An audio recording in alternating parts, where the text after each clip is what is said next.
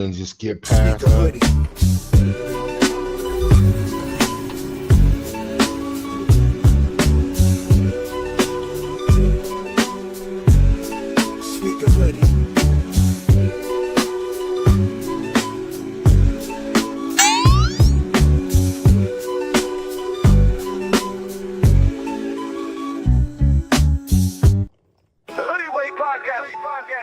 West Coast sound lit. Concern for your brain. Some gang. Hustle. Street rap, dope sneakers, and everything in between. Tap into the greatest podcast. Sneaker Hoodie.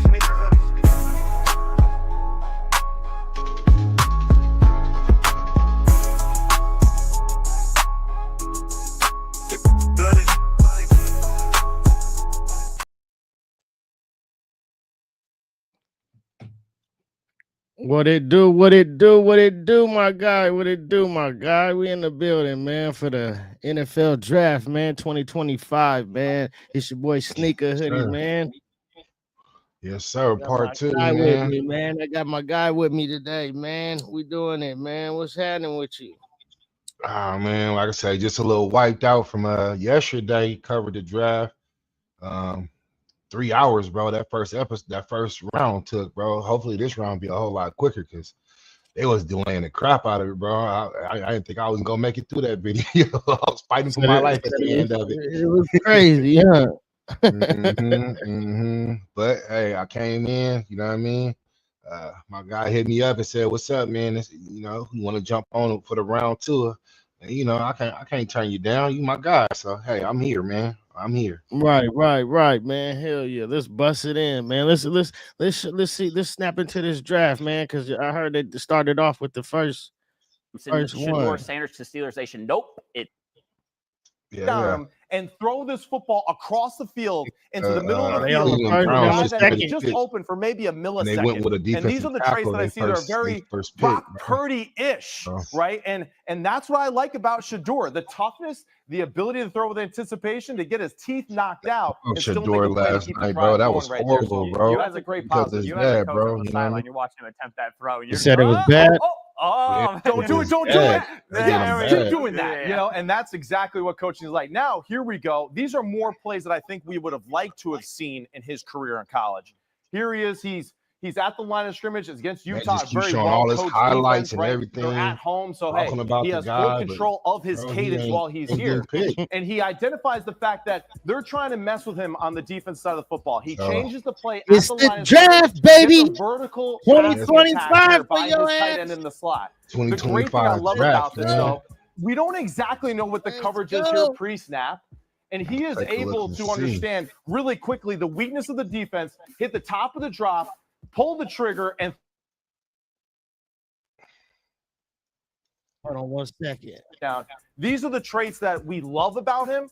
We just didn't see this enough consistently at times with the rhythm passing that we know is so important in the NFL. Yeah, and you might as a coach say, listen, it's not there all the time, it's inconsistent, but maybe I can develop it. The problem is the developmental traits, not exactly what you want to see. Yeah, thank you. Look at that. The developmental traits, not exactly what you want to see from a player in Shador Sanders. When you heard Jackson Dart was drafted in the first round, you heard a lot of we in here, right? man. He's a better mover. Right. The arm strength issues show up in two separate ways. The first is on the vertical balls, right? Seahawks We're in Cincinnati here, and we got Travis Hunter. We're a little bit behind on that, man. One-on-one. Travis Hunter one-on-one. We have a safety here as well. You got to skip it up forward. We're a little bit behind, he's not bro. getting involved, it's going to be single coverage like on a Seahawks on the clock now. Yeah, you got to get up. Yeah.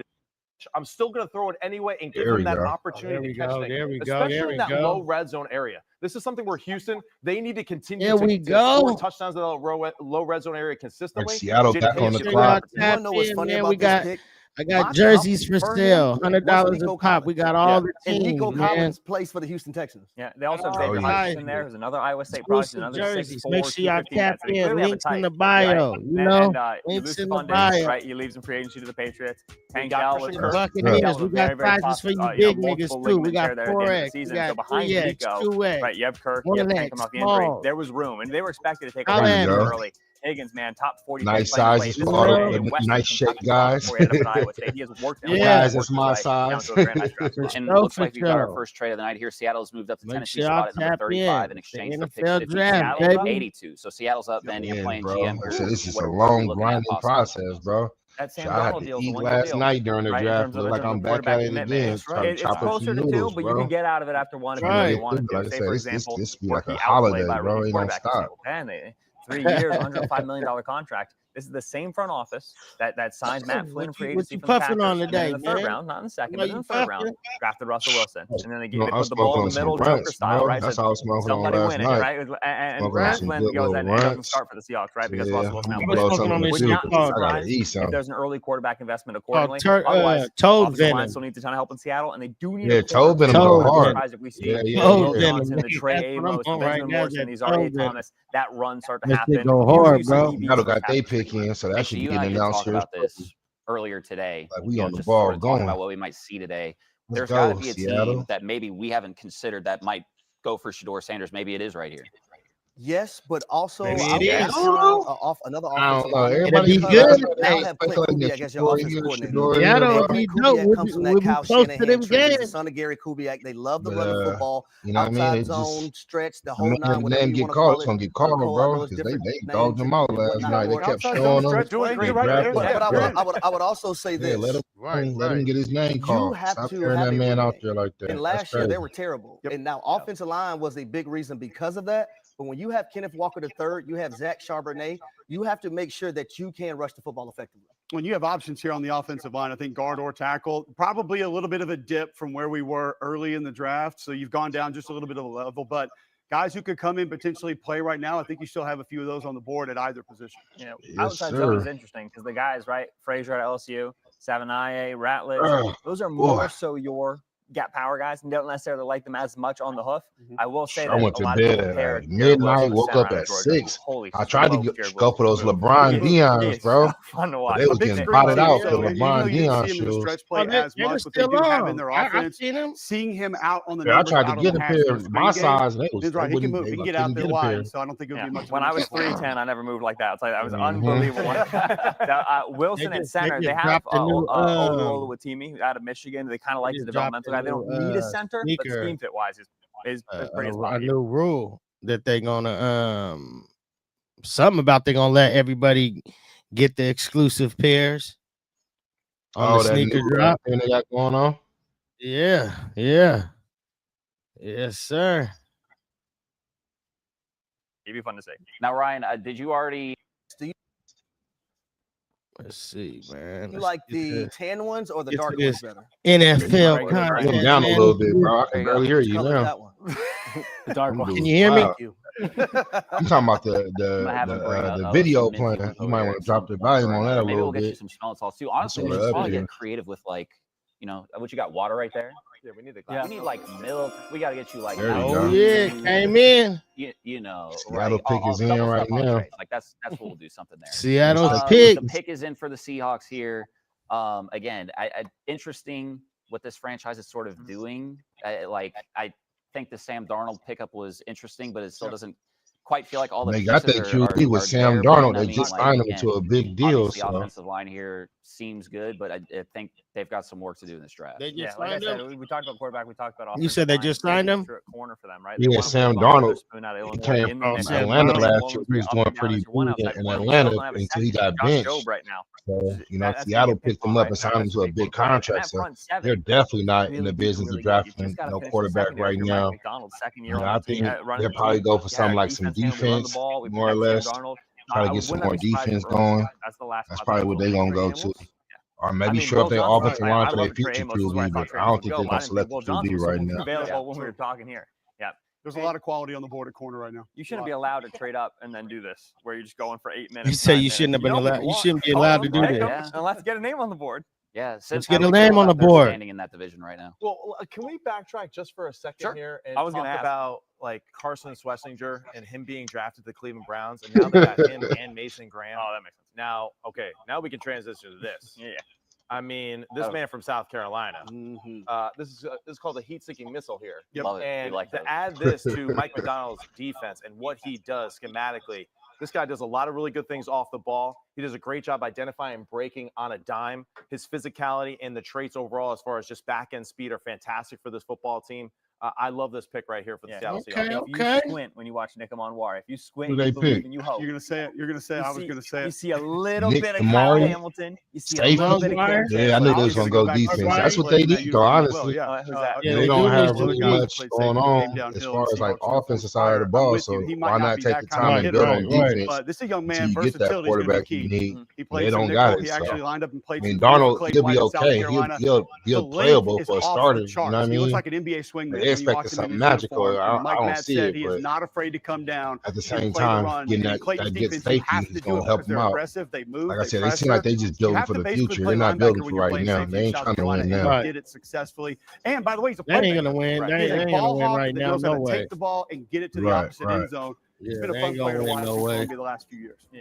My question for you guys too is just like, didn't see it a lot at South Carolina, but I feel like this guy will have the traits in the NFL level to be a pretty consistent. Like, it's the draft, man. Let me say this: we also got to, shout out to everybody that got drafted, man. Had Cal. Yeah, there's some good names called yesterday. There's a lot of good players on the board today. So by the Seattle Seahawks. I said, yeah. Like this, right? You bring up the blitzing. Pretty got a lot of interesting. players on the board yesterday. The tight end and say, cover the tight end man to man. I'm blitzing him off the edge. You got to deal with that. I can drop to the deep middle, right? Monroe has that level of speed and range. Who's the next pick? Quarterback spy. Yeah, we talk about versatility a lot. You can do one or two things. And we might see Shador come off the board now because they definitely need a quarterback. I mean, if they don't pick Shador now, bro, that's crazy. You're away, right? And I mean, they don't have a QB at all. They do got a QB, but let me add this on. Who wants to go to Cleveland? They got Deshaun Watson. That's who they have. So we kind of said, what was your off-season goal, the off-season emphasis that you had? And he said, we went and watched. Oh, they went with a running back. They skipped Shador again, bro. Every team. And we wanted to add some of those. They're picking fast today. I told you today should be a whole lot faster.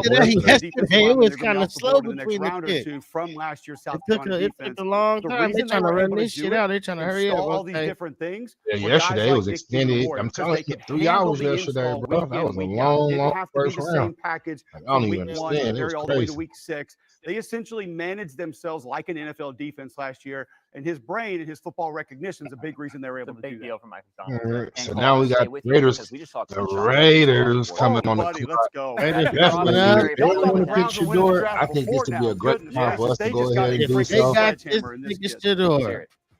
If the Raiders get Shador, bro, I think it, and this definitely Shador backs are going to get for drafted. The Raiders, if they don't, if they don't want to pick him up, we'll take the kid for sure. Very rarely, you got to go back and watch Earl Campbell highlights to see. I mean, this is a pretty good running back though.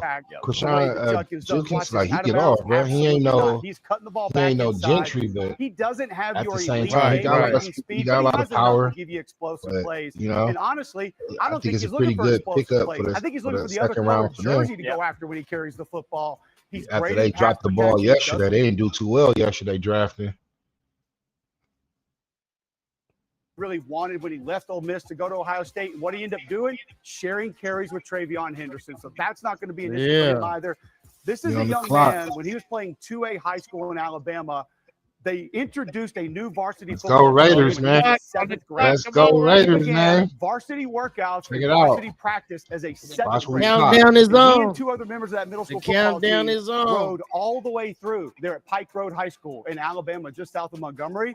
One of the reasons he's able to physically turn into what he's turned into today, I absolutely love Quinshon Judkins. And I am not surprised by the team he's gone to as well. When you look at Kevin Stefanski, what does he want to do? Yeah. He wants to run the football. They don't no longer have Nick Chubb, who at one point was one of the better runners in the National Football League before injury. Now you can use Quinshon Judkins to run behind that offensive line, and you can get back to what you wanted to do previously before last season. We talk about the physicality traits, and those are really 1 minute warning. 1 minute warning. Quinshon Judkins, and I first saw back at Ole Miss. They're trying to call him. He ain't answering the phone. Was his patience and awareness. He makes you right. He said they're trying to understands how to ride a block. He has patience. He presses the line of scrimmage. And these are things that in different run schemes. And Lane is very creative with his run scheme. They hell, he's maybe the most creative. I can't believe that. That's crazy. Miami. He Miami, how to not just take the ball, run full speed at the A-gap, and try to make something happen, which he can do.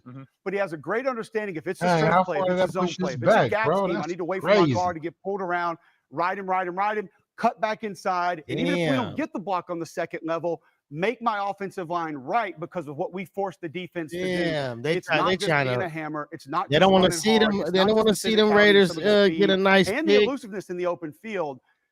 We use this term vision with running backs a little bit too often, and sometimes we don't appreciate it. He pushed back all the way 10 picks, bro. So they think that Shador going to be available 10 picks from now. Watch Ohio State Basically, third down. He has 3 times as many carries as Trayvon Henderson does. Goal line. He has 2 times as many carries. When does the Steelers come up? Right. So now, if we get a TFL safety, when the Steelers coming up? Trayvon Henderson does. Now, Trayvon's got a lot of good traits, but when we needed the play to go right, when no mistakes here, the ball went to Quinshon Judkins every single time.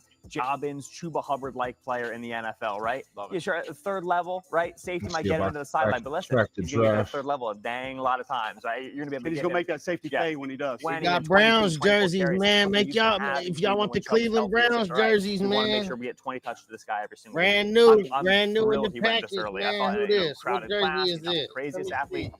Fall for Quinshon Judkins. We got Weeden jerseys, number 3. Matt went Giants a little bit earlier, understandably so. My father Tags just came out the package, man. You know what it is. I'm a lifetime Steelers fan. Make sure y'all hit that inbox. Man. They are having a phenomenal show. Make sure y'all hit the inbox. If y'all want jersey. Everything you just said. The Saints are there. Saints is a couple picks away. So that's the next spot for Shador at pick 40. To secure so the 40 or to score a is touchdown. the next place that Shador can go to. Yeah, pick 40 with the Saints. Lead, 4.5 minutes to go. That's about the next one for him. You can't afford the Jets come back, but I don't think they're going to pick him. With the Jets, we got Niners, Cowboys, Colts. The Dolphins trade up. The Niners might go for him. There, but I'm still go ahead. They got Brock Purdy. I was just going to reiterate what they're saying. Yeah, they're not going to do it. They got Brock Purdy. All 3 players, very high floors, even higher ceilings, and that's what's great for them. And they also match. So what picks did we get? We got pick 48, 98, and 135. All right, I dig it. There's a lot of talent on the board. Match Cleveland Brown in that. Oh, dude right here, legit. This guard right here, yeah, Jonah, yeah, he get off. Yeah, he get off. He got a lot of power, a lot of push, a lot of speed. I mean, he get to the second level. He blocking people left to right, bro. This dude's like basically like a me. You get a guy who's even, I think, like a me out there on the field, but younger, of course. He up here doing his thing. Starts his career. He's a safety walk-on, convert to linebacker. You're telling me this guy only has 10 starts? He's an unbelievably smart player. Yeah, all 3 downs. Yeah, he pushing players out the way fast. Like he quick, like he quick to put them players as quick to the jump. Like most players take time to figure out and mentally figure out what they want to do and trying to figure out how to get there. Like he just got the quick instinct. Jumping off quick. Here's the A gap. Go get it. Go make something happen. It's a little like we talked about with Shador, right? Where it's if you have you show me some of the skills that you understand it, you get around it. Schwarzenegger's not a big guy. Shout out to the NFL, man. Shout out to everybody that's getting drafted today. Right, he's not playing at that sort of a size. So when he makes those fast decisions and he makes those aggressive reads, to me, I see a player who sees it fast and understands, listen, if I pitter patter and I win, I'm going to get eaten up by the trees. I'm going to go be aggressive. It is Friday. It is Friday.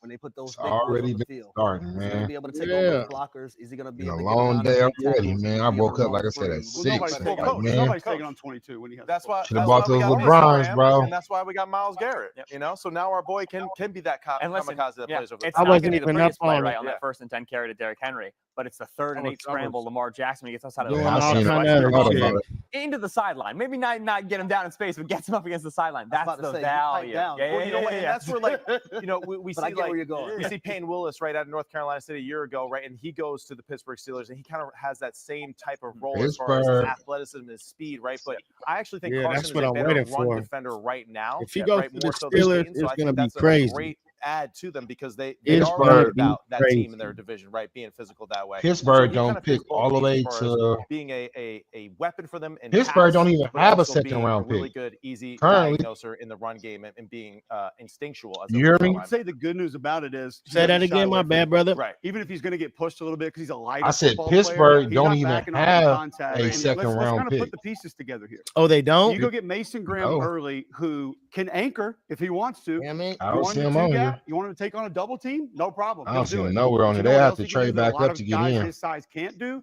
He can penetrate and disrupt. You want to put him on the move? He can get past the guard. He can get past the center, shoot the A gap. You know, Dion about to pull some strings. He's really sitting over there pissed. Like, hold on. And you want to switch. You want to run some different games and stuff. I know my son better get drafted. Guys who are capable of doing that. And 16 at 48. If Shador fall all the way to 48, bro, I know for sure we're going to draft him. I know for sure we're going to draft him. I mean, it looks possible because all the other teams before him, they already got quarterbats, except for the Saints. The Saints is the only team that's standing in the way for him following to us. Them and the Rams. I mean, the LA Rams, that can be a surprise. You know what I mean? That could be something. That could be something. You know, out of LA, because they definitely need a new QB, but knowing them, they're going to hold out and try to go for Archie Manning next year. Archie Manning coming out next year. And that's what a lot of these teams are figuring that they're going to, you know what I mean, tank or be in the hunt to be able to draft him. Guard from Arizona. Yeah, okay. I see about what Miami's trying to do, perhaps to help out Tua Tagovailoa. Yeah, they smart though. They smart when they doing that though. To hold out. Left guard Liam Eichenberg has been there for a long I don't know, bro. That's a gift and a curse.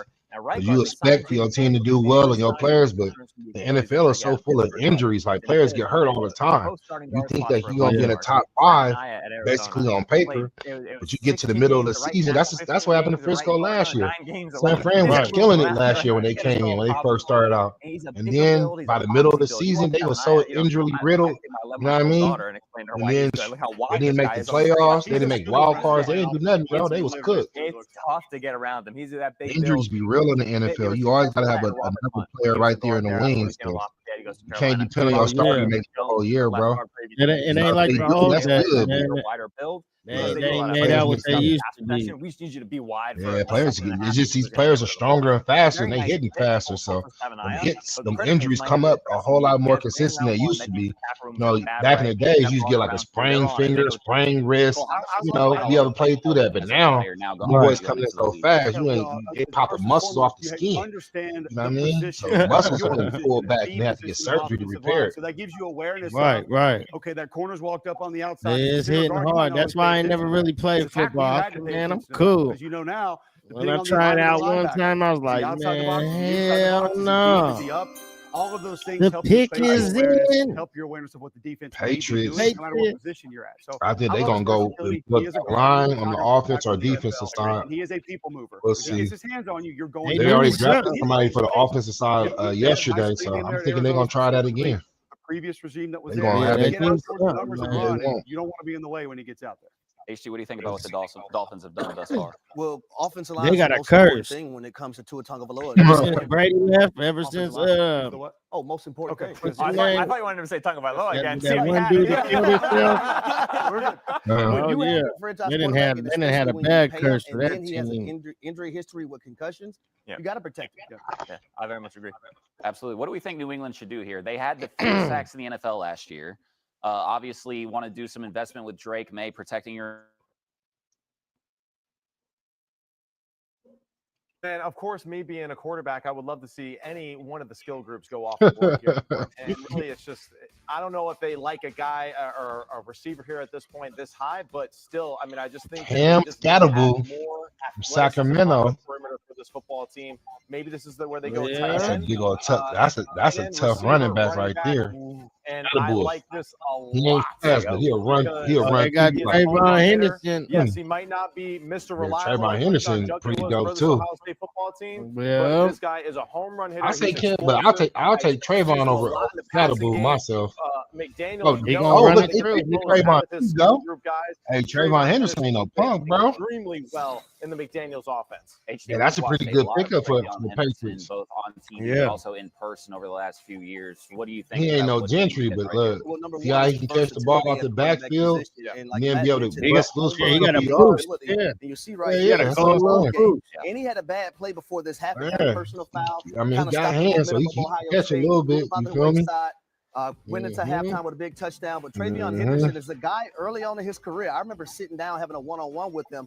I thought he was He's sort of like small and frame size. Yeah, that's what I was looking at. Numbers wise, he can get tackled. He can get tackled. He's a good blocker, but you know what I mean, he'll get tackled pretty easy once you get a couple people around him. I like when you try to tackle him one-on-one. Harry Sanders was small like that though too. Yeah, really. Just that kind of juice, Harry was a smaller one. That, and then you saw the running through them niggas. He doesn't shy away from it. Hey, Barry was unique though. I mean, he still even after these many years of him not being, he still ain't seen nobody like Barry Sanders. But he's seen a couple imitations of it. Especially with a younger, but not like Barry. A lot of value that the Patriots just added. I'm surprised he ain't never just got a ring. He just stayed loyal to the team and never got nothing. Yep. Right. That's because his team wouldn't let him leave. Like that was the whole big thing. He wanted to come to play for the Raiders. They're like, hell no, bro. Like without you, we ain't got nothing. So they just basically like hard tie. They wouldn't trade him. They just kept paying him and just wouldn't let him go, bro. So he just like, I'm done. He just quit football. He was like, it ain't fun for him no more. He wasn't winning. That was a great job of understanding. And they tried to build a little team around him for a little while. He had players, but you know, it didn't work out. Sets up the blocks and the whole nine. So I really like Travion Henderson. He retired young too. That's the crazy part. He was just fresh into the Pro Bowl the year before he retired. That's the crazy part about it. Got the new head coach. What do you think about not just what they've done in the draft? Well, he did. Season moves to try to help him. He was like, I'm out of here. Work's not done. It's not going to be done around. He got up out of here on there. They got a lot of needs on offense, right? It's going to take some time. The Henderson investment is interesting to me because they have Ramondre Stevenson. They gave him a big deal. And then he put the ball on the ground 7 times last year, right? Big fumbling problems. We talked about trust earlier. It's the quickest way to lose a staff's trust is you fumble the football. And so it very much feels like a message here to Stevenson, right? In terms of, hey, you know, we like you, but we need to protect the ball. Let me put this up real quick. Remember Josh McDaniels from all those Patriots offenses of years past. They loved throwing the ball to the back. Drake May last year loved throwing the ball to the back. He had a touchdown to Jermichael Hasty against the Jaguars, 3rd running back, and he's still throwing the ball. He's very comfortable with that quick throw. And so I think there's an understanding of, all right, we know we like the 1B role. We like the pass catching back role. We like Henderson there. But also we like that Henderson can be the one, right? If Stevenson just, they benched him last year because of the fumbles. So when you invest in that running back spot, get that safety valve, there's still work to do at wide receiver. There's still work to do at offensive line. Don't be surprised if the Patriots are just offense the rest of the way down. You know who still has work to do? Ryan, who I'm pretty sure I saw you half-stepping again, like taking another half bite of a cookie. What are we doing? Is it still going on? How are we feeling over there? I'm feeling good. I just for some runs. Like, let's get a full. Man. I mean, I feel like we fire that shit up. Well, go ahead, Cole, please. I mean, like, we really, like, we've got a lineman in the building. Like, I'll try to help you out here. Just, we have extra stuff. These are double stuff. These are double eating cookies technique tonight. Like, this cookies. Is part of the demonstration. Big old double stack cookies. Like, easy work. Cole doesn't even need to wash down. You can get on back over here. He's gang. He 4-5 pounds for his life off that one cookie. Another cookie in that stack. That's a heavy hand, too, wasn't it? Yeah. So look, that's great work. That's not the last time Cole's going to be over there. I don't think either. It's not. The Bears pick is in here. Sims, what do you think that we should be looking at with here? Obviously, they're trying to talk about young quarterbacks that you want to help develop and build around Caleb Williams.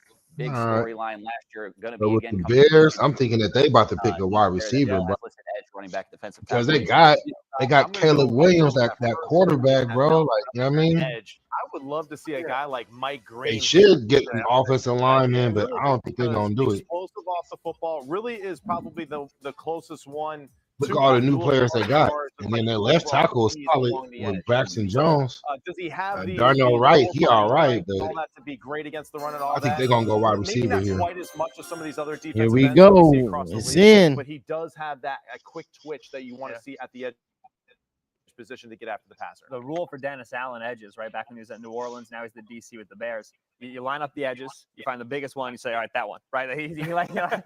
Cameron Jordan, Donovan Passanio, Carl Brandon, big, long guys, right? Yeah. So I love Mike Green. He's my highest rated guy left in the edge group. I look at Nick Scarton out of Texas A&M by way of Purdue, and then I look at JT Tuimoloau out of Ohio State. Right. 2 guys with vines who can absolutely set an edge, and that's the mold that Dennis Allen typically goes for. So if edge, that's the names I would think. Do you question Mike Green's strength? I think pound for pound, he's impressive. I think he has a lot of power. Yeah. Oh, Luther Burden. Hey, Luther Burden the third is boy. Hey, and that's a tough receiver there. I ain't gonna lie. Sort of a that dude, guy where he's trying to Burden, he got attitude. right down the middle of you. He ain't scared. Obviously, a very strong. He with the fast, like yes, Luther Burden the third. This is a guy coming into the season right now. that we thought could be wide receiver. One of the draft that's a good pick, bro. I mean, something like an extra they didn't really need, but still at the same time, bro. Like, so number looks one, good. They need something. They need something. It's Luther Burden the third. 6 feet, 206 pounds, bro. I mean, add another 10 pounds, and he had the same weight as every wide receiver in the league. Look how quick he look. Can't leave that dude open like that. Look how quick he is. I'm saying, for the Bears, this might turn into be their number one receiver, bro, by the end of the season. What we call a Dumbo, a slot fade. Catching the football with one hand, the strength, power, strength, and speed. Get into the end zone. Solid, like one hand. Don't get me wrong. Look at that. All receivers drop the ball every now and then. It's how you keep turning around and he can catch it, but most of the time he a secure catch. As long as you know what I mean, it's catchable. Screen game. Just get the football into his hands. Catch the ball. He got hands, bro. He quick. You want to help your young quarterback out? So to me, I think a lot of people might feel like that was an unnecessary pick. He could have went a different direction, but that's a good pick for them, bro. Honestly, that's a really good pick for the Bears. Shout out to the Bears. Shout out to the Bears, man. Catch and run. Yeah, Luther Burden the third. RPO. They weak as mother. I'd like that should add more value. I don't understand why that would make him drop. 25 draft day. If I'm taking a wide receiver in the first round, we in this motherfucker, man. Don't forget to tap the inbox, tap the links if you want a jersey. I want you to win one-on-one, but I want you to win one-on-one. 55 of them. McMillan. We can 100%. We're going for $100 a piece. Tap in. So Ben, how do you feel about his fit in this offense? They gonna go fast. Is good, right? You're gonna see a lot of guys moving in a Ben Johnson offense. You're gonna be able to get them while they hot. Protected from a lot of press coverage at Missouri. Ben Johnson knows how to do that. But they say once they gone, they gone. They're not coming back. And I got NBA jerseys too. I'll be breaking out soon. We already have Roma Dunze in the building, top 10 pick. We have DJ. Now we got NBA jerseys. This is another interesting place where Shador, like I said, can go to. Look, you see right there, the first need they need is a QB. You learn to turn to Caleb. Say, all right, the scrambling's real nice, but we got to. And then I also think about how they should choose. They should. This is where all the investments in the offensive line. That was Shador should go. And don't get me wrong, I love for him to come to the Raiders. I mean, we just traded down 10 picks to see how crazy everybody is to see if it happens. Like to do on offense now. So at the same time, like rightfully, he should have been picked in the first round. Even when they drafted the Saints drafted yesterday, they should have drafted Shador. But I mean, they got an okay player with it. Let's see. We're gonna find out what they do. Reverse game, I don't know. That's sort of crazy. I love the fact he's not afraid to work the middle of the field. Yeah. A lot of times receivers, Harry can speak to him more than us. They don't want to go to that part of the field. You go to some big third and fourth down conversion attempts that they had, and Brady Cook looked for Luther Burden on a very regular basis. And who fits what they that, pause right? the clock in the for Ben Johnson? That's a Amon-Ra St. Brown's role, right? Is they do all that dirty work. To work against the linebacker, work against the nickel, find the soft on the zone, trying to be physical after the catch and get those 2 or 3 tough yards to get the first down. And I think that's exactly what Luther Burden's role is going to be. Hey, you're in the slot. It's a lot of crazy business going on. We got dogs on the outside. We got a great tight end. We got 2 great tight ends. And really what they're going to do is they're going to put defenses in a ton of binds. What are you going to do? Are you going to drop back the play? That if you play man, there's going to be matchups available to us at all times with the skill group that we're developing. And I'm sorry to interrupt you. The Debo Samuel role, you brought up Debo. I'm sorry to interrupt you. Go back to what Kirby Moore does. It's the stretch play is their foundation. A lot of times with that comes that lateral. Oh, that's my point. I know that it is. I'm sure. Split zone. Luther was that guy a lot, so he's got. Let's go. Fast, he's got the end around. They didn't really the clock, but he's very capable of giving you that. And we call it. So I guess maybe the pick is in. maybe the commissioner just ain't got to the front yet, or the announcement. So, I mean, that's normally what happens with the clock. Maybe they had a little restroom break. Niggas do got to use the restroom. One false step to the right. Yeah, so maybe that's what happens. Look, and now, like I said, the pick is in. So whoever it was that's announcing it, they had to take a little restroom break. Probably had a boo-boo or something real quick. You guys are both successful in the slot and outside. They're both rat runners. Yeah, nigga got a boo-boo. The one thing that Burden You got the does, boo-boo. That'd be the coldest shit if a nigga on here. Bro, they picked QB, but they didn't pick Shador. Are you serious? How the hell do you pick Tyler Sewell over Shador? No, half the people in the regular world don't even know who this dude is. I really do. I'm not surprised. Like, this is crazy, bro. Come on. Look at this dude. Look at this dude, bro. Typical measurables that you want right there. 6'4", 219 out of Louisville. Don't get me wrong, he ain't trash can water, but then at the same time, bro, look, he ain't no Shador, bro. Come on. This is insane, bro. Oh my goodness. It wasn't. They want another Drew Brees. 2 schools ago. Yeah, I know. He ain't even Drew Brees. That's what they trying to get. You know how They already New Orleans go. got a young QB that they drafted last year to replace Derek Carr. And then you go get another one, so now you're going to have 2 rookie QBs? Basically, like, bro, He throws a beautiful that's ball. bad business versus getting Shador, a full-time starter. He started for every team that he played on, high school and both colleges. This dude, look, I think the first year he didn't start. I mean, I think he started from his junior year going forward, but I mean, probably sophomore year going forward. But at the same time, bro, like, he ain't faced nowhere near the same competition level as what Shador has faced. That toughness. He had 3 season-ending injuries. Shador played better defenses against other players in his dreams versus what dude did. You know what I mean? Bro, you know what I mean? Louisville, bro, don't get me wrong. They cool, but they ain't, bro. Trade alert. Oregon, right? We have a 26-year-old here. The expectation for the Bears just traded. Buffalo. He's seen a lot of. All right, let's go, Buffalo. Buffalo know what they want. I like Buffalo draft so far. They've been doing their thing. That cornerback they got yesterday, Maxwell Harrison. Hey, I ain't gonna lie, dude got the energy. He got that dog in him. You can just tell. You know how you look at some people, he like they aura, they how they are. They just give off that big man energy. Like, he ain't big, but you swear that nigga was jack size. How his energy come in. That boy is the truth. I love. So let's see who they get, bro. Are we throwing in the towel on those guys? Good job, Bills. Move up and get who you want, man.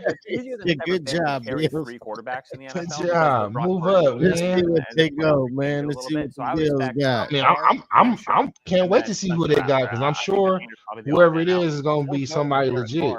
An off-season shoulder surgery. I'll be right back. I'm gonna use the restroom. Football injury related. There's some contract conversations. He's very cuttable after this upcoming season, and so I think they're planning on carrying 3. But the Carr contract situation is tenuous right now, and certainly by next season, you would expect the Saints to move on, hand the keys over to Shuck. Absolutely, and a lot of people like to spend time in college. But let's get over to the touchscreen. Harry Douglas Sims, what you guys got for me? Yes, sir. And here we are. We're going to just show the athleticism, right, that Tyler Shuck shows here in the low red zone area versus Clemson. This is a game that he played extremely well in and really did a great job of managing the football game. And we see it here in this low red zone area.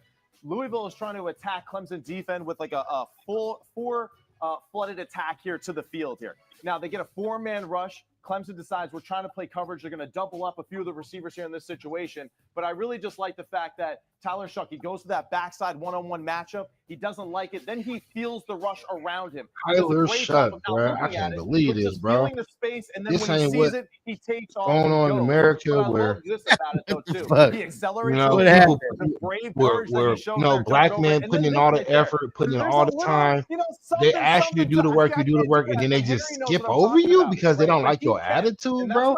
And that's all what this really is about. Is about they do not like his personality because he doesn't bow down to them when he comes in the room. And I'm that same type of person, so I know the type of reception that he's getting. They're not feeling his energy. Like, they want you to basically bow down and, if you can't throw on the run successfully in the NFL, you ain't get on your knees, to say the least. Diddy style, you feel me? But at the same time, where he's outside the pocket, it's just disrespectful what they're doing. Then you're gonna draft another quarterback over Shador, bro. Like, that's trash. trash, He bro. does a great job evading again. Shador should have been the second QB off the board. All these other QBs that is getting drafted, bro, they're right. I mean, I'm not gonna hate on They fucking with him. They trying to. They probably won't even be in the league within the next 3-4 years, bro. Why is that important? When not gonna happen. Are parallel to the line of scrimmage. This is that allows insane me to be more what they accurate doing. as I throw down the field off my right foot. He just stepped off that right foot. They trying to prove a the point. Football high and hard to the sideline here to Tory Brooks. Fantastic throw on the move, away from the defender, down the sideline for an easy pitch and catch. These are things that Tyler Shuck shows on film continuously. And this play right here, we call damn, this bro. drill. Great I can't job of believe directing this. your wide receiver where you want him Well, to my go. mind, bro. Now, Matt, check I this know. out. I'm sitting here, nigga, like, understand what the they're only fuck? rushing Come forward. on. Yep. I'm ready for the But I'm confetti saying, to pop out. Let me buy my like guys a little what bit we're more witnessing time. right now Everything is not going to is be the there level. off initiation. For better words, and I don't want to be that guy because you know what I mean. I don't see color like how everybody else do. But I mean, basically, this is racism in America. What we see in live and direct. Like this is 100% the racism that people are going through currently in this time. Like Shador Sanders, he's all of us. I'm Shador. You're Shador. People that's watching this video right now is Shador Sanders. You feel me? And the personality, they're not feeling that personality, bro. They don't want nobody coming in there sharp. They want you to play stupid. They want you to beg. I need help. I don't know what I'm doing. You know what I mean? Like they don't want you to be unified with your people, your day ones. They want you to forget those people and let them go. Like, for example, Travis Hunter, right? Travis Hunter, he don't really have no day ones except for Shador. He literally said that he came in there as a dog and being a lone wolf this whole time. So lone wolf mentality. He ain't making no friends. He cutting everything. He's biting hands. He's stepping on toes. He don't care. Yeah, he's stepping on toes. He's not a guy like Shador. That's the opposite. That's about big family. That's about respect. About putting in the extra work, putting in the extra time. You know what I mean? Yeah, he a little bit of title because his daddy got money, but we don't get to choose who our daddy is when we come out. You know what I mean? Right. This young man, yeah, he has all the tangibles. He was dope in college. The nigga got skilled. The nigga's dope. Right, he was dope in college. He broke records in college.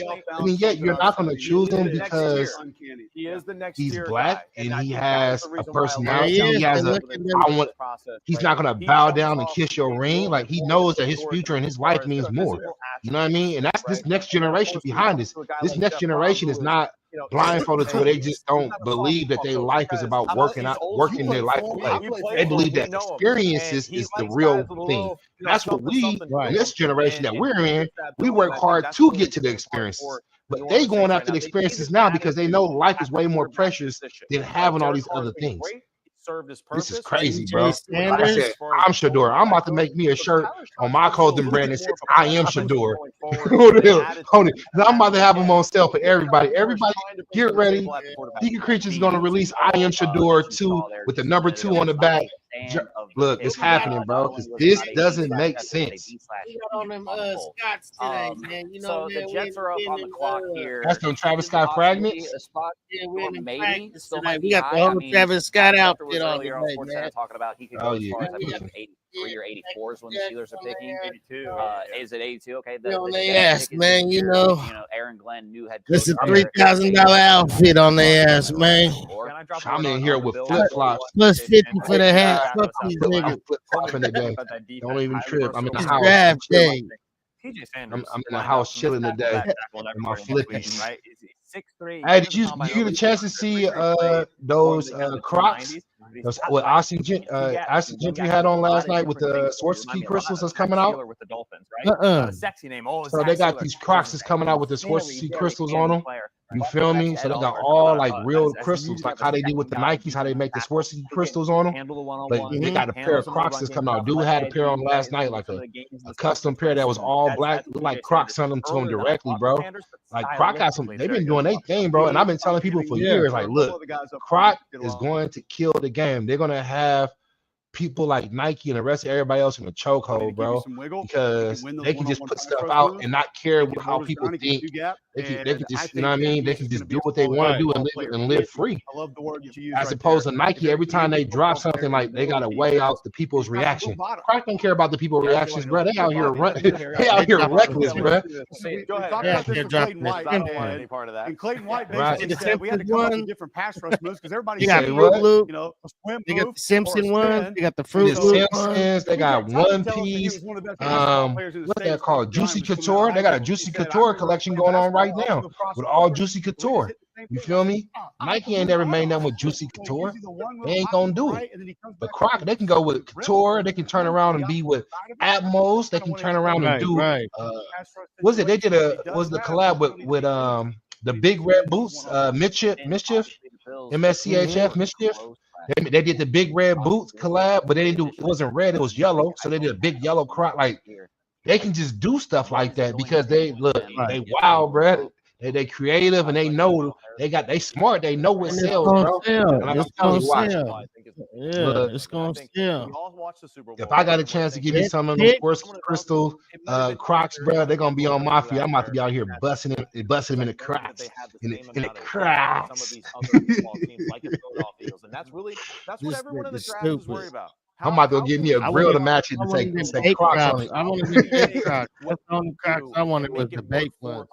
Hey, them baked Crocs hit, bro. Don't get me wrong. Them baked Crocs the truth. Don't get me wrong. Those things are true. The only one I was fucking with. He's gonna move that guy around. I love Crocs. Yeah, the Simpsons. I rock the Simpson ones. And nose tackle situations. So I think my favorite pair I got currently right now. Let me go get them. Hold on, wait a minute. Let me go get my pair. Second and third down passing situation. I'll tell you that Buffalo defensive line. They added Joey Bosa in free agency. It's a 1-year deal. Yeah. AJ Epenesa's got 1 year left. Daquan Jones, the defensive tackle, 1 year left. Larry Gunjobi, they added 1 year left. And now you draft TJ Sanders. They're pushing, right? Like, there was an expectation last offseason. We need to do a reload here, right? We need to shed some money. And then a lot of their young guys, you know what I mean? Right? Talking about some Crocs while we on the Brunei. You know what I mean? Toy Story edition. With Buzz Lightyear and Woody, you feel me? Then on the inside, you see the autograph with Andy name, the kid from Toy Story with his name signed in the inside. You feel me? Like I said, I got this pair. You feel it? The Toy Story pair. You feel me? My other pair I wear. These are my backup pair. These haven't touched Earth yet. You feel me? What did TJ Sanders? When did those come out? You can use it. I think they came out last summer. You can't do that. Okay. Then of course, if you're a real Croc head and a sneaker collector, you gotta have these. Oh yeah, have these. I didn't fuck with them. The Toy Stories. They got the light up. You feel me? Got that light up action. You feel me? You feel me? You gotta have something like this. You feel me? So when you're walking down the street, you know what I mean? People think you a car on the road. You feel me? Gotta have it. You mean? You know, like I say, bro. Croc, bro. They doing their thing in the game, bro. Killing it. Jets pick in. Get him the ball more. Go Jets. Jets. We're gonna win more games, and that's what the first. I'll go back to what you said, Matt, about depth, and then what Ben said about getting Mason there. Getting Taylor, there. tight Not end. doing it with top That's picks. an okay pick. Dalton Kincaid It's not comes too in bad. from Ole Miss, the They former needed a high tight school end. quarterback, great tight end in the NFL. Ray But Davis. Is once not again, your- this is the another other spot where Stewart out could have of landed. Vanderbilt, I think Kentucky. We have to get them all in there now. him. And he is going to be, I think, a long-time He's quality. better than a starting QB this year. Shador is better than. I mean, he ain't played a snap in the NFL, but come on, bro. Y'all killing me. No, we're gonna let him fall. Now the next interesting place he can go to is Dallas. They always need help with QB. Oh, I know. yeah. By the New York Jets. What's his name? Jerry Jones. He's a huge Dallas. over here on the touch. Dallas gonna be raw. Nah, man. Now- Don't worry, you got it. Dallas gonna be Ryan's over there raw. munched on some I'm cookies, just so saying, we're and gonna- Jerry Jones, he would be the one. Deion played for Dallas. Remember, Deion did play for Dallas. Now the Jets, And he would be the one to give Deion a coaching job as well, too. So that's very interesting to see how this goes. And I said that yesterday when I did my video reaction to the first round, that he could have went to the Cowboys. So now they're getting a second chance to do it. So we gonna see, bro. Close one-score game in the fourth quarter, baby. I love my Crocs. Hey, Dallas fans, y'all better pray. He's gonna run an over route, but what I want you to see is that step right there, that step on the over route. 49ers. It's called a stair step, isn't it? Right? That's right. We got a little stair step.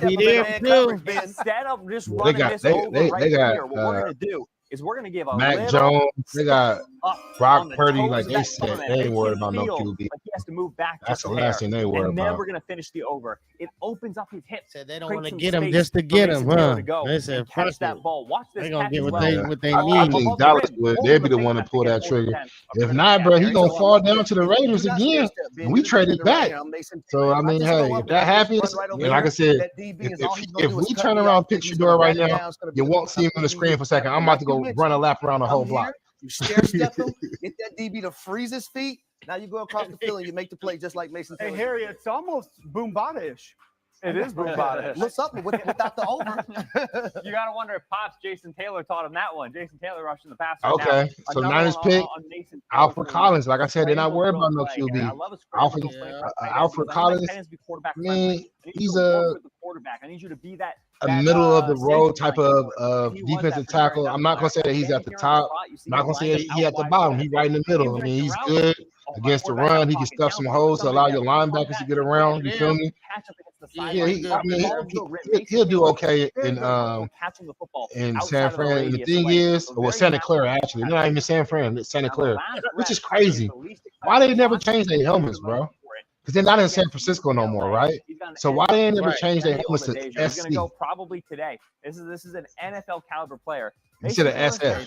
Because they're not in San Francisco, bro. They're in Santa Clara. They're the Santa Clara Niners. Not in San Francisco. What did Ike say? The name stays, Tina. Right. But I mean, that's how I feel about Oakland. Like, even though we play in Las Vegas, we should have been the Oakland Raiders playing in Las Vegas, but we changed our name to Las Vegas. I don't wear anything with Las Vegas on it, though. You know what I mean? Personally, I got a Las Vegas Raiders hat. I got a Las Vegas. Nothing wrong with it. Don't get me wrong. I mean, I love Vegas. That's my favorite place. I got family there and everything. I love Vegas. But then at the same time, like for my team to switch their name up like that, like I thought they would at least wait a couple of years to let us adjust. But no, they came straight out the gate. Las Vegas Raiders. Las Vegas Raiders. I was like, I'm hurt. But I just make all my Oakland Raiders stuff go up. The biggest thing, a lot of general managers that I talk to, and also NFL owners, they for the love Cowboys. Let's see. Kids. It's about to get crazy. His father is one of the best to ever do it. Heard of him. Rushing the passer. Second generational. Come on, Cowboys. Y'all better be smart. They better be smart. For the New York Jets. Mason Taylor, man. Justin Fields got a new friend there in that offense for sure.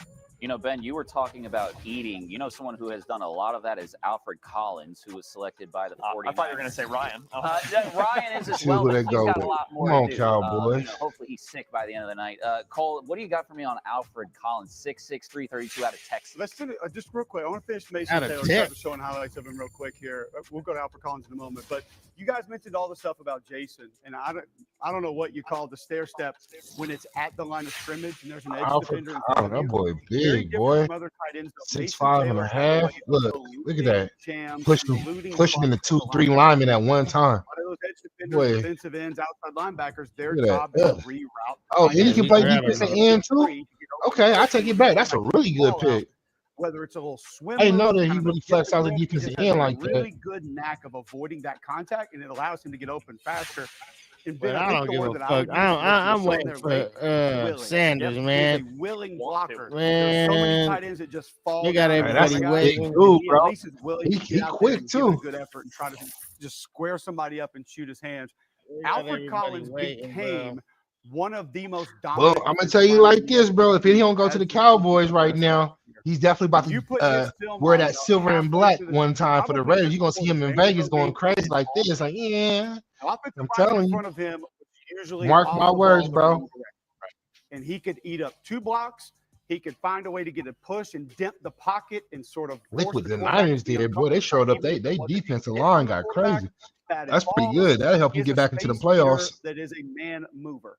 And as long as Brock Purdy stay healthy, they should be straight. He turned himself into a great defensive lineman last year, and I think his ceiling is extremely high. What do you feel about what the 49ers have done here? You saw there on the screen, they also selected Michael. It's taking a while to announce this pick for the Cowboys. That's crazy. We're going to put these shoes up. I'll be right back. I like this pick better than I do the They ain't even because of where it was. And clock timer on. Production. And I do think that there is context around the word production that we need to pay attention to. Take a young man like Shamar Stewart out of town.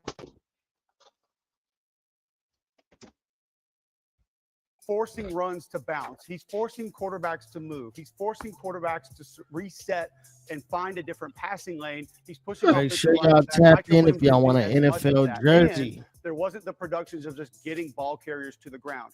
When you stand next to Michael Williams, you want him on your football team because you see him and you think that's a Vince McMahon first-round draft pick. He was like he should go straight to WWE and start wrestling and be in WrestleMania tomorrow because he should not be able to move with the girth that he has that God gave him. He's got to turn into a better defensive lineman, though. Technique has to come around. I got 55 jerseys going at 100 a pop. They're all authentic. The God-given ability is there. His ceiling is high. We consistently availability is your best ability.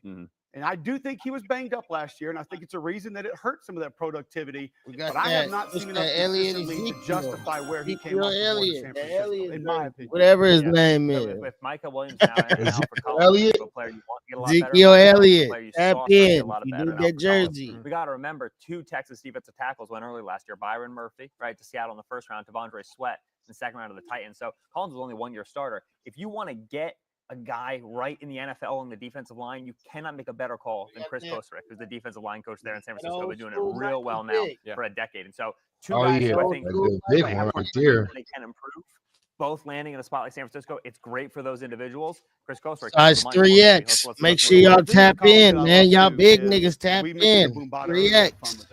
There's so many defensive linemen now that their favorite thing to do got is 55 of them for you. And try to get to a different gap or get by somebody. Make sure you tap in. Hit they the went link. with defensive end Donovan. I can't even say his last name. I don't really know who this dude is. Honestly, he's first team All-American, so he must be pretty good. But I ain't really watched no Boston College games, bro. Honestly, the guy that the Cowboys. I ain't never seen Boston College. Yeah, I didn't really watch no Boston College, no BC games, bro. But he is tied for the most sacks in history. So I mean, he got some skills, but at the same time, 6'2", 248. Oh, he lightweight, bro. He hella light. I could push him over one arm, bro. He light. He won't be ready for another 2-3 years. That's a project player. That was a reach. He was a project player. It's gonna take him 2-3 years. Do that. That's a backup player right there. When I first put him on and watched him, just somebody just let him get hurt. Yeah, somebody get hurt, he can come in, but that's a raw reach right there. And that high in the pick, a second round pick. But I mean, they believe in us. I guess Dallas is going with their project players already. They're already busting out them project players trying to see what's up. Because usually he can use Man, I know Dion is on the phone right now. Like, man, I'm a big fan of his. I'm gonna be honest. He on the phone with the Raiders. Like, hey, bro, draft my son. Y'all got us out here looking crazy. Second round a few years ago, we signed on. Y'all got us out here looking crazy. Another one. I'm getting. We don't make Shador shirt. I am Shador. I'm about to make that. I need to hurry to create that tonight. We're gonna get it, man. He's a good player, man. Athletically, he ran a sub 7-second 3-cone. 3-cone is a cones are shaped like an L. You got to run all around them, and it tests that. Yeah, they definitely not drafting no Shador. They got all the quarterbacks they need. Right, that's like 90%. I hit this tree real quick. We have a bendy guy with length. I agree with you down the middle, but if he can get a little bit more power on that long arm, the potential for that 10-plus sack player is here opposite Micah Parsons. Can have a lot of fun against right tackles with Parsons taking doubles. It's a good spot for him. You kind of don't blame him because, like Ben said, with that length arm, it's hard not to just own people like this. Because once I do that, you can't get your arms on me. So I pretty much just take control of you. And I don't like to get carried away with the way edge guys play in space because we're not drafting you to play in space. But he was great when he was asked to be in space. He gets out there, has great recognition of where the football is. He finds it quickly, doesn't seem to get lost. There are multiple aspects of his game that I'm a fan of. This is the team that lost to Marcus Lawrence, number 1. What stands out to me about Dallas already with their first 2 picks, right? They want to try to regain the line of scrimmage again and own that. Something they didn't do last year. 29th versus the rush. You bring in both players. Whatever. Have you stopped the run? Indy made a pick. They wanted with a defensive end. They got the guy to do it on the edge again. So yeah, JT Mola. Anybody who's not aware of it, he is that dude. Mola. We're I can't impressed by his ability to kind of hold down the fort on the edge against some guys that were at him, right? Being a guy that maybe isn't. They about to mess that name up all day long. The hand strength as well. He gets that stab, shoulder square, nice base. Right. There's nothing you can do about that. And not everybody has that ability though. You don't. You can one arm an offensive lineman and still play the run and see what's going on. Look at the next guy off the board, Right. JT Tuimoloau. He Andy doesn't got have too many holes to similar fill. capabilities. Now, he has other No aspects of his Diddy. game that are nice, but he cannot do those things. They got a lot of holes to He's not the fill. same way. They got more holes than a great move play by guy. Indianapolis. JC They trying to fill him guy in that improved throughout the season, especially during the college football playoff. Clock, like man. they're going up against the best college football. While we waiting for this 5 minutes, whatever Ryan Day break, did I'm gonna after tap the into Michigan this game, music, every man, head to my coach in the nephew. world at every level of football wants some of that, because there were 5, 6, 8, 20 guys.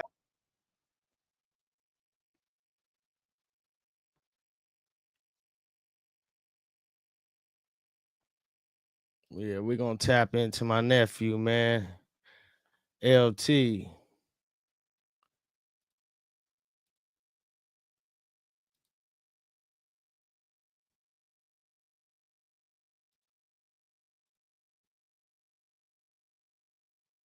Style, God give me grace. God give me style, God give me grace. They all hate me, it's written on their face. Niggas, they all hate, it's written on their face. Go get the strap, cause niggas fake. Go get this strap, go get the gun. Cause I'm a one, ain't no trading places. Ain't no trading places, it ain't one. I just reach for style, I'm hot, I shake the town. It ain't my fault. You can't shake the town the way I shake the town. Listen, you can call me what you want, black and ugly, but you can't convince me that my sons don't love me. They don't wish the best for me, these niggas think they above me. They ain't chasing their dreams because they drunk and out clubbing. Mama put the 50 Cent album cover up on my birthday cake. We'll put hoes on my cheek to imitate his bullet grades. Rock to the beat, recite every single lyric you'll say. The 50 Cent bulletproof drop, I play it all day. I slap it in my headphones in school hallways. I was smoking Swisher Sweets and then I had a ball fade. Mom and Pop split up and then the clouds turned all gray. I took that shit to heat and been a player to the ball game. Hey, God give me style, God give me grace. God give me style, God give me grace. They all hate me, it's written on their face. Niggas, they all hate, it's written on their face. Go get the strap, cause niggas fake. Go get the strap, go get the gun. Cause I'm a one, ain't no trading places. Ain't no trading places, it ain't one. I just reach for style, I'm hot, I shake the town. It ain't my fault. You can't shake the town the way I shake the town. They call me like I'm biblical, hand grip near the pinnacle. Where they send me, yeah, we can get physical, fuck subliminals. My bitches shoot you in your genitals, won't have no kids to grow. Talk to the Grim Reaper, tiny, busy stealing souls. All these chains up on my neck. Make sure y'all tap in with my left, man. Nigga, we hang her on. Game dust, talking like a sponge before I made a song. Older bitches trying to take me on. Let me show you niggas how to bug, doing it wrong. Take care of your kids, bitch, who you want a gram doing it for. Her bitch ain't never seen a fly nigga like a UFO. Fuck 1,000 niggas, nothing to show for it, why she a hoe? God give me style, God give me grace. God give me style, God give me grace. They all hate me, it's written on their face. Niggas, they all hate, it's written on their face. Go get the strap, cause niggas fake. Go get the strap, go get the gun. Cause I'm a one, ain't no trading places. Ain't no trading places, it ain't one. I just reach for style, I'm hot, I shake the town. It ain't my fault. You can't shake the town the way I shake the town. It ain't my fault.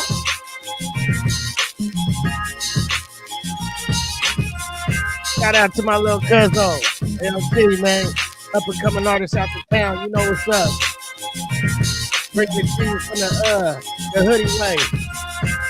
Stick a hoodie in the building, man. Stick a creature. You know what it is, man. Let's go. 早いブラウザ。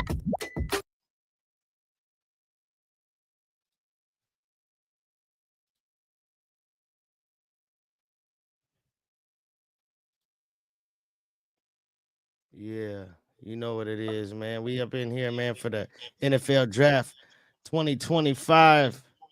We're gonna draft keep this shit all the way live. Let's go. We're gonna keep this shit going, man. Let's man, we out here waiting for Shador to come on in, man. Come on. Yeah, we waiting for Shador, man. It ain't up yet, man. I got him on all screens, man. We're gonna play this struggle. Yeah. I like that about you.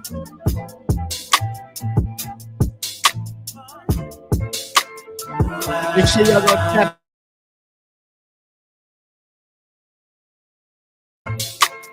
I just be around the way, really.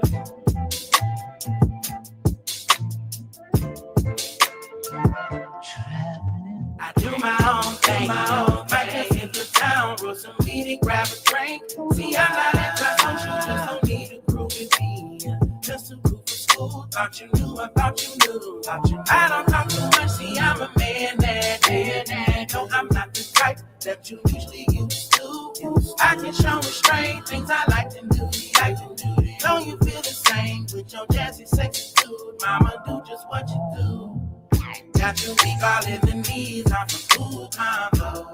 Like the way you walk, like your style, like your flow. Time don't seem to matter when you're talking. Talk body language, I see like it. Oh, you a vibe, you a vibe, you a vibe. It's such a sight, talking to you tonight. Shawty got a smile I like. Little conversation got a mesmerized. Smoking, drinking, vibing with you, baby. Why we never little conversation, grabbing, touching to the music. Moves alright, I'm a little conversation, vibing with you, baby. Why we never little conversation, grabbing, touching to the music. Moves alright, I'm a little conversation. Got you full attention, we got nowhere to go. It feels right, got you moving in closer. Rocking the nose, we need a whole nother round. Tonight's the only this far from over. This don't happen often. So fine, you know you're so fine. Everything about you is worth my time. Got your weak all in the knees, I'm a fool combo. Like the way you walk, like your style, like your flow. Time don't seem to matter when we talking. Talk body language, I be like it. Oh, you a vibe, you a vibe, you a vibe. It's such a sight, talking to you tonight. Shawty got a smile I like. Little conversation got a mesmerized. Smoking, drinking, vibing with you, baby. Why we never little conversation, grabbing, touching to the music. Moves alright, I'm a little conversation, vibing with you, baby. Why we never little conversation, grabbing, touching to the music.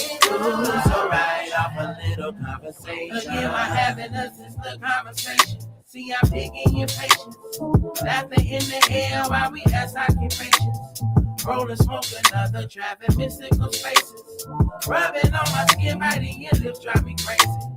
Wonder what your motives, got some phone game, don't you? Soaking up the moment while you smelling my collar. Loving how your soft skin rub on me, baby. Baby, for tonight, this is something you like. Smiling cheek to cheek as I stare in your eyes. Tell me what you want, what you pursuing in life. I can dig a woman that be up on the grind, making your money while keeping your feminine side. Let down your guard with your honesty now. Smooth like a cool breeze is all on me. Last call got us lost in this sweet symphony. Yeah, yeah.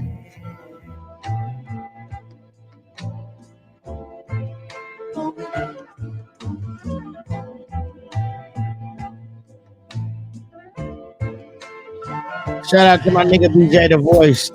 Struggle. Brought to you by the Sneaker Hoodie, man. You know what it is. We shining light. That was a good vibe right there. I like that. You know, I love them R&B songs, so that's a slapper for me. Definitely. Yeah, my guy, my guy go hard, man. We're gonna snap back into this draft. See what they got going, brother.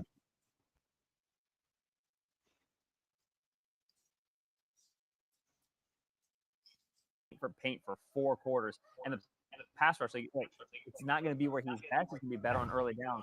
That back half of the season gets you like, all right, you were a third rounder, you were only other down. You're a second rounder because of some of those final rushes you saw. So I was very impressed by the way he ended his final season. This division is always a wild card. The Rams very bad. But just given what we've seen out of Houston, Indianapolis, Rams on the clock. Everybody's done. The Titans obviously had the #1 pick with Cam Ward. HD, where do you sort of see the pecking order as of right now with this division? Cam Ward is cold because they have the better quarterback, and that's always going to trump. He's a good quarterback. I mean, don't be surprised. I'm biased because I rock with Shador, but I would say, I'm waiting. That's what I'm waiting for. Now another wild card in the division. I would say that evenly, like, you know what I mean? I would say, actually, I would give Cam a little bit more because he do have that ability when he's wide open to hit them deep balls, you know what I mean? 5 games in a row. Yes.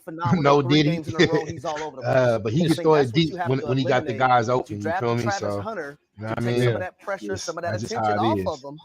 You move forward, so I'm looking forward to seeing my Tennessee Titans. You know, I was come on, Shador. Hey, don't do that now. No, you're mine. Get this shit, man. I know a lot of people that lost some money. Well, hold on now, like bills at my house, they have been paid by both.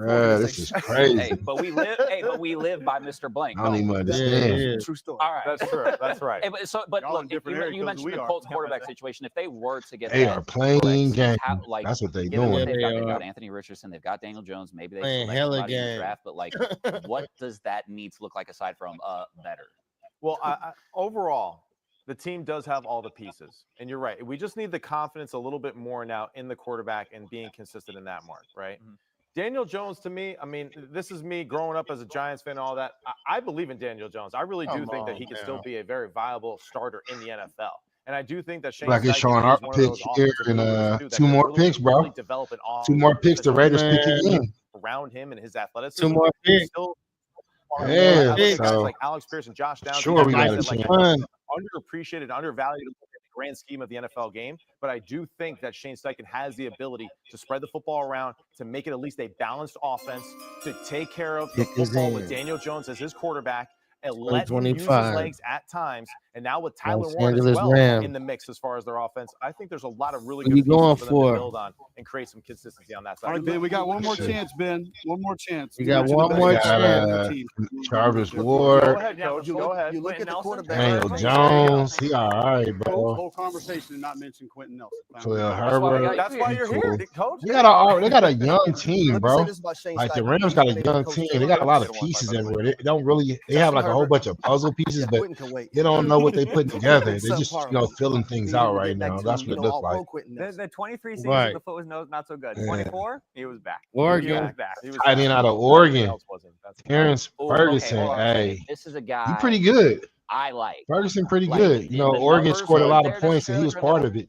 You know what I mean? So shout out to Mr. Terrence Ferguson. Number 3. Washington, it was like, yo, he was number 3 on Oregon. This is Come on. That looks like an NFL player, and it was one of the reasons. And Ben, I'm sort of curious. Pretty good right there. Can I look at the list of what is number 8?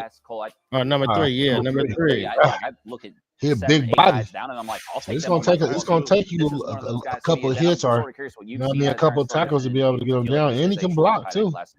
Yeah, sometimes you watch a player. That's what I'm saying. He was a part of that. A lot of people from Oregon came out. Oregon, so I mean, he was a baller. Most of the players that come out of Oregon, you know what I mean, that be in the draft, they be ballers, bro. Honestly, they do. Can't go wrong picking out of Oregon. Right, the body control, the hip sync. There's like Tedrow. They ain't even drafted nobody out of the other college with the Beavers. A couple of those will get drafted too. Yeah, somebody got some drafted out of the Beavers. They usually have some good players. What's his name? They don't have a couple of drafted this year. Came from there. Ferguson's got maybe tomorrow. Maybe tomorrow they'll pick some. Get the ball in his hands, and that's pretty much it, right? But the Rams, you think about what probably tomorrow. Tyler Higbee, who's Ocho Cinco. What's his name? Ocho Cinco. Yeah, Ocho Cinco was raw, bro. Especially when he used to play with the real. He came from. Releases. He was sick. He came straight out the Beavers. Downfield stuff with some other players. Oh yeah. Yeah. Oh yeah, that's right. I forgot all about that. You're right. That's where he came from. All about that. Looking around, right? They drafted Davis Allen out of Clemson a couple years ago. Yeah. He came in making that noise. He was getting about to break Randy Moss record if he would have stayed cool. Yeah, he was. He was cold. He was and it was impossible not to notice. And that's when they started coming up with that penalty about that celebration. Because he started scoring so much every game, he knew he was going to score. Ooh, Will Johnson to the Cardinals. That's a good pick right there. We enjoy all of it. Sure. But he's more than willing. Will Johnson. Will Johnson should have been in the top 15 if he didn't injure that leg. Yeah, everything. Also, Denise Shador. Somebody needs to pick that brother. To the Arizona Cardinals. And it's probably going to be the Raiders. Teams that's picking now, they don't have a need for them because they all got quarterbacks, bro. Right. And then the teams that really needed the quarterbacks, except for us, the Raiders, we even got us an extra quarterback. So like an afterthought right now. It's just somebody doing it because look, they believe in the dude potential, and I know my team do. But, hey, our pick is the next one. We're gonna see what happens. You know what I mean? Did he meet with the Raiders? I mentioned yesterday about Will Johnson. Did he have a training with the Raiders? Playing cover 2. He had a visit. He had a visit. He was just on a podcast the day before with Max Crosby, one of the biggest Raiders there is. You feel me? Victory so, and spark like, it's love there, you know. It's just obviously Will Johnson. It's a business, bro. And they gonna play the game the way they want to play. Watching him the last 2 or 3 years. Now we're on the clock. Let's see what we do. NFL. I mean, great. Like how much? I think. So what if he go undrafted? Does the injury have? Nah, that ain't happening, bro. These teams, like, do you feel? And like look, we traded for, again like, how much because we like if nobody want them, we're gonna go back and get them later on because nobody gonna pick them. Nobody wants to. Like they bosses already told them. Do not fuck with that kid at all. I don't fuck with. Like literally, they said I don't fuck with that nigga. Literally, you feel me? That's what just happened. It's his dad's fault. Shador too, because he a nigga too. You feel me?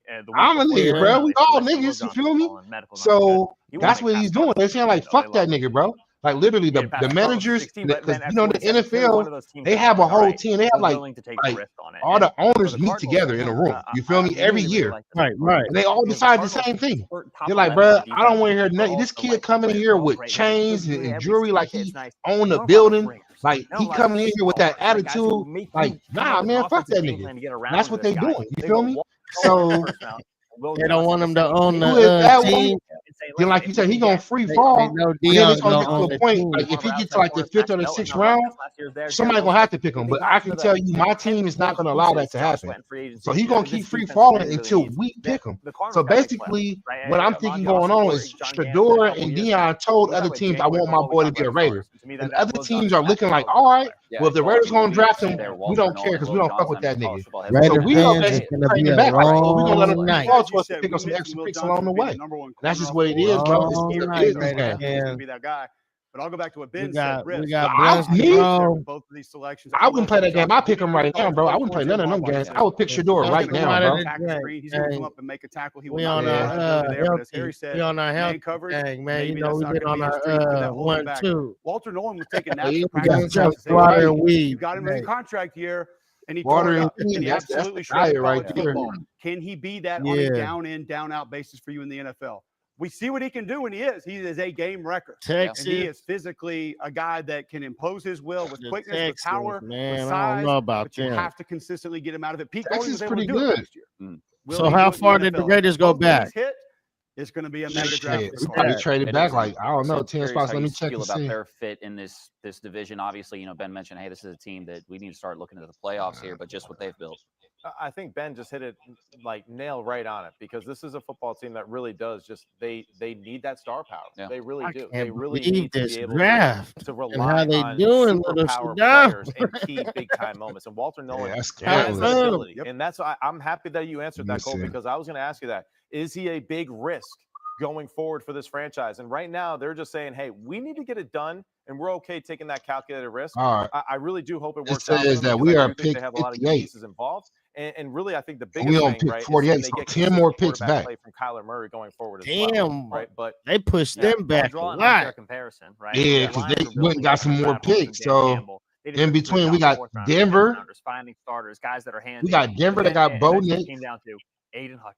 Tennessee Titans, they just picked up a QB, the number 1 QB. The Bucks, they're not picking up a QB.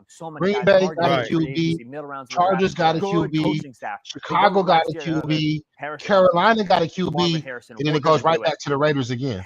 Paris Johnson Jr. has been banged up, and Marvin Harrison Jr. did not have. So basically, they cheating the system because they know that ain't no other team gonna fuck with that nigga Shador except for the Raiders. That's basically what's being said right now. If I'm like, because you know, I watch football, I know how it goes. And that's basically what's being said behind doors. Because they're not fucking with Dion. Because if you fuck with Shador, you fuck with Dion. You know what I mean? So they're like, nah, bro, we're not messing with Dion. We ain't messing with Shador. We avoiding that situation. We're a multi-billion-dollar company like Nike, and we're racist, so we're not doing none of that. Front office is drafting correctly. Yes. You're going out and adding pieces that can get you to the Raiders, but then he's going to go unpicked take you there. Nah, like I said, that's not gonna happen, bro. He got too much skill. Like somebody gonna pick him up like number 5. Like I said, we're gonna pick him up eventually. You know what I mean? He's gonna get picked today. He's not gonna fall out. Round 5. And because he hasn't reached the end zone. Especially a QB of his character. Ain't no way. Ain't no way, bro. Ain't this caliber. I mean, not character, caliber. Because, like I said, he has broken records. He has scored so many points. This receiver just got drafted number 2 for how many touchdowns he had.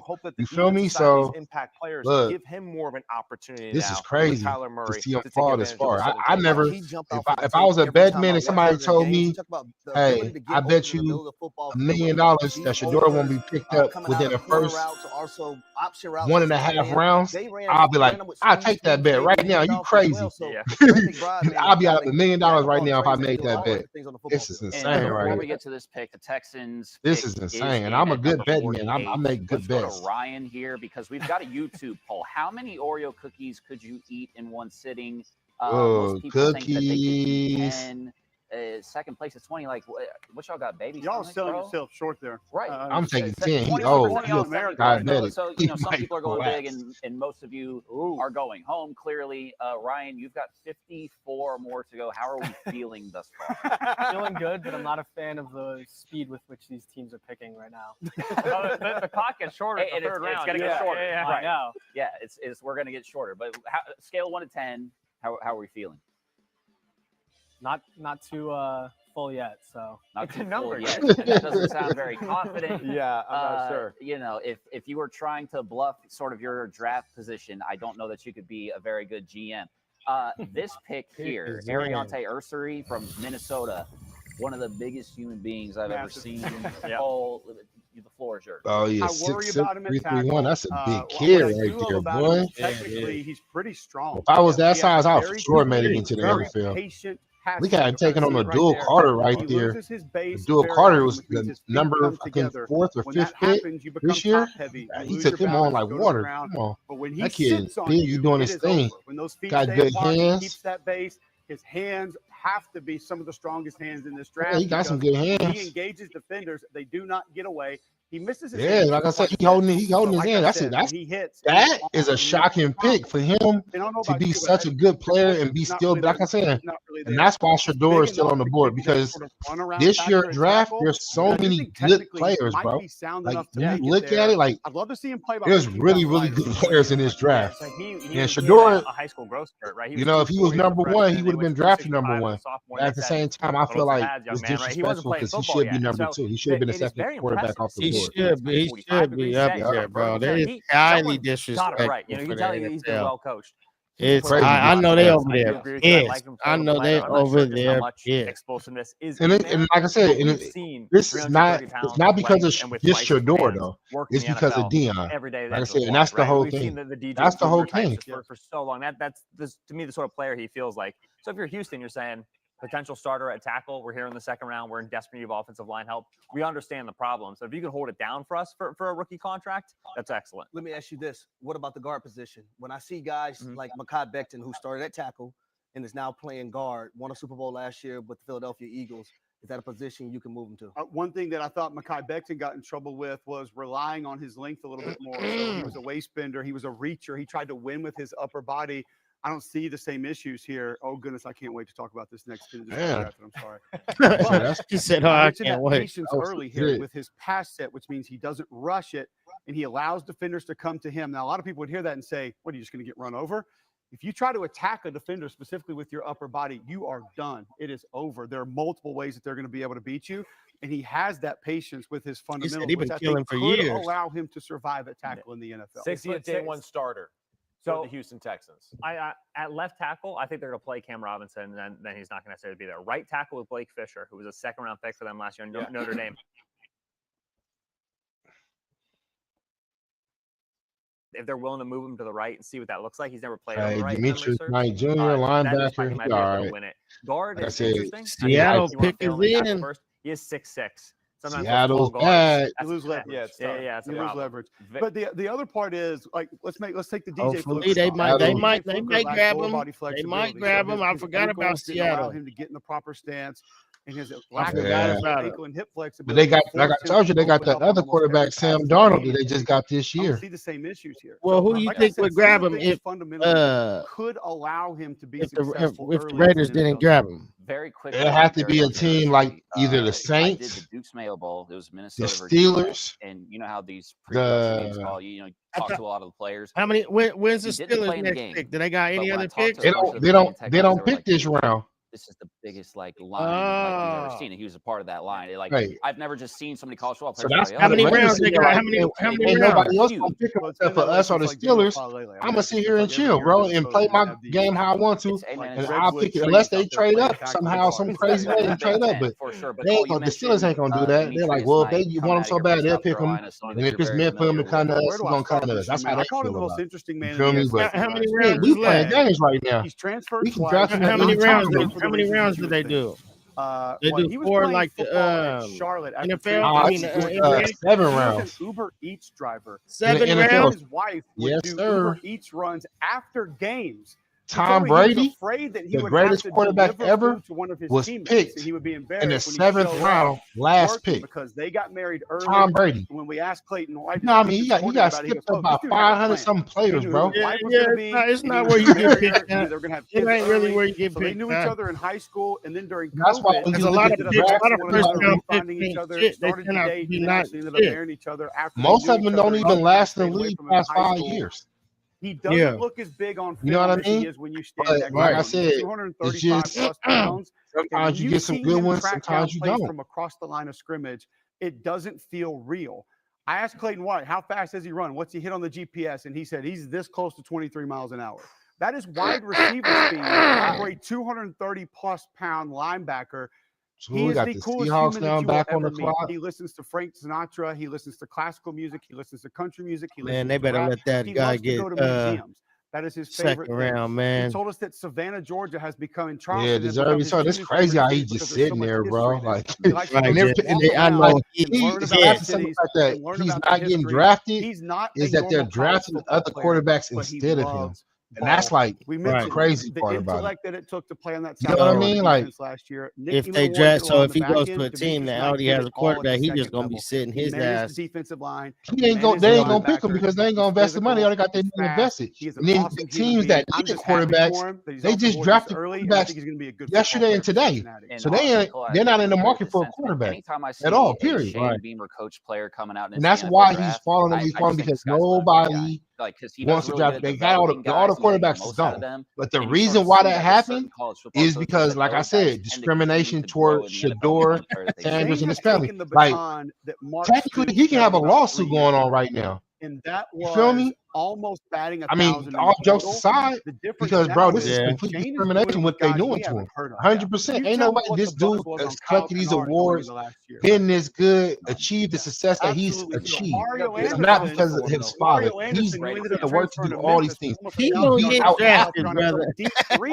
Right. So he should have been drafted. Joshua Simon like this is crazy. MVP last year. Tight end from Western But Kentucky. this is the business of the NFL, and the owners at the top, they decide how things go. They say what happens. You know what I mean? He made that offense. And Don Hawkins, their offensive coordinator last year, who's now at App State. We're going to see. Shane finds these guys like a Demetrius Knight from Charlotte, formerly at Georgia Tech. Shador, we need you, man. We need you skinny. Went to Georgia Tech as a quarterback. Had a coaching change. Jeff Collins gets fired. They're like, hey, bud, you're going to defense. He's like, I've never really done this.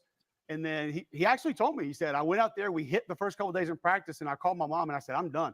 This life ain't for me. He said, keep going a little bit. He said, next couple of days, he did it a few more times. He actually started to enjoy it. So think about having quarterback intellect playing inside linebacker as well. I'm just telling you, he is a And the crazy part about like even the people on the show stopped talking about him. And they haven't been they stopped talking about him because they expected him to be drafted. They don't even know what to say or how to react right now. They just like, bro, this is crazy. All their offensive guys, and you have a lot of guys on rookie contracts. You just see his name popping up under the screen. They've been able to develop and hit on their draft picks defensively. It's the opposite for the Cincinnati Bengals. Yep, that's it. When I look at guys like Miles Murphy, who's a first-round draft pick, McKinley Jackson, Chris Jenkins Jr., Dax Hill, Jordan Battle, DJ Turner, those guys are going to have to step it up a little bit more now because you're paying so much money on the offensive side of the ball. But I love to start Cincinnati drafting 2 defensive guys to add to those young ones that they already have. Yeah, Jermaine Pratt is a rising free agent, requested a trade this offseason. Pratt and Demetrius Knight, very similar sort of roles, right? So you can see the vision. We move on from Pratt now. We plug and chug with Demetrius Knight stepping in. And Sims, we just got Elijah Arroyo off the board here to Seattle. A nice target there for Sam Darnold. Yes, sir. What do you feel about sort of what they're building? There are obviously a lot of changes in Seattle this upcoming year. Yeah, Elijah's a really solid football player. Elijah isn't going to be the Darnold, sexy tight end pick, Seattle. right? Super explosive off the line of scrimmage, right? It does take him a little bit to get going and to create a little bit more. They will. You got to win with a tight end again. No QB, bro. Doing a lot of different See what I'm things saying? and roles, right, for this Miami That's offense. a pretty big wide receiver right there. Woo, look at that boy. Screen there to the outside of the receiver. He bluffs the defensive back. Fast, strong. Look, that boy. It is Right there. Slow off the ball, they going fast. To the cut, and then really sure-handed catcher, right? You see Yeah, him go back they already made their mind up. Damn, that tight end fast. A lot in his film, and sometimes you like to see a little bit more attitude. Elijah Navarro, remember that name right there. That boy. You know that'd be crazy if Shadar got on the Jaguars. Sam Darnold going forward, and he runs solid routes. Oh, with Travis Hunter. The sharpest route runner or explosive out of the but they ain't gonna pick him because they got that other quarterback, Trevor Lawrence, when he's being thrown the football, with the long blonde hair. He's a real big franchise. Like they got big money invested into that kid. He dope. Don't get me wrong. He just got a trash team around him, but hey, he just got but when that football is in the air, Travis Hunter. you can hit a different. Now he's gonna look dope. With Travis Hunter, raw, bro. No doubt. And like he gonna, like even if he ain't open, he gets open. He's gonna be throwing it up there. Learning tight end. Yeah, I mess with Travis Hunter. Miami Street coach about him at the bowl game, and he said he's in here every day, wants to learn, trying to get better, watching film, Panthers, working on man. What they gonna do, bro? Things. So I don't think he's a guy that's just relying on that athleticism to be a good football player. He still wants to turn into a great football player as well. This is how we feeling over here, bro. This is real life. Like the people that are watching it is real life. Let's put this one and how they be what do we got? Is it all the Missouri game? No, this is exactly how they treat the Missouri it. game. You want the Missouri game? I'll show you. What? I'm here for it because I know my team. They ain't gonna fail. They're gonna pick up Shador, bro. They got to. Nick They got to. See, man. We're gonna see what these guys do. He never gets beat like that at the point of attack. I'll take this to end zone view. This is zone. I'm gonna keep smoking this toad, then I'm drinking this seltzer. Through him, tackle behind the line of scrimmage. The thing that Scourton impresses most with in the run defense is how productive he is. It's not just the penetration; it's the ability to get the runner down as well. That's Membu. I want to ask you a serious question here real quick. Was that the first play of the game? It was first drive. I know that for sure. The first play of the game, Scourton did something similar to this. And when I was watching the film the next day, I said, he just set the tone right there. And then he did it again and again and again. So watch what happens to Membu. Membu is big. He doesn't get hit like this. The heavy hands, the way it arrives, control and then through, right? He's very active with the rip, Scourton is. Like you said right there, Membu could not get that second step in the ground. It kind of hung in the air right there, and that's why he got turned around. And Scourton's doing that. Looks like there's a lot of Joe. Tennessee. I don't even know how to say that. We're going to get to a Will Campbell rep later. But Tennessee's I want to show you what a chop looks like for a pass rusher, and then the ability to bend to the corner. This rep at 280 pounds. Elijah, though. I don't know who that is. This rep right here on the left side, we're going to chop down the tackle's hands, and then it's the tight corner that he takes UCLA. to finish at the quarterback. Watch the get off. Chop, and then flatten and finish. That's stupid. You shouldn't be able to do this at 280. I couldn't believe this rep when I saw it. So the chop, dip, flatten, and finish. Now, Scourton is 280, right? So he's not going to consistently win as the speed rusher, as the high you shouldn't be able to do that at 280. But what you see in that crazy. inside arm flashing, I now want to show you against Will Campbell and LSU. Will Campbell 4th overall pick. So he's doing this against future. Yeah, NFL Will Campbell. He's gonna eat Will Campbell up, and that's why. That's what I'm saying. Nick Scourton. Again, watch him eat Will Campbell up. He's gonna eat that boy like a burger. And then boom, hit him with the inside spin. Gone. Not see Will Campbell lose a lot of one-on-one. He hit him with the footwork. Watch his feet. His feet goes what's gonna trick him. It's not what his body do. Is he looking at his feet trying to figure when he's gonna run into him? I'm gonna tell you what's most impressive about this. Bam, the feet work. Gone. Yeah. The first rep that you showed, it gives you kind of that one-handed chop. Yep. All right. Well, it's easy to help keep your balance with the other hand because you can off-center that. The fact that he's doing this with 2 hands and then spinning out of it, that's not a move that you see from a lot of guys in general at all. They don't even attempt this because you're giving yourself up. When I swat with both hands, I'm giving you my chest. Yep. You better win that rep or Will Campbell's going to own you with that punch. And then to be able to spin out of it, that's just freak you athletics. And that's the thing with like defensive ends. A lot of these big guys like that, he can be like a boxer because how quick his hands react to his hands on eye coordination. Like imagine if that dude that big, that size came in and punched you, bro. Yeah, knock you out. Oh, that size, that's like a Devo punch. And that's what these offensive linemen got to put up with. Bottom of the screen, Virginia Tech. He was 19 years old, by the way, when he hit this inside spin. And then finishes at the quarterback, gets the player down. We're forcing punts. So again, I showed the Will Campbell rep, but now him actually getting an opportunity to finish the rep with tackle radius. Scourton is going to be a sack getter at the NFL level. At Purdue, he played. I hope so. The way you hyped up about him, bro, he better be the truth. He looked like a good player. He's on his mind now. Look, calm that down, bro. A high sack player in the NFL. I think one thing I like about that last rep too, you can go back. I mean, he might be the truth, though. He's big enough. Awareness of back to your side, you're probably going to get a chip. So don't waste. You see, I used to play defensive end, so I know how that is. I used to play that same position. That's football smart, football awareness, understanding situations, understanding formations. All just little sprinkles on top of the icing of what Nick Scourton could be in the NFL. He was so productive. Yeah, I was like, hell no. Transfers to A&M, I ain't playing that shit. I watch, but I'm not playing. To me, it describes a very I play flag. I play flag. I mean, I can't do it now, brother. I do it now. I'm coming out this location. I'm talking about my elbow gonna be connected to my knee bone. Like, nah, I'm not playing none of that nowadays. I play some basketball, but I ain't playing no football. That's for sure. 38. I play like flag though. I play basketball. Yeah, flag football. That is great. A big ball. I fuck with some flag.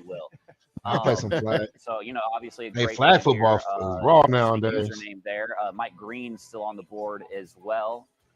We will see when he gets picked. Tampa Bay is currently on the clock, and the pick is in. And Ryan has 50 more to go. By the way, just where'd you say Femi Oladejo went? 2025 NFL draft, man. Make sure y'all tap in if y'all want some jerseys. Like I said before, links in the bio. Tap into the whatnot. Room was already light. It might get lighter in 26. Oladejo's a project, right? So I don't think you want him taking too many snaps in 25. This was a stack linebacker, high caliber athlete at Cal. He transfers to UCLA. We don't have a lot of room at stack linebacker. We got Carson Schwester. We got Kane Madrano, who might hear his name called here on day 2. They move him down on the ball. A lot of the reps, he's thinking on his feet. A lot of reps, you can tell it's slow for him. He doesn't know what to do with his hands. And then every so often, there's one where you're like, I just do that all the time, right? The high caliber athleticism. He got more comfortable with contact with bigger bodies as the year went on. So the arrow's pointing up. They got 5 remaining picks. Buccaneers. On Oladejo, you're thinking more 26 and beyond. Yeah. Is it situational? That's a good, healthy amount of picks. Like that for the 2025 season, because I look at the interior defensive line. Mm-hmm. And how great they are. When you have a Jeffrey Simmons, you have a Devondre Sweat. But they garbage. You have a lot of guys in there that's going to eat up a lot of space. So if you're one-on-one with a tight end, super trash. Right? Do you think he? Yeah, and that's the thing. Like they don't have no superstar on their teams. You know what I mean? The one that they got, he older. Like you need a quarterback. You know what I mean? So when Tom Brady came to the Bucs, he was able to win that championship because it was built to have like you know what I mean a star. That's all they was missing. And Tom Brady was that star that helped them out. Way back in the same boat. They just drafted them players trying to fill things out. So that way, when a star do come along, they're able to get it. You know what I mean? They be ready to make another run. That's just the philosophy. Tom Brady came through and set the tone. Oh yeah, Tom Brady came through and did his thing. Him and the coach, yeah, they did their thing. I know what this looks got like. the fuck but on. Reps are so important to development, right? Bring You it, gotta be on the field, the bolt's got to be live a little bit. So he's going to take some snaps. Like I said, they got room in that rotation. That was like when Shaquille O'Neal came to LA and won a championship. That was like, you know what I mean? When Shaq went to Miami with Dwayne Wade and won a championship, he had to like prove it. He can do it by himself. Same reason why he left Orlando too. When he left Penny, he went to LA to win a championship, and then he left LA and went to Miami to prove that, you know what I mean, that he's the man and he don't need all that. He can carry it himself. He can do it himself. He don't need no help. And Dwayne Wade was there. They killed that. Or not perhaps developing that in the college game. And then they was a cold little duo. Everybody that he got with, everybody that Shaq got with was a cold duo. Kenny, Kobe. Yeah. I wish he would have played with Iverson. Can you imagine that Allen Iverson and Shaq would have been on the same team, bro? Yeah, that'd have been cold. Level, right? You're sleeping in. They should have won that year against the Chicago. You have way more time to learn. Yeah. Shaq got them out of there. It'd have been crazy. Well, they beat Chicago that one year, but they lost to Houston with Olajuwon. Olajuwon was going crazy. The Rockets, they was going crazy. Yeah, they was battling. And if you don't, that's when they had. They was battling. Yeah, that was. Yeah. I think I heard on the side when you said Olajuwon. They was going crazy. Everybody think it was Olajuwon that whooped Shaq. He was like, nah, bro. It was all them other players around. A lot of them dudes in the Hall of Fame. Playing. Yeah, plus his ass, plus his big ass. He's sitting there. Ain't good. Oh, okay. Yeah. Throwing them hooks. Start doubling up. Hooks though. Sky hooks to the guys. He was throwing it up, lobbing them up like, and making it though. Like what? This is crazy. So they went wide receiver. Green Bay to pick his in. Yeah, Matthew Golden. Corner now is what he was. First round. So maybe Benjamin Moore. Maybe Maxwell Harrison out of Kentucky. Yeah, they go too, right? Jair Alexander doesn't seem like the future is there in Green Bay for him at this point, right? They kind of let corners sit. Offensive line, maybe. Alexander's not in the team right now. Defensive line, they already dropped another defensive lineman. So maybe a backup guard or something like that. Corner here. The pick right before then Benjamin Morrison went off the board, and that would have been that nigga Sanders might not get picked till 10 o'clock. Good player. Yeah. Oh, yeah. I know that's one of your guys. Like, what makes him great? That'd be crazy, bro. Right? I mean, for Notre Dame, as a freshman. I think the next time we get on the clock, we're gonna make that pick, bro. Going to be extremely comfortable. Just got a good feeling about it. They smart. Different techniques on you in man coverage. Will get physical. Hell yes, he already pissed off enough. We don't even know matter than that. Then he gonna look at us crazy like, bruh, y'all kept skipping me. Like, nah, we didn't skip you. We was trading back waiting for you, brother. That's all. There's been multiple Pippins, right? That's all they gonna say. Whoever picks him, plain and simple. He would have been we was top trading 25, back. 30 pick otherwise. So they needed an outside corner. Yeah, you have a Jamel Dean playing the other. Zion McCollum playing the other side. They'll probably move on from Dean contractually, and then Tyke Smith, third round at Auburn. Tyke Smith, he was so good last season. They've got some nice corners there. Benjamin Morrison smooth, and like Ben said, length. He knows how to use his arms, and he has success using them. And if it's not for the injuries, we're having a totally different conversation about him. Yeah, there's a couple of guys that you could say about that. We got Anthony Belton here out of NC State for the Packers. What do we think about that pick? It's I think a little bit of a work in progress. I think that you're talking about something probably a little bit stiff. Tackle. A lot of these teams are just playing it safe. Does bring a ton of mass, as you can see. 6'6". They just playing it safe. That's a big boy too. Around the corner a little bit. I don't know. They might need. They always got some big. They need some big people. That was nice defense. Long hands. He's strong, but I don't see his awareness. Like, you look one direction, you're looking at exactly who he's gonna block. You gotta be better than that. You gotta act like you're in a video game. You just gotta the coaching and the players. Like, he ain't even doing nothing. Lower body flexibility, something I'd like to see a little bit more from him. Yeah, that's how I said.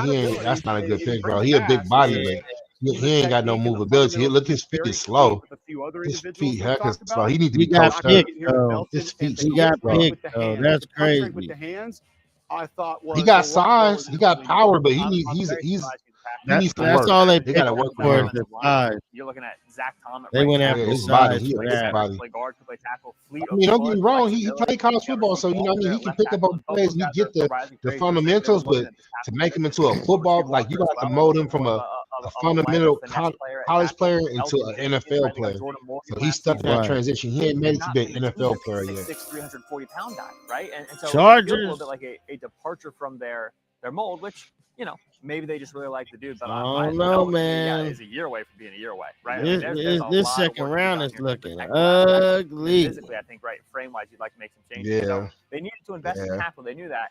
You giving me 10 guesses which tackle the Packers are taking, I don't think I would have gotten to Belton. I feel bad for the Sanders family. They spent a lot of money from a lot of people.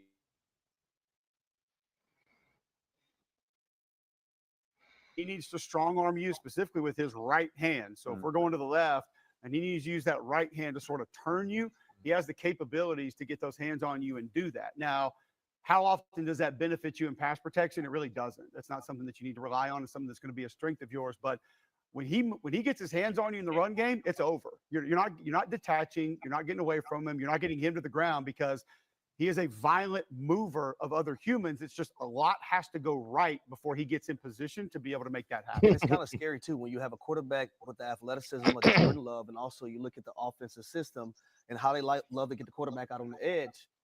Trey Harris, wide receiver out of Ole Miss for the Chargers with our boy. Jordan Morgan has all from Oregon, got QB from Oregon. What's his name? Herbert? Herbert? Yeah.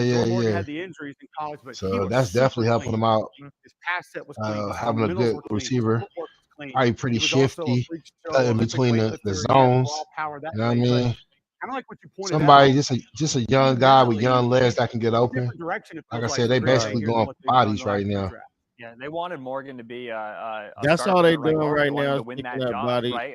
So they came in camp and be like, I ain't seen too much star out talent in camp by the end. They got the talent waiting. Shit, I don't know what's going indicates on. To me that they aren't super in love with what they've seen from Morgan so far in the building, which is tough. But sometimes that's you want all I'm waiting a little bit for. Sooner than a little bit later because you want to build that offensive contender. Other than that, this over there. a bust. Give me some I don't know what's going on. Trey Harris, we've got a new weapon for Justin Herbert. Oh, he's a Charger. Oh, that's a very good pick. I like Daniel Popper said he's a good Charger. That was a good prediction. Yeah, that's his name, Justin Herbert. Yeah, that's what I'm saying. That was just a pick for him to be able to hit, an open receiver, so you won't step with the ball. Snap, I want to watch. They're hoping that the young youth dude got legs that can make it happen. Little stutter and go. The thing that Harris, he was a high school quarterback, the thing that he does best at the top of the screen, the routes are nice. You know, sometimes the burst isn't amazing, the long speed isn't amazing. He's very good tracking the football. So there's our stutter and go. Here's the space. Man, now, Jackson Dart is putting the ball in the air. Man. Ideally, Matt, as a quarterback, you see your wide receiver win on a one-on-one like this. Safety's low. You want to hang this sucker out here, right? Catch this thing on the run. Let's go score 6 points. This ball is going to come in from Dart. Too close to the sideline and too short. And it's going to force Harris to adjust. That's what I'm saying. Once this thing long. Once it starts getting long like this, it's like need a nap. Man, they need to get they call in, man. Lean this way to go get that. How many more picks till we got to the Raiders? It might be the hardest catch because if you don't take your eyes there, you're definitely going to drop it 100%. Two more. Two more. Because Chicago at 56, we had. To the easy thing. Open my hips to that, try to catch up here. Right there. Instead, executed the harder track. Indicates to me we got wide receiver skills here. This guy's a talented player for the position. Absolutely. And what I love about that clip that you just showed, too, and something that he displays on film continuously, is just the ability to slow down his feet to adjust to the football while it's midair. So his tracking ability as a football is midair to slow down, to track with chin to shoulder like that, and the eye discipline it takes to do that. All three of those components, fantastic work by Trey Harris. And you see this time and time again, his ability to catch the football over the shoulder and not lose any speed. Yeah.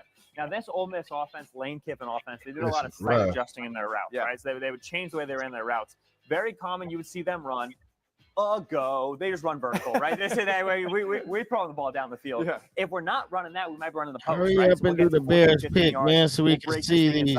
We're still trying to go vertical. See the Raiders, man. What's going on? What it's going to be is a blaze out. Harry used to run these for the Falcons under Kyle Shanahan, right? The Julio Jones route, baby. So we're got these guys waiting all night. We're going to the post. We're going to sell as if We're running this right here.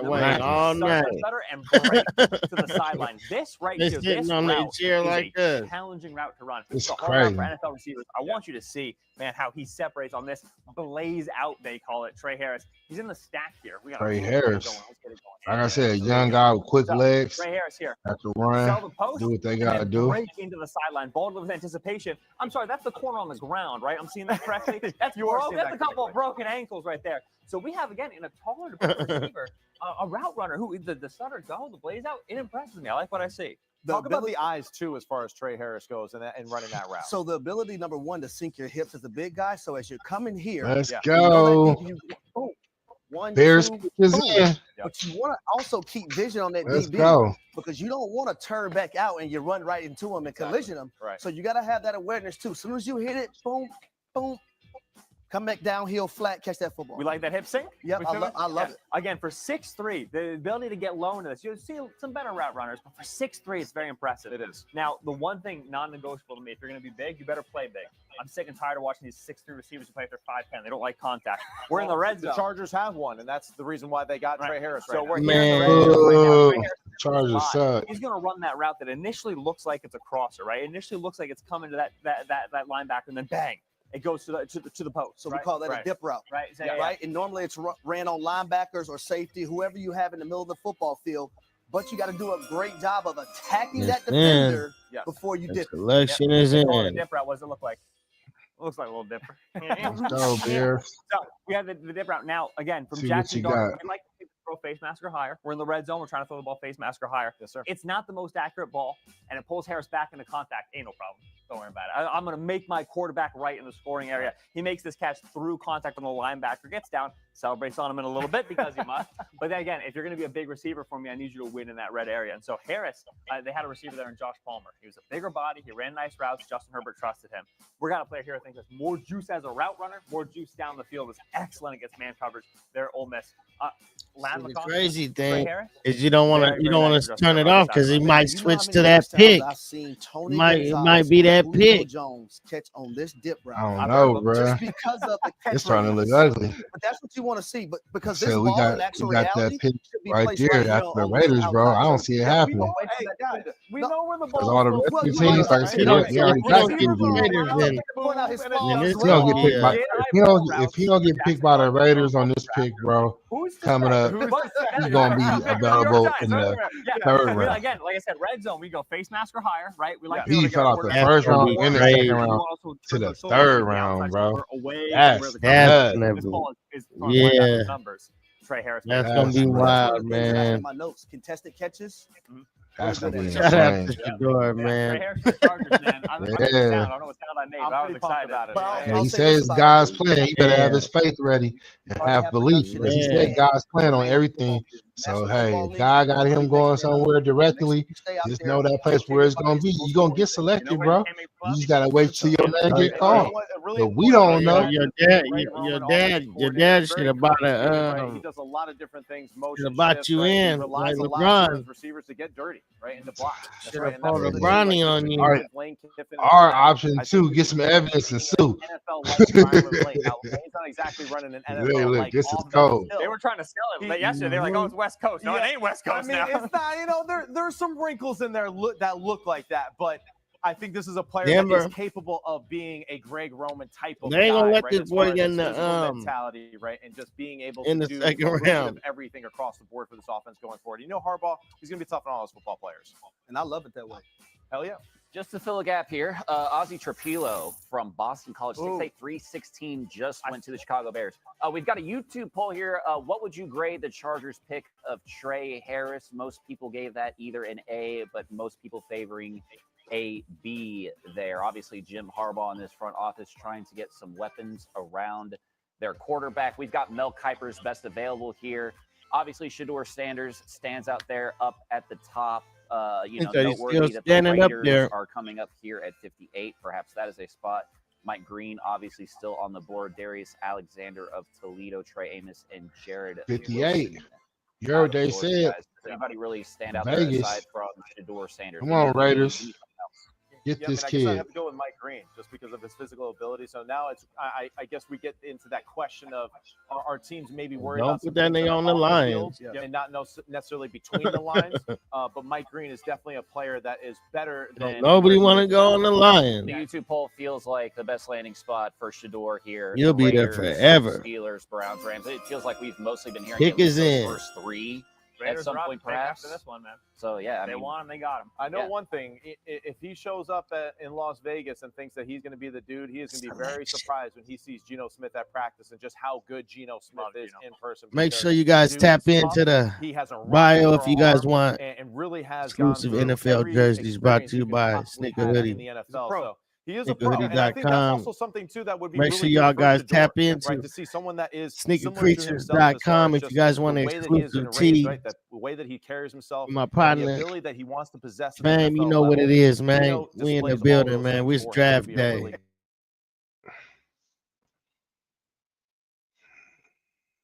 Topic, but on topic with the position that I wanted to ask you, Matt. One more pick, bro. We're gonna find out if he's going tonight after this next pick. After that, lack of other, bro, like I said, all the other teams on here, not only do they got like some things with him, quarterbacks, they got like superstar quarterbacks. You feel me? When a rookie quarterback comes in, yeah. I do radio in Birmingham, Alabama, and Trent Dilfer. He ain't getting picked tonight after if we don't get him at the next pick. And he's talked about towards the end of his career that he was basically the guy that showed the younger guy how things operated, and that there were younger quarterbacks. I don't think so, sir. Appreciate it, man. See you in the morning, and Trent would say, "No." I don't think so. We next. Another mug of coffee on. We next up after the Lions. So like I said, all the other teams you got after us, you got Baltimore with Lamar Jackson. You got Denver with Bo Nix. You got Washington with Jaden Daniels. You got the Bears with Caleb Williams. You got Kansas City with Mahomes. And then the last pick of this round is the Eagles with Jalen Hurts. They just won the Super Bowl, bro. Ain't none of them teams won a quarterback. Guarantee it. Find a way to one day be successful. It's extremely like I said, if we don't pick him up, it's a wrap, bro. It's over for the night. Who was in the quarterback room with Geno Smith when he was a rookie? Me. All right. You know how much I knew about being an NFL quarterback? Nothing. Right? Not a damn thing. So we would have thought you knew a lot about it. Honestly, we would have thought you had a really good idea. Yeah. Now, hey, surface level, absolutely. But then what it actually takes to go about it in a day-by-day process and earn the respect of your teammates, right? And just to be able to grind in that meeting room, to understand exactly what the coaches are asking you to do, and then to go out there and do it every single day. That is where, yes, he is at a disadvantage. He does not have that lifeline to say, hey, man, what does coach really mean when he says this? Right, especially with certain looks or even just the way of leading a football team. The good thing is that we saw him take over a team in less than a year in Miami. Yep. We saw that same thing with Jaden Daniels too, because we could have said that same question marks for him. Now, he did have Marcus Mariota, who has also been through some things and has experienced being a starting quarterback and all that, and then having that taken away from him and keeping his career going by doing other things. Come on, Raiders pick is in. Let's see. So you have to rely on the fact of Coach Callahan being one of those guys that really can say, hey, Joe Burrow was like this. This is how he went about his work. Las Vegas Raiders select. And that's really what it's going to be. It's going to be those two gentlemen in the meeting room, hour after hour, spending a lot of time with each other, having those discussions. And it's going to be. Oh, they holding that bar there for a long time. They ain't trying to even show us. So that's not it. It's about just establishing what does the schedule look like to repeat it and to rinse and repeat and be successful. It'd be ugly, bro. They ain't like if they be coming to the front, yelling, screaming. The people over here be going nuts. They holding it out. Like, are y'all sure? Try to compete and really wants your things. job. Yeah.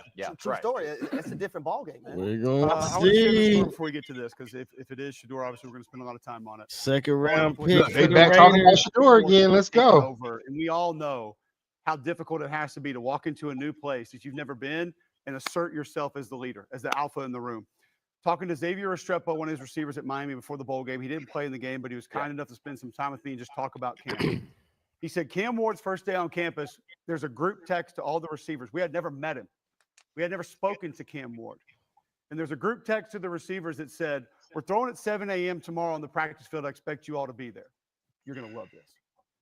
One receiver chimes back to the group and says, hey, I'm up here throwing with Lamar, So I'm gonna go ahead and do that. Jack I'll catch you in a Beck, couple days. wide receiver out of Oh my TCU. goodness. Every receiver on the team. Crazy, bro. Damn it. I don't even I know. hope he's throwing you the I exponent guess ball next damn week. it. I mean, Day Jack one, Beck is a good at Miami, receiver, so you know what I mean? Cam Like, Ward but have the at the makeup same and Dan time, Wright like, 100%. I would rather have And that Shador comes from Mario Sanders. Cristobal, This is Aaron Feld, crazy. the strength coach. Yeah, it's a Ryan wrap, bro. Damn. Green, Like, lineman on the team. He is that guy. that's That's a wrap. crazy. Still the NFL, and it's still That's a little bit different. You'd love to have crazy. that guy to just say, "Hey man, Yep, not right here." that's He's it. They built did. that way, like you No, said. Yeah. Someone that you you They can might as well doing run the that music guy and tell over with dirty. it. Shador's love not someone to getting have that, drafted and that's what I tonight, wanted to sir. is how important we're going to have one. And I'll say with Hit Marcus the He cue Mariota, might. I card. don't know. He might. Who number 2 knows? overall, I was there I with don't him. see it, Somebody bro. He just had might a guy by grab the name him. of Ben Jones who came, I think, the year Who Gotta after. be. knows? And Ben Jones, who played at I the don't see University it of in the Georgia. last You bottom of talk the about a teams. I solid don't see veteran it. that Marcus Mariota I don't can even see lean it. And on I'm mad at my every team because day. why would we pass him up And right it's now? good Like, for Marcus, it's man. something that we Because don't everything know, isn't bro. going to It's be something that we clean don't early know. on Like, this is freshman year, horrible. young quarterback. There's a lot on your plate. It's more taxing. It's only been. It's only been on. So It's only sometimes you may round feel 2. overwhelmed. He might get And round then 3. also, 2 hours. It's 2 BTJ hours will tell in, you bro. this. They ain't about to. The perks Nah, of having a solid veteran it's in a your wrap, room. bro. Sometimes you may feel It's like a everything wrap. is They're your not. They're not drafting and you Shador just need tonight. that vet to say, Not tonight, listen, sir. bro, you got it. Yeah. You know, this is what he Yeah. means. He's not Well, angry not this at you. round. I don't know about tonight, but not this Let him round, roast though. that route You on know what I that, mean? brother. Let go exactly. Yeah. It's so many I'm words. about to Though. go get me If he something don't to Right? eat, get Because you bro. drafted don't want I'm to getting tonight, lose the hungry young as guy life. as well. That's a So great point. After having that, those I'm solid done guys for this round. in the meeting room that can just you can talk to about any and well, tap everything, back in whether with it's me. outside of football Yes, or yes, at the sir. facility or on the Guys, football man, field. that's So watching. That Y'all have a won't great continue night, this man. conversation. I just I want to wasn't so couple guys wiped there. out. Jake You know, I'll Bradford stick it out, but from I'm hungry. I'm Georgia, tired. picked through the Old man line, needs some and Jack rest. Beck was picked by the Raiders, so still no Shador Sanders. Tap Right in, man. on, my I'll let guy. you later, bro. I'm curious Right on. because I feel like we've seen, and I think this sort of speaks to also sort of why people perhaps view Cam Ward higher now. I feel like because of, I remember when I started in writing, sports writing, I did Land Grant and Holy Land, covered Ohio State football way back in the day, SB Nation. And I so vividly remember one day people being like, oh my gosh, you know how cooked we're going to be if Joe Burrow ever has to play quarterback for us? When in his very early days at Ohio State, I so vividly remember that being a thing. And it's like, oh my gosh, he threw 60 touchdowns, had one of the best quarterback seasons of all time. Hey, by the way, there were LSU fans saying that after 2018. Exactly. You know, So- when he was their short let's see what yardage the back. Ravens So talking seen about, a man. Joe Burrow evolve. You've seen a Jaden We're gonna Daniels keep the ball evolve. rolling, man. You know You've what it seen is. that It's the from Hoodie Cam Way, Ward was the Sneaker Hoodie in the Eurostar, building, Incarnate man. Word, Make sure you Washington tap State, in if Miami. you want some, Like even the way that people some talk about last exclusive year's team, it's like, NFL oh, well, jerseys. maybe he'll be a late round quarterback. And now Multiple he's an overall teams, pick. multiple I guess I sizes. say all that to say how much value is there now, because a lot of people view the transfer thing as a negative. You've been able to see guys, okay, maybe they don't have. You won't believe the gems I just found in the world of sneakers and streetwear. To develop this guy clearly is how much value. This is the one of the. These aren't just any sneakers.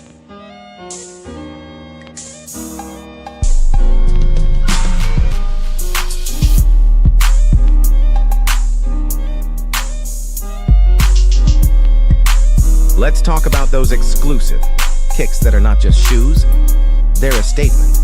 Imagine rocking the latest sneaker drop that your friends can only dream of. They're reselling treasures that elevate your style and give you that edge in the game. Seriously, when you step out in these, heads will turn. And it's not just about looking good. It's about feeling confident and unique, right? These sneakers are perfect for showing off your personality, whether you're hitting the streets or gaming with friends. Trust me, you don't want to miss out on this chance to snag something truly special. Click that link and dive into a world where your style stands out.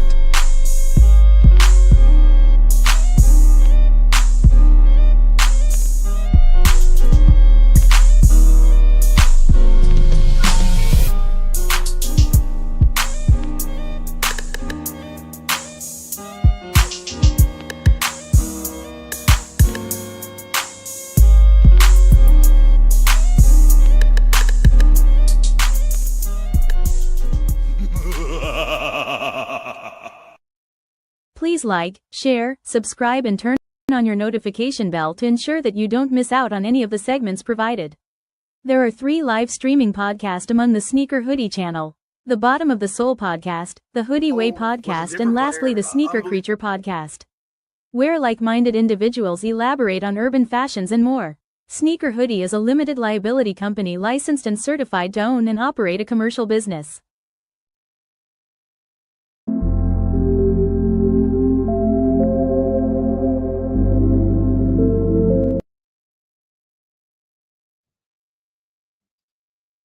Passion for the game, but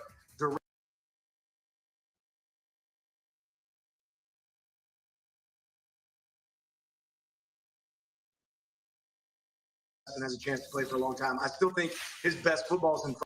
Team play football every year. What are we going to see in 2025? Yeah, I love our group. It's going to be a young group, a lot of talent on the field that we got to go get that experience. And tomorrow we have our spring game. Unlike some people, we're going to go play real football tomorrow for our spring game and compete and see what these guys can do. And I'm really pumped to see what that result is. But we've had a great spring practice so far. The guys are becoming really cohesive. We're not looking to add a lot of pieces in this.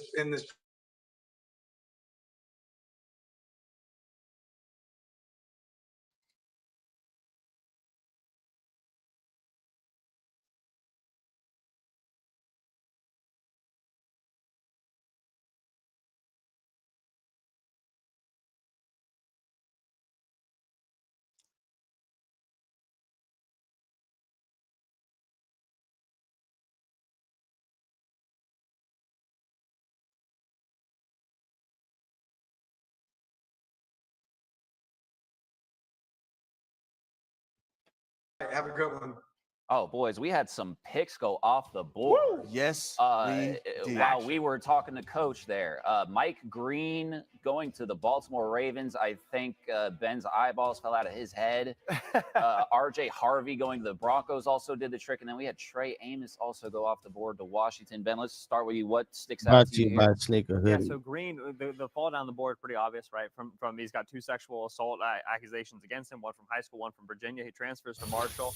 The football talent is undeniable, right? He played top opponents, Ohio State, Virginia Tech. He's winning with outside spin moves with power, as Cole brought up. Wiry, strong, right? Like, he's carrying 250, but he plays like he's carrying another 15, 20 pounds. He looks 280 when he plays. In the tackle, do the hands land with a thump, right? And he's got vines as well. He's got some good length to him. And so there's a 3-down defensive end in there. There's a high caliber pass rusher. I said on the show last night with Harry, if there's a non-Abdul Carter edge rusher to get 10 sacks in his first season, to me, Green has the talent to be that sort of a player.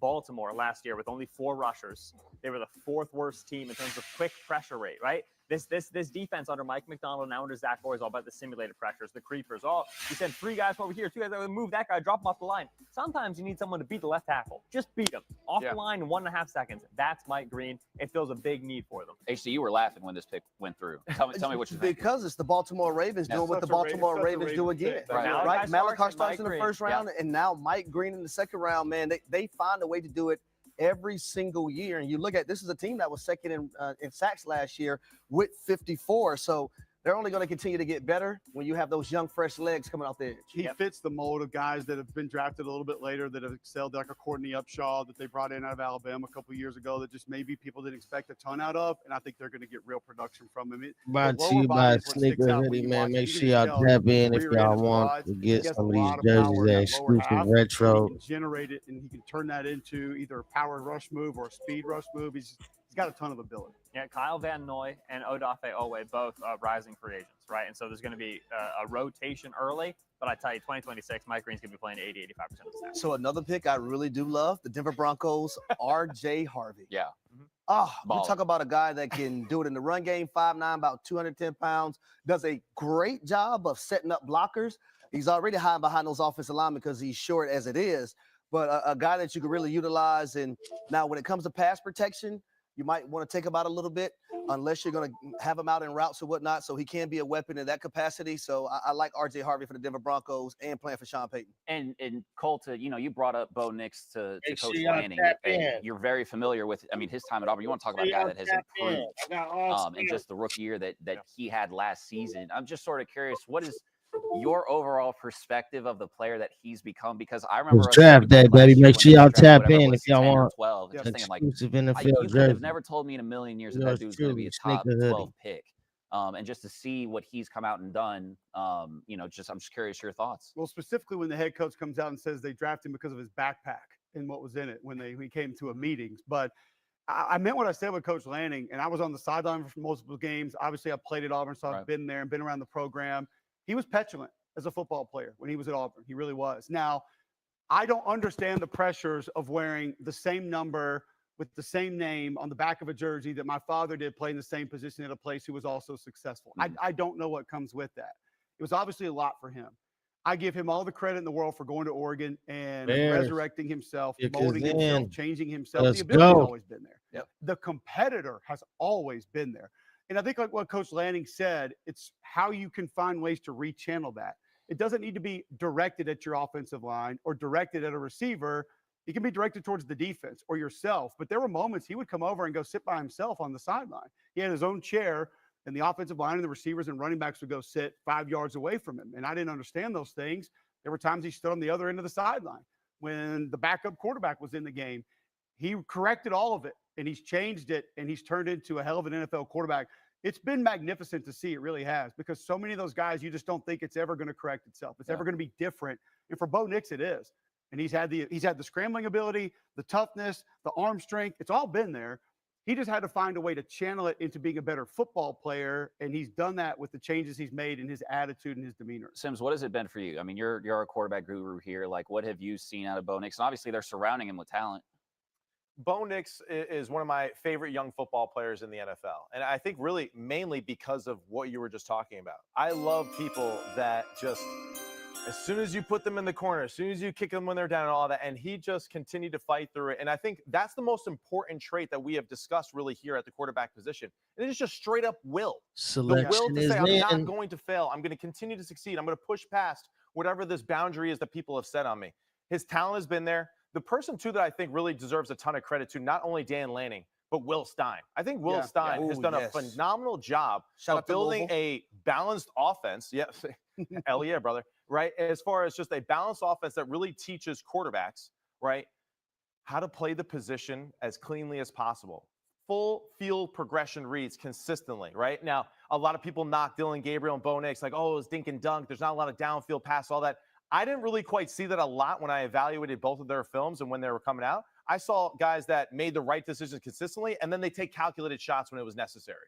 And that's the biggest thing, right, is that both of these guys have learned how to play the position cleanly. And when you do that with an offensive coordinator that really knows how to look at it through the same view of you, because he's a former quarterback himself, a walk-on guy who was also counted out as well, right? He is a guy that you can lean into and just say, hey, like, what do you think here? What do you think here? And he can really say, you know what, don't worry about it. I know you're hey, it's a tough start to the game. Don't worry. Let's get you a few screenplays. Let's get you a bubble. Let's get you this. Let's get some completions going. And then we'll build that momentum and be more aggressive as we go. And that's something that I think a lot of people miss out on as far as quarterback development. It's just easy completions. Let's create easy completions for our quarterbacks, and then they can continue to grow in the position, gain confidence, and make big plays. And Bo Nix, Dylan Gabriel, both have done that under Will Stein. So Bo Nix at Auburn, I can honestly say I didn't think he trusted everyone around him.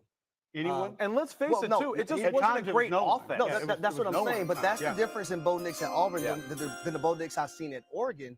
He trusts the pieces around him. I hate when people say, oh, all he does is dink and dunk. Well, okay, I know a coach in Sean Payton who had a guy named Drew Brees who did it at a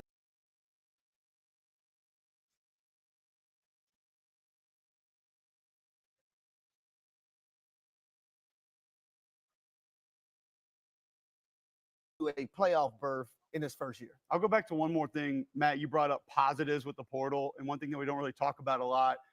When he left, I had a long conversation with Brian Harsin, and he said, Cole, he needed to leave.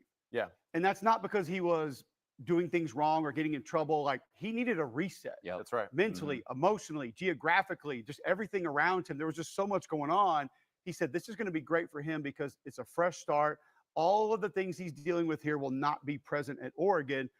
A small positive that we don't bring up, that sometimes guys just need to get away from what's there. That's right. And start again. And like you said, get a new offense that allows you to be you and allows you to trust the people around you. And Bo Nix was able to do that. And now he's one of the better quarterbacks. I was at the game when his father threw a touchdown pass to Frank Sanders. Frank Sanders. It was Sanders. probably the best wide receiver in Auburn football history. Yeah, Harry. Unbelievable. Hey, I didn't go the to Alabama Auburn game when he went up and got it. I was a Florida fan. He went up and I was in got elementary it and school. dove over the pylon. Yep. That was the Iron Bowl. Yeah. Like unbelievable, man. Like to follow your dad's footsteps. That's rough, man. And listen, to be the son of a really good quarterback, I don't know what that's like, but I'm sure it's very difficult, right? It really is. Like just the fact of, how can you be yourself, right? And how do you go beyond those things, right? And kind of leave the shadow of a great individual. These are tough things for young men to do. The great thing is, though, identified that, right? Reset themselves. And now, hey, that's a thing of the past. It happened. It's over. And now this guy's going to be a Pro Bowl football player for him, and potentially, a team that competes consistently for playoff spots and upseating essentially, right, one of the best quarterbacks in their own division as well. You know who's not competing anymore? I have been told by our producer Chris Colon in my ear that Ryan has given up. Wow. Is tapping out. So like, what's no shame in your game, but where have we arrived? Get him a Chris Russo gummy, all right? Because we were an 8 15 minutes ago. I got my little cocktail. We got to 33 with a little bit of help here and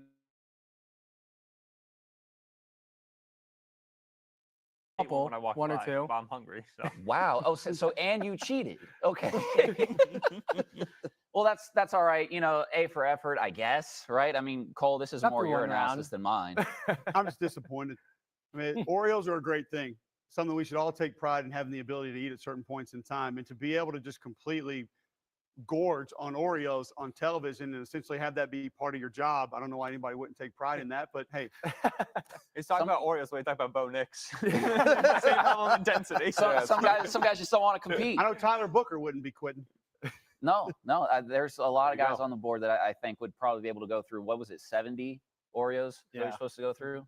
I mean, dude, Barry Bonds hit 70 home runs in a season, man. Like, I know he was cheating, but, like, come on, man. If you ain't cheating, you ain't trying. Right, exactly. We got YouTube poll results here. What grade would you give Ryan for eating 30 out of the 70 possible Oreos? All right, 26% A. I really want to know the height and weight demographics of the YouTube chat here. 27% C. Most said I'm just impressed. Ryan, big for you. We appreciate your presence, Ryan. This is quite the welcome. I don't know that anybody has had a more unique welcome than, hey, enjoyable welcome. Right. Yeah. Sit down and just eat Oreos until you decide, maybe not. Ryan, where are you from, bud? I'm from Greenwich. But I went to school. Is that Connecticut? Yeah, Greenwich, Connecticut, and then went to University of Florida. Oh, so you went to UF? Yep. Okay. Hey, see, he said. So my favorite pizza place all time, it's no longer on University. It used to be Leonardo's. Oh, yeah. Have you heard about it? I've heard of it, yeah. Okay. Just want to make sure. He had a slice. Your best pizza ever was in Florida? Ever. Yeah. See, he said Greenwich, like me. Yeah, I don't like it. Hey, Gadsden. I don't like it in New York, like that, right? Or Matt. Albany. I don't like big fat rats walking around pizza shops. Listen, we don't have much to claim in New Jersey and New York, but pizza's like one of them. So we got to hang on to rats what we got. the size of dogs. So you're from Greenwich, Connecticut. If these were like pedophores, could you go harder on these or? No. Okay. Fair enough. I feel like I could crush 70 Oreos. Yes. Yeah, especially after a lift. No, hey. There's no way I can do that. Hey, I'm all there. I can't even eat 10 of them. Ben, your Eagles are on the clock. Any wishes? Selection is in. Oh, I give him Kevin Winston Jr., the safety out of Penn State, every time I get to 64. He's a young player. He was banged up this year, so he's very inexperienced. But dude, long, fast, physical. They're gonna pick. Gloves. They're gonna pick somebody trash. trash. The catch point. I'm surprised he didn't go back to school. To me, it looks like I'm going to be a round one player with one more year of experience, but he decided to come out. I will say though, this is a illustration guy for me. Yeah, go. The floor is yours. He will knock your block off. Come on now. I love Andrew Makuba, and it's not because he's my size; it's because he's a very good football player. Yeah. Let's listen. I know this is somebody. HD, we got to see him play in person a few times, and he never disappointed. Well, Cole, we did the SEC championship game, and that's when who was the quarterback at the time? Was it Carson Beck? Carson Beck. Yeah, Carson Beck. He knocked out of the game. He got knocked out. Yes. Yeah. He's the one that knocked him out. Jihad Campbell and now Makuba. Man, yeah, a pretty solid. I hate the Eagles, and I just hate them so much. I love them. I hate the Eagles. Go Birds. Let's hear it, Ben. What a hater. Andrew Makuba, safety out of Texas. What a hater.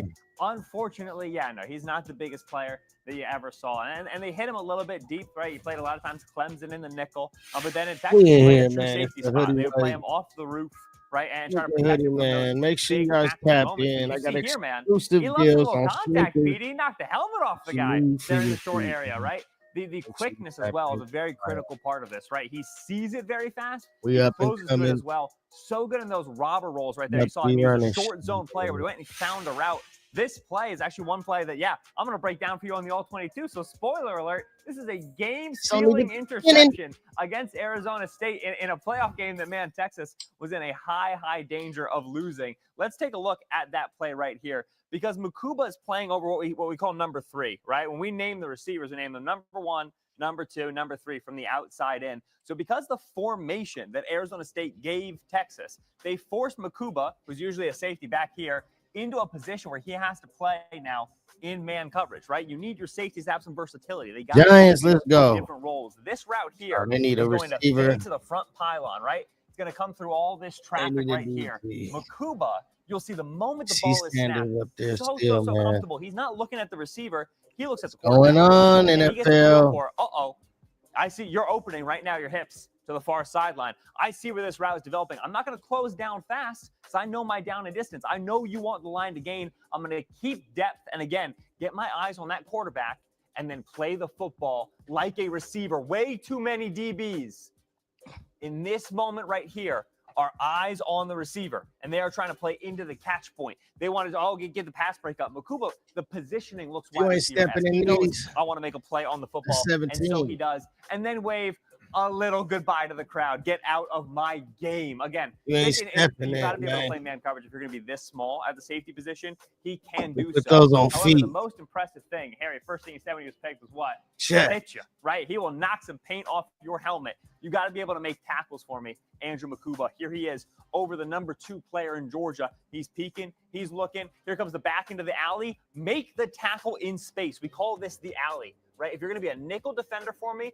or if you're going to be a safety for me, sometimes the back is going to get up on you. Sometimes the first level is going to be blocked. The second level is going to be blocked.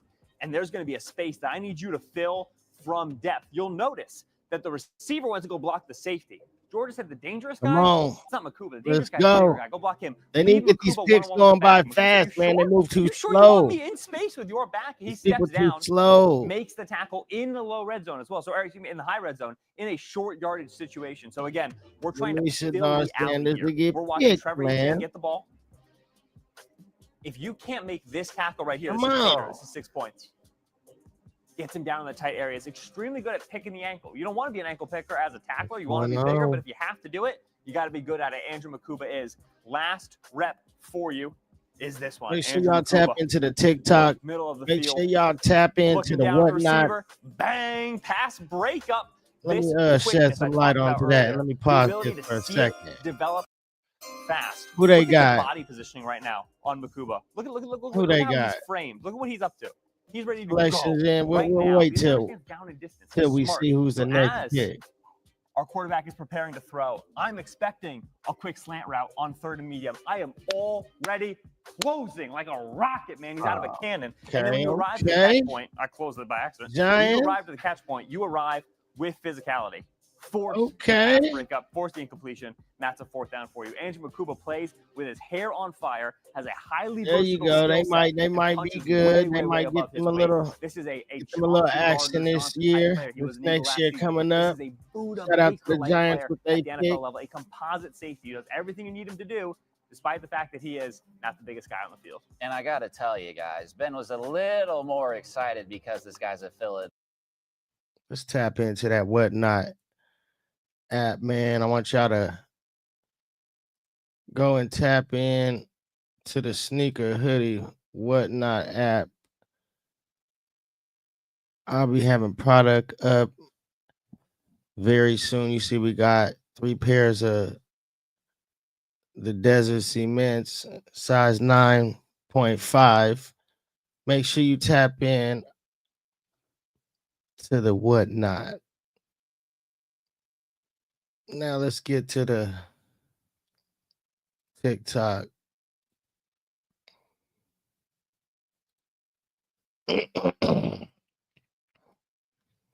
Make sure you like, subscribe to the TikTok page. I'll be doing raffles and giveaways shortly. Make sure you tap in, like, share, subscribe to the TikTok page. You know we doing it for you. It's the NFL Draft. It's Sneaker Hoodie, brought to you by, you know what it is, the Hoodie Way Podcast. Shout out to everybody watching. Shout out to everybody showing love. We're going to keep this motherfucking thing rolling.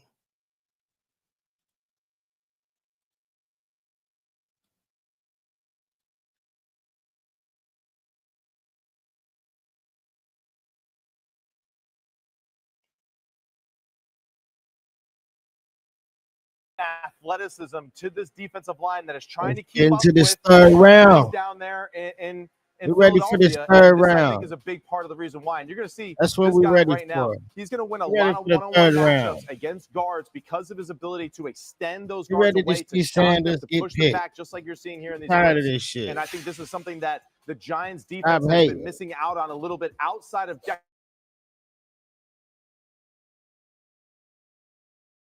athletic that can move into multiple positions potentially and be flexible with your defensive line now with the other guys that you've drafted. I love the versatility now that the Giants have to play with their defensive line. Yeah. So Darius was recruited to Toledo. He was offensive line, defensive line. Right. He was offensive line the first year. They moved him to defensive line, and he's a sixth-year senior, and he didn't start until the season previous. He didn't really start to get productive until this year. And the staff at Toledo is pretty open with the fact that, listen, his head wasn't necessarily screwed on straight at first, right? And then it took a while for the light bulb to come on for him. So he's raw, right? Because he's just starting to come into his body, come into his play style. He's high-waisted, right? And so you see that offensive tackle building him a little bit. However, right? Browns, we got length, we got a first step. We can make something out of that, right? And you give me length and you give me explosiveness into one gap, and we can go get penetration, right? The Dexter Lawrence build, short, squatty, take up a lot of space, right? Walk that tackle back, right? Y'all need them. Y'all better pick them. Put him in a gap. Go get Come to on, a shoulder. Browns. Go compromise pocket integrity. We're gonna see what you got. Excellent edge rushers will come clean things up. So it's a different body type, which I really like in a rotation. And I think the great point too to remind fans at home, right? And it's not that we're asking this player to be in the stat sheet all the time. Just disrupt the football play. Cause problems. Problems. Shoot the gap, like Ben said. That is the key for a lot of these interior players where, like, the NFL's not worried about, if you fill the stat sheet. We're worried about, do you disrupt plays? And that's actually one of the stats that I think people should be keeping an eye on more. It should be a real stat, actually. Do you disrupt the offensive blind play and the integrity consistently? This player has the ability to do that alongside the other guys they have. We've talked about Dexter Lawrence. You really hit on a later draft pick with Dalvin Tomlinson out of Alabama a few years ago, who was very similar to Lawrence. That gave you all those same traits. Now you bring in Darius Alexander, who reminds me very much of another defensive tackle player in this draft, Deion Walker out of Kentucky. When it's right, it's right. When it's wrong, it's very wrong. Giving up the chest, head level getting too high, turning shoulders to the sidelines. But you saw in the clips there, fundamentally, when he stays square, when he's explosive off the line of scrimmage, and more specifically, when he uses those hands, when he shoots those hands, he is a problem. You also saw the versatility. Outside, inside, over the center, over the guard. Similar with Deion Walker out of Kentucky, who probably is even higher waisted, I think, maybe than Darius Alexander is. No one in the world has ever been built like Deion Walker out of Kentucky. Not his ankles are literally this big around also for a 320-pounder. He can be that guy. It's just consistently has to keep coming. Like Ben said, raw. So the actual fundamentals that go into it, down in, down out, still coming around a little bit. Understanding the motor that it takes down in, down out. But you put him on and you love a lot of what you see. It's just you really don't like some of the things you see. So that the consistency has to come on if he is going to be a full season player for the New York Giants. But he's got it in him. There's no doubt about it. You know, a player that I do like that I see is Ashton Gelati going to the Kansas City Chiefs. Oh, of course he's a Chief. They love those like heavy-handed, shorter, squattier edge defenders. They want their edge rushers to do everything but sack the quarterback. They don't give a hoot about that, right? Well, it's working. When I watched Gelati, I wrote down George Karlaftis' name like 3 different times, right? Very similar build. Exactly. His hands hit you like a ton of bricks, right? He's got that squatty, thick build. He has some moments, right, of the bend, of the quickness, but in general, he's very sound against the run. And Gelati, he's a hand grenade. You just kind of toss him into the pocket. Somebody else is going to clean this up, but it's the initial disruption. Yeah, no, he's a handful and a half. Why more is production the in. year before than this past year? They Let's role go, wise Cleveland. this Louisville defense. Yeah. They used Gelati in 19 Go. different spots, right? They would have him in a defensive end spot, and then they would walk a stack linebacker down to an edge position, and now he's got to kick in over the guard, and he's a looper, he's a quarterback spy, he's a crasher, right? They were very chaos oriented, and so on a 3rd and 8, the objective wasn't let's get our future NFLer a good matchup. It was 5 guys, 6 guys flying around, so on and so forth. Yeah. But man, dude, the Gelati versus Ozzie Trapillo film, Boston College versus Louisville this year, NFL against NFL. Trapillo's got big length to him. Gelati's getting underneath him, right? And you can tell he's hassling him. He's good against the run. He's causing problems, stressing him out with the gap changes, right? The stunts in the games. This is a handy player at heavy the NFL hands. level. Yeah, heavy hands, handy, can be used in more ways than one. So I love that term, but also heavy hands. He can use those hands. When you see his build, obviously he doesn't look like a twitchy, speedy edge rusher. He's not a James Pierce type guy. I was pleasantly surprised with him off the ball. Just awareness, understanding how to fight. It wasn't just get back into a zone and kind of stay there and wait for things to come to him. Great awareness when he was asked to do that. And as Ben said, he was asked to do a lot of different things in this defense. He offers some versatility, but just Raiders on the clock. Let's go. Raiders. A lot of people immediately think, oh, we're getting twitch, we're getting upfield pass rush, we're getting all these different array of moves. That's not what you're going to get with Gelati, but does have a high motor, and he's going to give effort on almost every play. How do we feel have your fingers about crossed. The combination of Omar Selection is in for the Raiders. And Gelati now. 3rd round pick, 2025. I think Let's Omar go. is a really good football player, a little undersized for the defensive tackle position, but is a very disruptive football player. Didn't see him play a ton at Tennessee. Well, that was going to be the first thing that I said. Y'all make sure y'all like, share, subscribe to the page. They were so damn deep on the defensive line. Yeah. He didn't have to play. Like they would literally almost roll a 3rd group in at times. Tim Smith had it made last year with the numbers that he had defensively. So I don't think he was asked to do all the different things that maybe another prospect in his position would. Right. You had Pierce, the flashy edge defender. You had multiple bigger body defensive tackles that could come in and be your heavier players against the run. So I'm interested to see how he lands in this defense because he's got some versatility. And when he goes, he goes. It's just he wasn't asked to do it near as much as some of the other defensive linemen in this draft. Right. Yeah. The lack of a full body of snaps, right? You don't see those 4th quarter, how conditioned are you reps. What you don't is see those, really setting up the guard going on with rush, this now NFL draft? Because there's just not enough snaps, right? And so he unquestionably needs to be in a rotation to start out. Now, they need help besides Chris Jones, right? Tershawn Wharton leaves in free agency for the Panthers. Derek Nottie leaves in free agency for the Jets. They lost about 800 snaps there at the defensive tackle spot. And so I would not be surprised to see a double dip because they want to have a rotation. And then in Norman Lott, you have a decently high ceiling guy, right? So you say, all right, Chris Jones is over 30 now at this point. We got to start thinking about what the future might look like. Let's take a guy with a good pass rush profile, see if we can bring him along and get something a little more bang for our buck here. At end of the 2nd round, they took Norman Lott. And overall, are we concerned of him being a 3 technique type of defender, but being closer to 290 than like a 310, 320 type of football player? He's played some football over 300. I don't feel like fundamentally, technically, he is a hold the point guy either way. Right. If we could get him to 320, I still don't think that's not his makeup. That's not the strength of his game. His strength is a little more disruption, quickness, and doing things. I mean, he's lined up outside the tackle a couple of times for Tennessee, so he can do that. I just don't think he's that type of a player. Right. So I would think Kansas City wants to bring him in, use the versatility, move him around. Do they are doing shit bad this year. Technical lineman's going to get to 3rd. I'll put Chris Jones at 5 tackle, put Karlaftis inside of him. You know, like Spags gets in the lab on some of that stuff. So they're bring the guy we like. It's a cold draft. It's a cold draft out there. You're going to see with Gelati, with Norman Lott, with Spags, with Charles Amena, who's still there for you. You're going to see fronts that make no sense in terms of narrow guys in front of wide guys, whatever. It's because they got games and twists and blitz coming down the back. You can do that when you score a lot of points. Yeah. Spags knows it's pass all the time. The other team's trailing by 17. It's nice and easy. Yeah, and guys, we are 4 picks now into the 3rd round. Harold Fannin, the tight end out of Bowling Green, went to the Cleveland Browns. And Darian Porter, the cornerback out of Iowa State, went to the Raiders. So those are 2 teams that we thought perhaps Shedeur Sanders could end up going to. The Patriots are not going to take him right here. Neither will the Lions, Saints, Bills, maybe the Jets at 73. But we're starting to get into that range. What are the Steelers picking here? 83. Yeah. Maybe it's there. I think we have the best quarterbacks available. We want to see those anyways, just to see who else.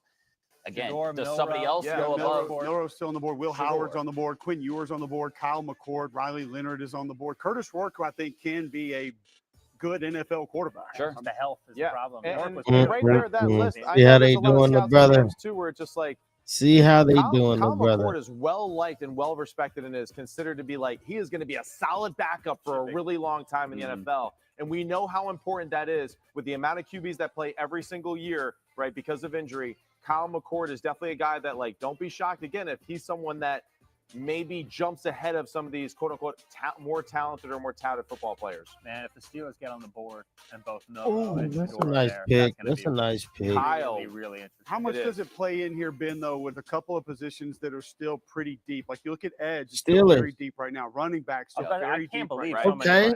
Like I said, I knew it was going to be the Steelers. Caleb Johnson's still up. Dylan Sampson's still up. That's what I was telling. That's what I was telling. Damian Martinez, I think, saying it was either going to be the best Steelers or it's going to be the Raiders. Damian Martinez is a handful.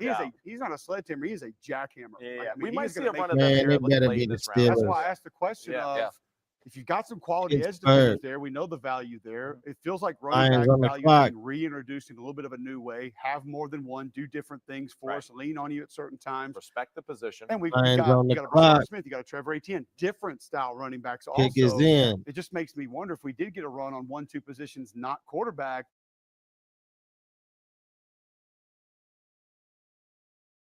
Jalen Warren and Kenneth Gainwell, they need a guy. Edge rusher, TJ Watt's on a contract here, they need a guy.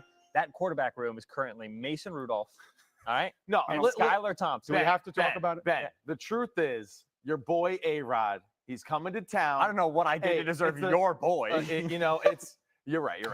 But he's probably more closer to my boy, right? With some of the habits that I have off the, but still, A-Rod. You going camping? He's no doubt. He is going to be the Pittsburgh Steelers quarterback, right? Now, I can't say that for sure, but just like everything that we've seen and just the way that Pittsburgh has gone about their business so far, like it just makes me think A-Rod is coming to town. If I'm saying with any certainty that Aaron Rodgers is doing anything, then I'm in a bad way as a team. I want to plan my life as if that is a great uncertainty there. I also just feel like it's because he still hasn't committed yet, though. And we're in the middle of round 3. Like, do you want a guy like that to play quarterback for your football team? I mean, if he's Aaron Rodgers, then yes. But is he? Teams do think that way. But which Aaron Rodgers is he going to be, though? Because I don't think he's going to be the Aaron Rodgers that I Let's say Rodgers signs, right? Rodgers, if he gets guaranteed money in the second year of his deal, I'll my hat. Like that's going to be my expectation. It's going to be a 1-year deal. Maybe do incentives, you do contract, whatever. So if he's very good in the second year, that's great. Regardless, he's 42 years old. He had a massive Achilles injury at the beginning of the 23 season. You have to have a quarterback mind in terms of development. And that's not Mason Rudolph and it's not Skylar Thompson. And that's why, like, I have great respect for how the Steelers have built their team. And they are always through the trenches, right? And they have a good personnel evaluation. Like, they get it. They for sure do. However, you need to add to this quarterback room. It is a non-negotiable. And so that's why I say if both Shador and Milroe are on the board, that'll be very interesting because you've heard there's interest in Milroe from the Steelers. Their experience playing Lamar Jackson twice a year, the value of the running quarterback, kicked the tires on Justin Fields last year. That's a pairing that's been made, but it hasn't really been made in the context of, hey, if Milroe's there in the 3rd round, and so is Shador, which one do you want? And I think, so your point, like, if you get even just like a decent Aaron Rodgers, like, yeah, that's fantastic. I still just can't get over the fact that the Pittsburgh Steelers, like one of the marquee franchises of the NFL, just have had absolutely zero plan and zero structure at that position since Ben Roethlisberger has retired. We can't say they don't have a plan. They clearly have some sort of plan here. They had a plan. It's still a stopgap, though. They don't got no plan. They might have a plan. Mason Rudolph. They don't pick him. I get it. You don't want to be your starter the entire year, and you're not going to be like a playoff contender and all that. But Mason Rudolph is better than I feel like what we kind of say as far as our evaluation. Okay, I'm going to stop you right there. Right. Matt. What? Because Mason Rudolph is not going to go toe-to-toe with Lamar Jackson. Mason Rudolph is not going to go toe-to-toe with Joe Burrow, nor Josh Allen or anybody else in the AFC from a quarterback perspective. So you have to address this need. I understand and I get and I'm not trying to disrespect Mason Rudolph. It's just if you're the Pittsburgh Steelers and you know that this organization is known for excellence, I just don't see how you go into the 2025 season. Do you know TJ Watt has not won a playoff game since he's been in a Pittsburgh Steelers uniform? Like that, to fathom that? With what you've already drafted to, you're probably going into your last year with Cam Hayward. Would you agree with that? That's you're probably getting ready to move on there. You've already had some injuries with TJ Watt. So how much further is that going to go? There are a couple other guys that you thought were going to be lifers in that uniform that have moved on in free agency. Right. It feels like there's a window there that have you already reached the end of it, and a complete reset may be in order. I don't like saying that. But I would say this. For Pittsburgh, they have to exhaust every single possibility, in my opinion. If everything hits the fan, if you have to, Omar Khan, if you have to get on the phone and call Terry Fontenot, he'll give you whatever you want from the Atlanta Falcons, you got to go get Kirk Cousins. You got to go get him. It's Kirk Cousins at 38 years old off of an Achilles, right? It's a little bit we're in the dredges now in terms of some of the options right at quarterback. And that's like the quiet part here that you got to say out loud is that Mike Tomlin has been running this team for a long, long time and has run this team wonderfully. And Mike Tomlin is an excellent coach. If you are unwilling to modernize your quarterback position, if you are unwilling to accept the reality is that this position defines if you are a real playoff contender or not. You got to get serious at this position or you're playing for second place. If you are unwilling to come to that realization, it doesn't matter how good you are at, kind of dealing with some of the interpersonal issues, how good you are getting the defense oriented.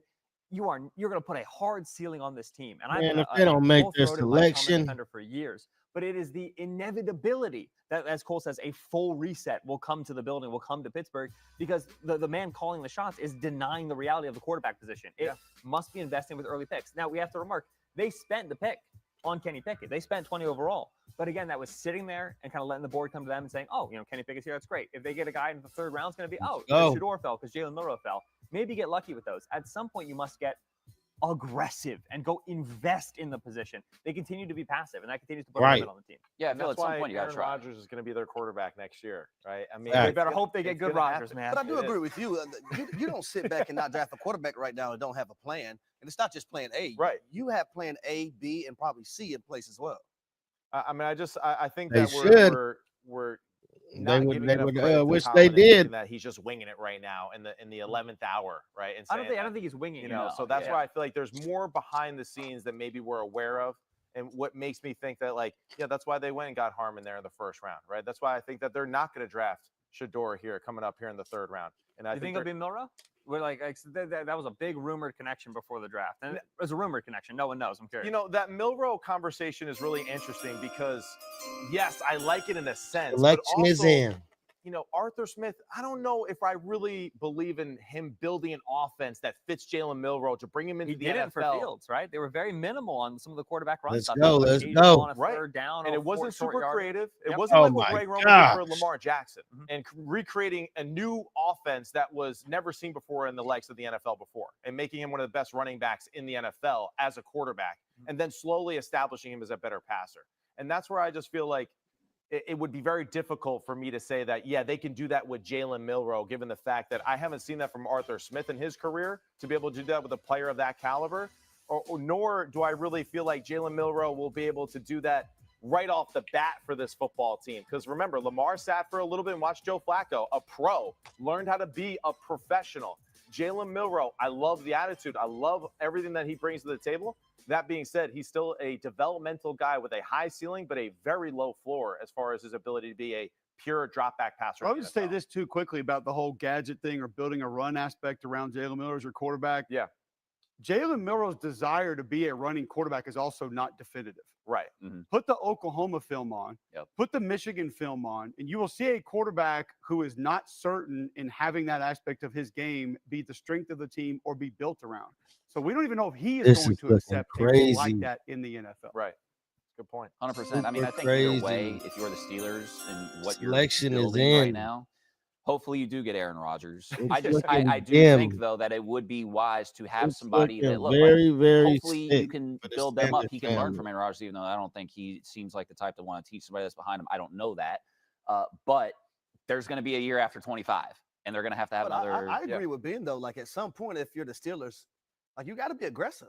You got to be aggressive and go get the guy that you feel like can be the future of your franchise. And listen, they might not see the guy that they think is the future of their franchise. And that's understandable in this draft. Who will be the next and the problem is that, draft? for the Steelers, they're everybody's never saying it's Shador. Top 10.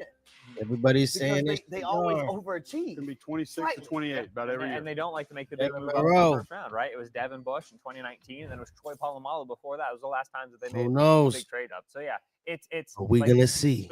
Consider the alternative. Consider the other end of the spectrum. The Eagles had Carson Wentz and drafted Jalen Hurts. Right. It was the willingness to say we want one and then we want two. Because this position is so integral that it must be treated differently than the other positions on the roster. And Tomlin, who, again, I feel like I'm saying this as a disclaimer, but it's true, I think is incredible at his job. Tomlin doesn't like the idea of this position is different than the other positions, right? Tomlin likes kind of the equality of the locker room.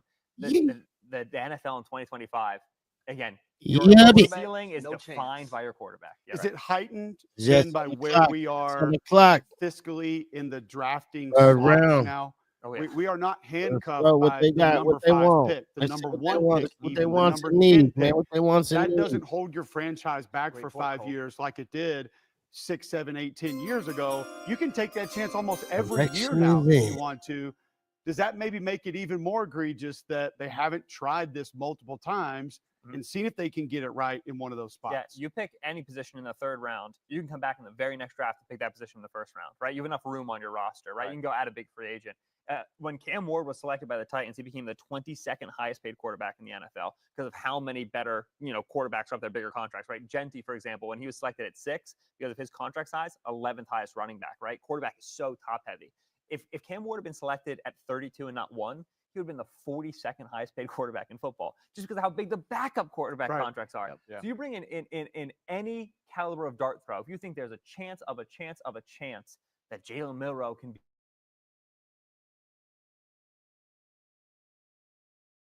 then getting that in the 3rd round at such a cheap contract value is what allows you to pay George Pickens, which has to happen next year, pay TJ Watt, which has to happen next year, go in free agency, spend big, and then build that non-quarterback centralized team. Because those teams can exist. We watched the 49ers go to a postseason, right? With Brock Purdy's not that expensive. Let's pay for everybody else. Like, you can go that way, but you have to get that pick still right in those middle rounds, which means you got to pick a quarterback, and we don't yet know if they're going to do it. One of your boys right here, Azariah Thomas. Good player. Yes, just got picked. I like this. For the New York Jets. We also had a few more go off the board here. Landon Jackson went to Buffalo out of Arkansas. Vernon Broughton out of Texas. You were really excited about that Kyle Williams pick, and I know you and I talked about him earlier as well. It may be my 2nd favorite receiver in this draft. You talk about just find a way to get him the football if you're New England. That's where you went, New England, correct? Yeah. So Drake May, man, add another weapon to his arsenal to go along with Stephon Diggs. He's a guy that you quick twitchy. You're not going to jam him at the line of scrimmage. His acceleration with the ball in the air, but also as soon as it touches his hands. I love Kyle Williams. I really do. He's got gears on gears. First speed, second speed, third speed. Yeah. He's fun to watch. I mean, for a team that was one of the slowest in the NFL, I feel like the past 2 years, like adding a guy like Kyle Williams on the outside, hopefully Jalen Polk starts to kind of figure out the NFL game and be involved a little bit more. And again, I go back to just McDaniels. He's going to have a lot of fun now with this skill group, mixing it up, putting defenses in tough positions. And let's not forget, too, that Drake May is an above-average runner of the football, too. So they're going to be able to do a lot of things that we've seen like the Philadelphia Eagles do offensively, where they're going to spread the football out. They're going to say, you want to play man, you want to play zone. If you give us a light box, we're going to take advantage of it with quarterback draws, with screens, with all these different gadget plays in between. So I really like this pick a lot. I think Kyle Williams adds another level of just explosiveness and the ability to spread the football outside the numbers, more importantly, for a New England team that has lacked explosive ability the past few years. Amen. And they're working on Drake May that he ran versus a linebacker, and I was like, my God. You said jerk route? Yeah. Oh, my goodness. What I say when they took Quinton Judkins, said, you'll be surprised if it's offense. Like, they know the score. Drake May had himself an excellent rookie season. Look, don't watch the box score, watch the tape. Drake May shows you I'm a franchise quarterback, right? I am what it takes. Build around me. They're doing that here in the draft. And listen, Stephon Diggs, yes, he's later in his career. There's no doubt about that. He might not be the savvy, explosive guy he once was. He's still phenomenal in the slot. He is still a problem for defenses. If you're going to match him up in zone with linebackers in space, he's going to make the right decision a lot in those situations. And I also really believe in Stephon Diggs as just a leader of that receiver room. With young guys now in that room, I really do think that he is also, again, like you mentioned, right, with Cam Ward and that lack of veteran leadership, Stephon Diggs is going to be that leader for that receiver room and really uplift the entire crew. Cole, sorry, let me get this back to a place where you'd like it to go. Let's go back to Will the trenches, Campbell, baby. I'll just wax poetic here on Will Campbell, and also, like, we've heard a lot of people talk about his arm length. Why is that not an issue? Do we want to go show it now?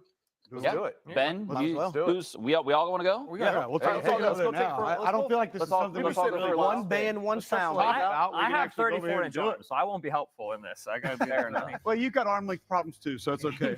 we won't worry about it though. We can talk about how you can overcome it. On me here.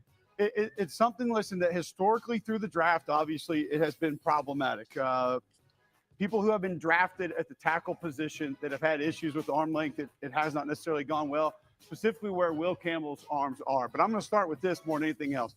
He has the attitude and the demeanor that you want from an offensive lineman in the NFL. He is nasty. He is filthy. He loves to punish defenders.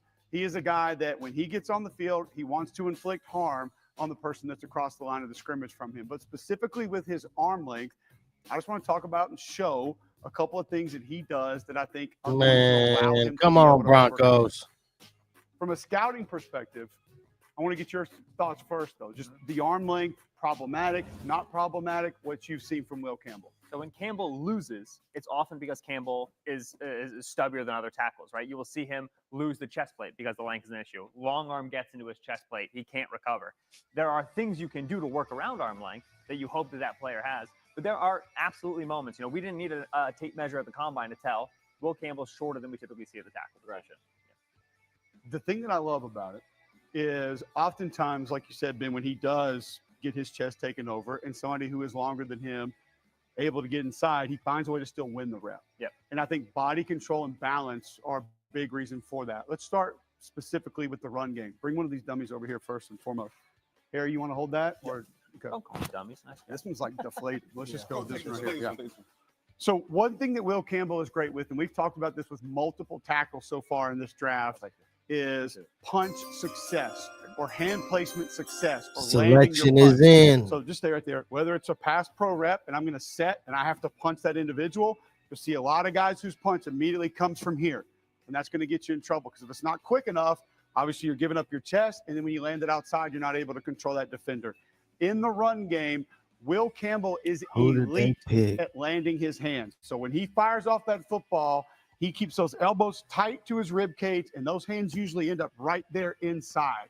So that because he's able to do that, I think he overcomes what happens with not as long arms as a lot of the defenders he's going up with. So once he gets inside there, he's able to dominate because he keeps his feet moving and he wins the rep initially. In pass pro, where he does get in some trouble, is kind of giving up. You see the link there, the stab that's going to get inside of him. So put the dummy down just for a second. So let's just pretend this is a pass rep and you beat me inside. You get your hands inside. So you're coming up and you're just going to bull rush me. So what Will Campbell has is lower body flexibility and I think lower body control. So he can control his body as to not get pushed back. He's got great flexibility in his waist where he can bend, now push me back, and he can control that rep right there.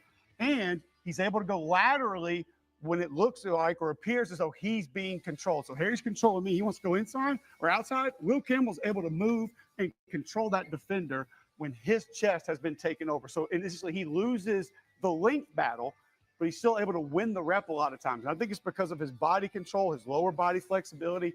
He's able to kind of move and contort. And he just has an understanding of sort of where his quarterback's going to be. I think a lot of it actually has to do with playing with crazy draft, he knows man. He's going to be on the move. I'm going to have to move. I'm going to have to get in different places. Now with Nussmeier, he ain't going anywhere. I mean, Nussmeier's going to have to get a check to run somewhere. He's not leaving the pocket. That's literally not going to happen. So now we know I got a stationary guy there. I better figure out how to keep this thing rolling, man. Him when he's going to be in one spot. It's the so Hoody I understand that the arm length is critical. If you hear in the run game, he knows how to win here. You know what's pass pro, even when he gets his hands outside of a defender, he knows how to use the rest of his body to wall that defender off and still find ways to win the rep, even though he doesn't win with length. I just think he has the attitude and the demeanor, number one, to be a dominant offensive lineman in the NFL. And I love the fact that Vrabel goes out early and says, this is the type of individual we want in our locker room. This is the type of attitude we're going to build our franchise around because he'll accept it. Yep. You already heard him in the press conference say, I'll die to protect my guy. I'll do it. And that's kind of who he is. And then just go a little bit further. I'll say this. You're getting an awesome human being. Like this guy, lost his cousin in a hunting accident to a fire in their hunting camp, and he has a foundation built around him now. He carries his name with him everywhere he goes. He plays for him, talks about him. loves his teammates, loves LSU, loves the game of football. It's all he's ever wanted to do. And that's just the kind of human being, the kind of personality you're bringing into that facility. So it feels like a bit of a reset, kind of going back about 15 years ago when they first started building some of those championship teams. This of the round kind of 3 person is you're brutal. bringing in to start to build this franchise around. 100%. And the guy that is that kind and also that violent, did you see him squatting 616 pounds with a wing? Yeah. I want that guy on my football team. That's what I say with the lower body strength. Like, I have seen him essentially from here up be owned. Cowboys on the clock. Harry's got full control of me. Like, Third I'm round. done. And he finds a way to, with hip flexibility, to kind of Cowboys move on the and just clock. It's not the lose third the rep. round. Yeah. Playing Who offensive you line is gonna not pick? always about kicking Who you somebody's gonna ass. run with? It's about not getting your guy's ass kicked. And Will Campbell can do both of those. And very few guys Selection. can switch that back and forth. It's a lot of guys either have that, I have to dominate you on every rep. And what happens a lot of times, I end up on my face because I'm trying to win with my upper body, or I'm trying to dominate you every way possible. Or I go after you and I get my feet together and I get pushed over, or I get run back. He has a good understanding of, when the time comes, I will run you into the ground. When the other time comes, I will hold my ground and I will give ground to gain ground to keep you off my quarterback. He's versatile that way. Let me ask you about one thing, too, that I think a lot of people sometimes they miss out on as far as the evaluation of offense line.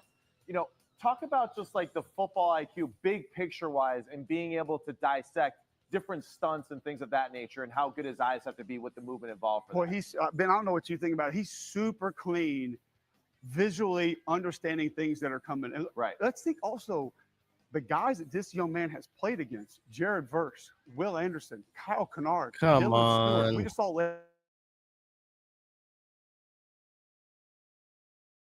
this year of elite edge defenders, week in, week out, over and Come over. on. When there's Panthers a stunt, on whether the it's clock. a tackle in, Panthers on the clock. great awareness. Third as round to, pick. he doesn't need that defender to get 2025. all the Let's way go. to him. He can come off It's your early boy, and bump Sneaker it Hoodie. over. And he doesn't get too, Brought I to you guess, by greedy the as Hoodie thinking Podcast. he has to dominate the guy. He understands Let's how to go. collectively work as a unit, as an offensive lineman. I think it's because he's done it for so long. Like, he's known he's going to be the LSU left tackle for a long time. Not just at LSU. Selection is Like, middle in. school, he knew he was going to be LSU's left tackle. Like, Right. people were already telling him that, already talking to him about that. He's They known that knocking for a him long out time. now. Again, it means a lot to him to play They at that knocking him university out and be that now. guy. So he's taking that responsibility. And Let's see who I we love got. the kid. Yeah. Okay. He was my I don't know favorite who tackle that in this is. draft. I But think Ole he's Miss, close to a home they run. got- they position usually that I've pick seen. some Now, good is he players. Orlando Pace physically? No, he's not. He's not Tony Baselli physically because he doesn't Shout out have the to the length. Panthers, He man. doesn't have the same mass. But boy, I tell you, physically, at the end, here's the thing about football. Like, my quarterback at Auburn, Ben Leard, used to say, he's from Hartwell, Georgia. We'd do certain things. We'd see certain looks. He'd come up and he'd be like, "Cole, football ain't hard." And at the end of the day, guys, sometimes it's not. It's not. Will Campbell gets people blocked. At the end of the day, Will Campbell blocks people. That's all there is to it. For 3 years in the SEC when he was 18 years old, too. I don't know if you Will Anderson when he was 18. Put the Will Anderson game in the Hall of Fame, dude. I mean, it doesn't get better than that. So here's another part. Like, I'll call him out on the air. I don't really care. Greg McElroy, we do radio together every morning in Birmingham, Alabama. McElroy's like, oh, because he got worn out by Dylan Stewart in South Carolina. I actually watched the game again on the plane this morning to make sure I had not lost my mind. We all get got. Every single one of us. We all get got. He got got by a certain corner at some point in time. Champ Bailey got me. Matt got got. I got got. Hardly. Hey, speaking of the Georgia teams, I played against Richard Seymour. I played against Marcus Stroud on the same team, and Kendrell Bell, who's Defensive Rookie of the Year in Pittsburgh. The hardest I've ever been in my life was Kendrell Bell, who had no idea where the football was going. But when the ball was snapped, he made a beeline at me and dented my face mask, and I didn't know where I was for about 2 days. But I played against Gerard Warren at Florida, the number 3 overall pick. I got plenty of times. We all lose a rep occasionally. It happens. This young man did not lose as many reps as some people want you to believe going into this draft. 100%. And I think he is a great example of, like, we all love the NFL Combine. We love the measurables. We love the numbers.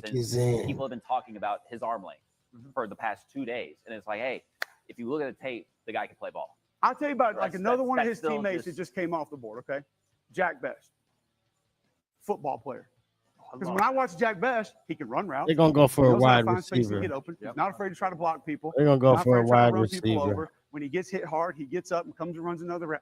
football player. Right. Will Campbell happens to be physically gifted on a different level than some of these other guys we're talking about, but still at the end of the day, he's a football player. It's what he does. I'm thinking they're going for a wide because he's receiver. not the traditional body type of a tackle. But is it possible too that Vrabel's saying, hey, if it works at a tackle, great. If not, he's going to be a fantastic guard for us either way. Think about who you just said. Yeah. How twitchy was Vrabel coming out of Ohio State? Right. How long were Vrabel's arms coming out of Ohio State? Because I remember watching him at Pittsburgh, and he was a grinder. Yeah. I mean, Mike Vrabel won with effort, attitude, demeanor, physicality, and being knowing football wherewithal. Right. There you go. Right. That's how Mike Vrabel won. Yeah. So I would be willing to bet that's a lot of it, him saying, you know what? This guy blocks people. This guy has the attitude that I like. Get him in here. We'll take it. He's going to take it personal when our quarterback gets hit. Right. Exactly. That's the guy that I want in my See, that's the type of stuff, too, that, like, I love, too, because, you know, like, when I played for the New York Jets, Willie Colon was that guy.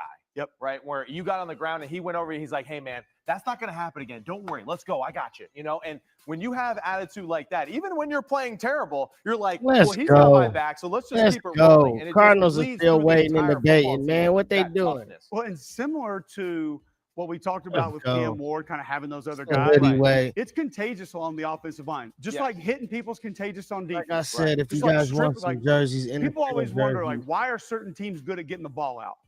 Well, probably because they're pissed off that they're brand getting new it. in the package. Make sure Like, you if he can get the ball out, I want to get the ball out. Hoodie. If that guy can get to the quarterback, Hit I me want on to my get to the quarterback. Instagram. Hit It's me like on my Harry probably saying TikTok. receivers. Hit me on the Now, they Whatnot knew app. Julio Jones was doing physically, but it's like, You know, I want hit to me go on get the some football. Whatnot I want app. to score a You know, touchdown. You ain't We're never gonna lied. keep it When you going. go after people the way that Quentin Nelson does, Yeah. you want to be able to do that. Right. And you see it, and you're like, I can go 3 Got a seconds. lot of after the whistle. Buccaneers jerseys. I can make sure that I go to the end of the play. I can give a little extra effort and try to get my head across, so hopefully that outside zone Vendor play goes for was 4 on a yards instead of Tampa 30 day. yards. It's contagious. So you want people like that in the building. So when the guy next to them that maybe has more ability than they do, gets out there and plays that way a little bit longer. And it's a great reminder, too, for all the parents out there that are watching this show. I mean, like, hey, character is important. Yeah, right? No doubt. Showing up and being a stand-up guy for your football team. And I'm a coach. I coach youth football players. I coach mainly the quarterback position. But I just can't stress enough how important that is, the way that you carry yourself, the way that you introduce yourself.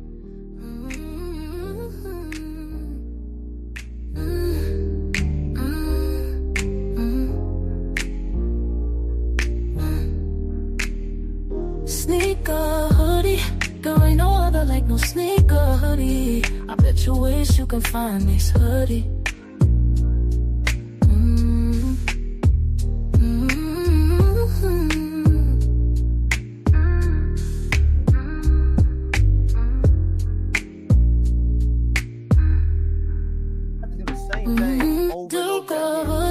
There ain't no other like no sneaker. Man, but what is discipline? Doing what has to be done even when you don't want to do it. No doubt. Process. Bet you wish you could find his hoodie. His teammates love it. Hoodies is coming out this summer. Make sure y'all tap into the website. Make sure y'all tap into the TikTok. Make sure y'all tap into the shows you they usually give that to a skill guy. Instagram. They gave it to him to wear. That's the kind of individual that he was in the facility around his teammates too. And hey, you think he's a small guy? You know, I've met Vrabel before. He's a big person. Yeah. All right. So, you know, it's not like this It's taking guy's a like long that time small, with this you know, pick. Yeah, the only thing that Will Campbell's done that I don't recommend anybody do at home, if you're on a job interview, do not punch the guy interviewing you in the chest. It only works if you're going to play in the NFL. We just had another Dan Lanning player go off the board, Jordan Birch. How about we go back over In to the that game. Let's do it. and start seeing what we catch up on here. I saw that we had Siobhan Revel go off the board Arizona. to the Dallas Cowboys, I believe, Texans. was it? I think that is a massive pick. That is a guy that had he not torn his ACL this season, probably goes day one. He's just an extremely talented player. Pick his A damn guy who selection. actually was working in an Amazon warehouse with his Let's father go. the day before he got his tryout at East Carolina University. Wow. The very next day, gets off the shift, has his tryout. The rest is history from there. I spoke with his coach, Blake Harrell, who was his defensive coordinator for a couple of years while Mike Houston was still there. Has nothing but just amazing things to say about the young man. Dallas should be very happy with that pick. We've got Nick Martin off the board as well. Pat Bryant going to Denver as well. And then we've got the Texans here, Jalen Knoll, HD, wide receiver out of Iowa State. Yeah, I like Jalen Knoll. Did a lot of his damage inside of the slot. Quick, twitchy, hard to get your hands on him as well. So he went to the Texans. Yeah. Yep. Another good pick for them. Yep. Well, hold on. 2 teammates drafted by the Houston Texans. Yeah. Jaden Higgins. They and also doing Jalen Sanders Nobles. bad How awesome this is that? draft. I mean, that is just like childhood dream type of stuff. Dion must have made Great pick. somebody I love mad what in the Houston's been doing. NFL. You gotta, I mean, for this team again, from a quarterback's perspective, you're helping your guy out. And not that obviously you felt pretty good at that position, but it's never bad to have more weapons. Yeah, no doubt. This is a 4-3 guy too. He's a 4-3 guy, and I think too, just really the injury of Tank Dell and how extended that time will be for him to come back healthy is the reason why we're seeing the double dip at that position here in the draft. The other one too, Nick Martin, linebacker from Oklahoma State, seeing him going to San Francisco, playing now and learning from a guy like Fred Warner. This is a guy that has a lot of great physical traits. He plays violent. He was really one of the bright spots of a Oklahoma State team that played absolutely awful. Let's in a go. lot of different phases. So really excited to see that young player get drafted by a good defensive team. Benny Boy, what you got for him? Yeah, no, I'm looking at Prince Umanmielen. He was the 77th pick from the Carolina Panthers, edge rusher out of Ole Miss. I have 3 plays all from the same game, the Georgia game. Panthers fans, if you want to like Prince Umanmielen, you go watch the Georgia game. Don't watch anything else. Unbelievable film. It's all on the same left tackle. I want to talk about how a pass rusher builds out a rush. So the first rep for you, these are chronological, right? These are in order. Princely is here on the far side, again, going against the left tackle. This is the speed rush. He's going to win on the outside. I want you to watch how much ground he gains in the first 2 steps. Bang. Look at how fast. Look where he is. Depth right now relative to the rest of this Ole Miss line. That is a speed rusher right there. That is an explosive first step. Allows you to get to that punch, get to that outside shoulder. And then you see him here. He's got a little bit of bend, which we love to see. We love to see a little bit of bend. But he also is great at reducing surface area. It's slipping a punch in boxing. That inside shoulder, you want to drop pads. Allows you to slip that contact and then burst, flatten, and finish at the quarterback for the sack. Yeah, That's our they first ain't rep. gonna pick That's no the speed rush. quarterback. We're moving on to the second rep. Now, once I've shown you speed, you're going to be back in your sets fast. You're going to be worried about that outside shoulder. You're going to be back on your heels. Now I want to come at you with power. Now I want to get into your chest, securing that speed rush. So that's number 2. Princely Umanmielen again, up against the left tackle here from Georgia. Watch him Selection give the little Euro is step, and then get Let's 2 go. hands in the chest. Uproot the tackle. Uproot. There is no ground contact right here. Heels off the ground. That is power through the chest. We call it a forklift. You get that 2-handed bull rush and take him and put him in the quarterback's lap. No, it's not going to be a sack because you're moving that man, but you're going to compromise pocket integrity. You're going to allow your other rushers to go and get home. And so ball's out fast this time from Carson Beck. We don't get a sack, but that power rush right there, we set it up with the speed, and then we come back. Watch him give that little outside step, and then bam, 2-handed bull rush with the power. So now I've shown you speed. I've shown you power. I've gone outside you. I've gone through you. Now I'm coming inside of you. Now comes the counter. This here, Georgia is driving, attempting to cover a deficit in the fourth quarter. We know they're passing. I got to have it. End the game for me. Where's my ringer? So Princely Umanmielen up against the left tackle. I went outside of you. I went through you. And now I'm coming inside, the inside spin. Again, this tackle, he's thinking, I got to worry about that speed rush, and I got to worry about the power. So he's waiting. Man. Titans on the clock. And now he's got to throw the hands. I'm worried about that outside rush. Umanmielen gives him they one ain't long gonna arm. pick no. And then we're going to talk about the ice pick. With that off arm right here, you take the ice pick. They're going to pick something you nice. Put it in that tackle's back. You arrive with contact and velocity, clear his arms, and then flatten into the quarterback. So watch him now throw the ice pick into the back of 71. Bang. Watch it again. Violent strike. Bang. Win with that elbow. Get into the quarterback. Yeah, on a Friday. Ball early. You know, man. He's targeting right here, this route. Keep this thing going. Jared Ivey, going to get drafted on day 3. We're running it up. Because the ball's got to come out from Beck right now because Umanmielen won. He's going to get a little tip at the line of scrimmage. That ball's going to go up in the air, get picked. Bye-bye, Dogs. Ole Miss Rebels with the win. Princely Umanmielen was, I think, 4 TFLs in this game. It was an unbelievable performance. Man, the Sneaker Hoodie Marathon, man. It's the NFL Draft 2025. Figuring out how his body works, Marathon. A high-ceiling pass rusher in the 3rd round for the Carolina Panthers. I loved me some Umanmielen film. And we love some Oreos. I thought I heard somebody out there playing trombone, but I think that's just Ryan going to the bathroom. These lemon ones are pretty dang good, man. Lemon? Yeah. Is that what they are? Man. There's lemon. Y'all got mint? We got mint. They are double it up, though. Go back over there and do some more little And you double up. Do more funny. Y'all whatever it is you're doing over there. I thought it was good. Without a doubt. That's a veteran move right there. The limit's not bad. Dylan Fairchild from Georgia, guard. Oh, wow. The Cincinnati Bengals. Before Jared Wilson. That's crazy. Yep.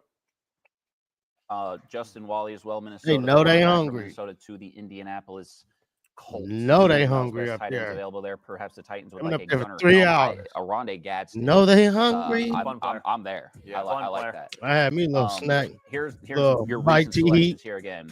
We I want talked to ask about Ben a quick question about Princely at the top because I watched him a lot of Florida, watched him a lot of Ole Miss. Weight a concern for you? Make sure you tap into the what and not he carries paid. weight where you don't want an edge to carry it. He carries it up top. He's a little bit big, high waisted, a little bit barrel chested. Hoodie I think at 77, you're taking summer. the body type and you're understanding. I'm going to lose some reps in the running game. Right? My leverage isn't always going to be great. I appreciate the motor with which he plays. The length comes in, both leg length and arm length comes in handy with those explosive steps and then getting to the quarterback and finishing. And so, yeah, he was not. I liked him as a round 3 player, and this is where we're at. Sport is free. There's physical limitations, but he can be a useful player. When you cut him loose, he's hell on wheels. Yeah. He's got twitch, he's got quickness, he's got big time bend. He can get low to the ground on some of those pass rush moves. He's fun to watch when it's just go get the quarterback. And they were a little goofy up front, right? A lot of stunts, a lot of changing gaps and whatever. And that's not really for him because he's a little bit gangly. Sometimes the effort runs a little bit cold as well when he knows I'm the double team guy, I'm the crasher guy. But man, when it's just, hey, Princely, wide alignment, go get him. You can hear the bells, you can hear the dogs barking. Then I asked Coach Lanning about Jordan Burks. He comes off to Arizona. Great fit. They have focused a lot defensively. However, I asked Lanning about that actual word. Does he fit inside or does he fit off the edge? Cookies without no milk. Darius Robinson last year, first round pick for the Cardinals out of Missouri. He was a career defensive end, moved to defensive tackle. I got that backwards. He was a career defensive tackle, moved to defensive end. Yeah. They got dry mouth. Campbell's there as a free agent. Spent his entire career sometimes at defensive tackle, sometimes at defensive end. If John Gannon were here, his answer to you would be, I do not care. Now, don't you worry about where he's going to line up. That's right. He's got the ability. There's no doubt about that. I mean, I watched him play at Hammond School in Columbia, South Carolina. Will Muschamp's kid was his quarterback. So he's had the ability for a long time. To me, a lot of times he's been an interior body who wanted to be an exterior player. Yeah. I think Darius Robinson was the opposite. Selection is in. He didn't mind being an interior player, but had the capability to play outside. Yep. I think that you're going to see in Birch, what I really like about Arizona is that he has that ability to play between the guard and the tackle, but be that 4-eye position, right? And have that two-gap responsibility on the tackle, not necessarily need to exchange power with the guard. You don't see that position used often in the NFL. We deal with a lot of these college edges. Shamar Stewart's a 4-eye. Michael Williams is a 4-eye. How do we deal with these guys? One of the few teams that you'll see that position used and those odd fronts used is in Arizona with Jonathan Gannon, his time in Louisville, and the college aspects of his game. And so it's a good landing spot for Birch. I'm going to sort of continue to take over here, and I apologize, Harry, but I want to stay D-line. Landon Jackson's a kid that I have absolutely loved watching at Arkansas. He looks like an NBA small forward playing defensive line, and he's done it all. He's gone down to a 3 technique. He's been an outside stand-up edge. He's been a 4-3 down defensive end. He feels like he can do it all. And just a fun young man to watch. He plays square to the line of scrimmage, good fundamentals. Come on. Obviously, a lot of length. Come on, Pittsburgh, man. If y'all smart and you know what to do, you know where it's best. The quarterback, good hands. You're smart. Continues to rush through Kelvin Banks there. There's a lot to like for the West. Fitting in the NFL, on the East. At Buffalo. Yeah, so Buffalo in the first round out of Miami, Gregory Rousseau a couple years ago. 6'6" and 5'8" was 34 and 3/8 inch arms. Big and long. Lined up with 0 nose for Miami. It's just weird to watch. AJ Epinesa out of Iowa. They took him in the first round. Second round. 6'5", 34.5-inch arms. Tall and long. Landon Jackson, boys, say it with me. 6'6", 34-inch arms. They got to tighten it in Buffalo. Let's go. Come on, man. They got to get this nigga and they gave a big contract to Gregory Rousseau this year. He absolutely deserves it. They've been tripping on him all night long. TJ Sanders. They want to have lines, hockey lines of guys. Let's get January football. Let's have dudes that are NFL is rigged, man. They've been those tackles who've been playing. Look at my nigga off. A lot of that makes so much sense, though, because what ate them up in division for such a long time? Now, I know Brady hit Moss downfield for a while, but what was he? So he knifed you up, quick pass, quick game. What's Tua eating you up with? Quick game, quick pass. Some of these D coordinators we talk to now in college football, they'll tell us that interior pass rush has gotten so valuable. I can remember Javon Kinlaw at South Carolina. Will Muschamp said, "Let's go." You are watching the Sneaker Hoodie Way podcast. long arms. Bringing he you removes the passing NFL draft and 2025 on a Friday night. Right there. Let's talk about the passing downs. Sean McDermott plays with wider boxes than anybody else on base downs in the NFL, right? Sean McDermott wants to be a nickel defense. They ain't never put a third linebacker on the field at all this season. Right. So if you want to play 2 deep safeties, Ron Johnson as nickel corner as your 7th fitter in the box, your front four better have length. Control tackles. You need to make runs take a long time in the line of scrimmage. You want to be able to control interior gaps. So again, talking about having a mold, right? Talking about teams knowing what they like. The Cardinals, Jordan Birch, he works for us. The Bills understand, right? If we want to play this style of defense, we have these light bodies out there for the pass. We'll take pocket pushers. We don't need sack players because we want to be able to control line of scrimmage on early downs when we're in our light personnel. I talked to Travis Williams, his defensive coordinator, a couple times about him. He raves about Landon Jackson. Sam Pittman, Sam Pittman would say one of my favorite people in this building, just shows up to work, doesn't complain, doesn't ask for more, wants to go win. He's going to give you effort, and he's a hell of a football player at the same time. Mm-hmm. Travis Williams is going to be a head coach one day.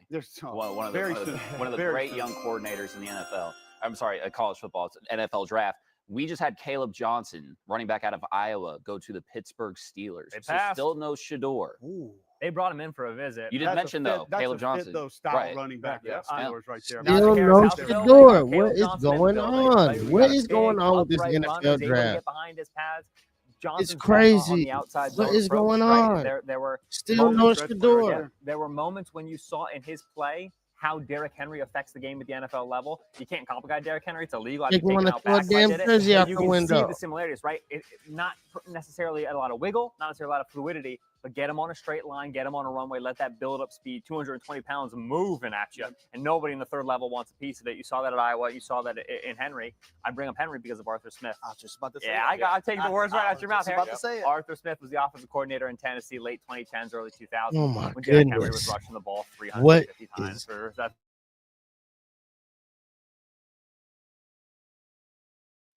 Replace Najee. I am I baffled. get it. I would have liked it. So how's it going to make it work, HD? Well, no, Arthur Smith is going to run the football. That's what he wants to do. Yeah. That's his bread and butter. And what comes off of that is now the play action, throwing the football through the middle of the football field with I the big am receiver, totally DK Metcalf, and also baffled. George Pickens. That's why when they went and traded for a DK Metcalf, the first thing came in my mind was, man, A.J. Brown and how he was able to really get off being beneficial from what Please Derrick like, Henry posed share, to a defense. subscribe, and turn on your notification bell to ensure that you don't miss out on any of the segments provided. There are 3 live streaming podcasts among the Sneaker Hoodie channel, the Bottom of the Soul podcast, the Hoodie Way podcast, and lastly the Sneaker Creature podcast, where like-minded individuals elaborate on urban fashions and more. Sneaker Hoodie is a limited liability company licensed and certified to own and operate a commercial business. Starting speed and full speed. It's kind of always same speed, but it's a good speed, and you'll take it. He gets to that second level, man. You ever watch one of those movies? You start hearing the train coming in the background, like, safety starts shaking a little bit back there. There are a lot of reps too with 2-3 defenders on him, and you almost start to fast forward. You think the play's over, and then all of a sudden he squirts through, and he's going from another 10-15 yards. Oh, a lot of mysterious angles by corners. Yeah, exactly. Very mysterious. I don't know, Coach. I couldn't believe it. I don't know where he was going. It's crazy. Ben, the Chiefs just traded with the New England Patriots to get your boy Noah Williams here. What are they getting out of the cornerback out of California? Steve Spagnuolo corner. Noah Williams is a son of a gun. You put on Cal versus Stanford. He's going up against Okay. Wide receiver out in this class. And man, some trouble for some people. Track guys, good movement skills. Anybody coming out of Cal is a beast. You know what it is. He didn't like football very much at the end of the game. Spags love those press corners. Williams also plays the football marvelously in the air. He led the FBS in interceptions this year. He's very comfortable with his eyes in the Chiefs might have needed that. Contact with the receiver. You need your press corners to they win were early in the route. Win early in the route. Right. When it came down to the down, when it came down to the gritty, Cam Ward's making a knucklehead play at the end of the first half. Williams just watching him the whole way. Shout out to the Chiefs. We'll take this. But he catches the football, right? Which is a very nice trait to have. Those takeaways matter. He's good press early in the rep. Come on, Chargers. What's going on? Pick is in. Pick is in the NFL, no question. But if you can win the first 5 yards of the route, you can win the first second of the route. Don't matter how fast Justin Jefferson is if he's on the sideline. He's not allowed to touch the football anymore, right? That's right. So then the expectation here is going to be they have Christian Fulton in free agency, Jalen Watson, Josh Williams are free agents. They want to introduce another body to potentially win that outside corner. I think they've done a nice job in Kansas City too, developing cornerbacks. especially when you don't have to draft guys in the first round. Yeah, Stay Spags, tuned. when Giveaways Spags likes to and be on the back raffles. outside of the first Like, round, share, subscribe he's to all the shopulous, channels right? on And, the and they're platform. aggressive too. Yep. They have they were Josh Simmons in the first round, and then Yep. they've been all defense since. Omar right? Norman Lott, Ashton Gelati, and Noel Williams. Oh, I'll tell you, I love Josh Simmons, sure, but in terms of the defense side of the ball, that's my guy. Like that is a Ben Solak draft class right there for the Chiefs. That's a fun group on defense. No, without a doubt. I mean, it's Kick is in what Ashton they Gelati, got, again, man. that was a pick This that, third round in is my mind, crazy. it's like, all right, like what I've seen This whole out of him draft in college is level, the crazy. production more so, like you said, Ben, in 23 and I'm 24. just sitting here like, stands out. And then what Noel is really Williams, too, going on? defensively, what Kansas City's doing, they're making a bit of a statement here. Before Williams, Jacob Parrish went Kansas State cornerback to Tampa Bay Buccaneers. Shaking That my is head. the coolest fit in the first 3 rounds that we have seen. Jacob Parrish is a feisty, angry, physical, intelligent Todd Bowles Build-A-Bear corner, down to the fact that he's too small to be playing corner in the first place. Right? I brought up Tyke Smith. We need to call this the picture perfect. And Sanders draft, but Todd man. Bowles says, I must have Jacob Parrish. That's what we all Such waited dominance. for. That's what everybody in the United States is waiting for. 5'10", scrappy cornerback. Yes, sir. Like my nigga Fame said, man, we about to call up the NAACP. We're gonna burn a fire around this motherfucker, man. He said he gonna print out his shirt. I don't know about print out his shirt. What are you doing out here, son? And then it's just 4 quarters of dominance. Oh, we're gonna start a fire if that motherfucker don't get picked. I tell you. If you get one good corner out of those I know two picks, Dion is. I won't come up on the show next year, man. They are so fun to watch. That's the second corner that Tampa Bay has taken, right? Yeah. Especially coming off that first round. We were kind of disappointed, not at the player, but what we thought Tampa Bay needed in their Benjamin Morrison in round 2, Jacob Parrish in round 3. Those two, and then Zion McCollum. They got, I want to say, 5th round pick out of UTSA in 22. Man, they are physical up in the line of scrimmage if they want to be, and then they still have the capacity to play zone coverage. That team, Tampa Bay, down the stretch last year was the worst defense in the NFL in terms of passing yardage given up, right? They were particularly weak over the middle of the field, particularly weak to wide receiver ones. They just could not disrupt route timing. Benjamin Morrison, Jacob Parrish. we're going to have a little bit of a different approach this time around in Tampa Bay. I'm excited for that class. And we are 86 picks in here. We have only had 3 quarterbacks taken. The last time this few quarterbacks have been taken was 2022. We had Kenny Pickett, Desmond Ridder, Malik Willis, and Matt Corral that year. So we've got 1, 2, 3, 4, 5, 6. Yeah, This about 15, is 16 crazy. picks left. Yeah. Percent chance that Shedeur Sanders goes before day 3, which is a shocking sentence. Right. Well, the Raiders do pick at 34 and 35 in this round, 98, 99 overall. I'm also looking at the Rams, too. Yeah, I agree with the Rams as well. I mean, I would still put it above. What about the Seahawks? Seahawks, absolutely. I would still put it above. Selection is in. Shedeur goes, but man, we're at like 55, 60% at this point. Man, it is 55, it's 60 around that motherfucker. Thrown up. I'll tell you, I Shit, don't know maybe if I- 40, if I- 30 right now. Yeah, do you have Shedeur Sanders with a chip It's on looking- his shoulder? it's Do you have looking Shedeur Sanders slim. something to prove, right? Yeah. Think about Amon-Ra St. Brown constantly listing all the receivers who went before him. It's looking slim, Sanders, brother. he goes pick Out of 100, Oregon. 110, Shout out to 180, starts Oregon. playing well because he's going to have that. I want to show these guys to him a little bit. I don't know. The more picks Sanders goes, the more powerful I feel like that chip is going to become. But Matt, how much Yeah, does that matter? yeah. Because that's like Shoulder, Gary can go out there and run shoulder. We routes gonna have a in the corner. chip Like, I on can go his out there and get shoulder. better I effort got on a the chip on my offensive damn line. shoulder, and I ain't even in the draft. How much does that play into playing quarterback, though? Like being angry every day. It doesn't feel like it means the same. Like if I'm a You D go tackle hard. and you skip You me, go hard in the I'm paint. gonna That's come in there what and it try to means. trade paint. I'm gonna try to ruin you every day. It just doesn't feel like it would work the same way for a quarterback. Yeah, I Yeah, guess that's what it I can means. speak from my own experience that it works very well. Yeah, it because I does. was a player that was benched 2 different times at the University of Tennessee, and rightfully so, because I wasn't playing well, right? But I kept the dream alive of I wanted to continue to play in the NFL. And fortunately for me, that negative, angry wolf on my shoulder, well, he kept reminding me of all my shortcomings in my college career. Now, hey, Shedeur doesn't have many shortcomings in his college career. He accomplished a lot. He made a lot of big-time plays continuously for his football team, right? There's no doubt about that. There's He made a evidence lot of that backs that. contributions. And I believed Shedeur was a first-round pick. I really do. And because of the things that we can't actually put in a statistical category, right? And again, it goes back to just the attitude, the willingness to prove people wrong, right? The competitive See, the aspect of playing the attitude. position of quarterback, right? That is so true. And he's a pocket passer. And we've seen, and this is why, the whole debate of Jalen Milroe Pick is and in, all that kind of Packers. stuff I find interesting. 'Cause Green it's Bay, it's a without Green doubt, Bay you have to go day. with the pocket passer, the guy that's used to delivering the football on time. I'm and in your now we're getting into this city. position where what team really does it fit for him, right, going forward? And now I kind of get into this point. Are we going to see a team that actually is very secure in quarterback, right? That is willing to say, we're going to pick him up.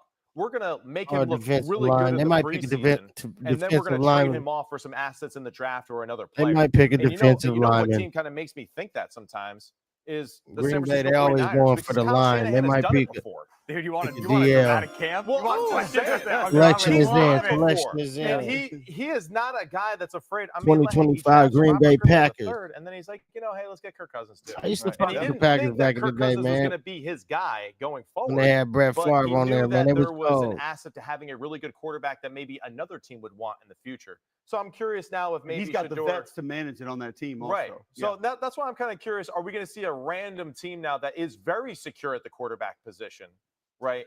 Reach and get this guy and say, we're going to use him as a potential asset to help our team in future, right, services. Who they got? Really interesting. I don't know. I'm just they curious. went with that's kind of where my head goes now. They went with a wide receiver. In his situation it feels weird because given they went in, they snapped outside of the box. And given how, for lack of a better word, thirsty NFL teams have acted in the first few rounds at that position over the last, we'll call it 5 years. Right. It feels weird that he's still on the board. Well, the truth is, when you watch his film, and like we did earlier, Ben and I on the telestrator, there's so many. It's weird. A lot of these young kids is on the board right now, man. They should be.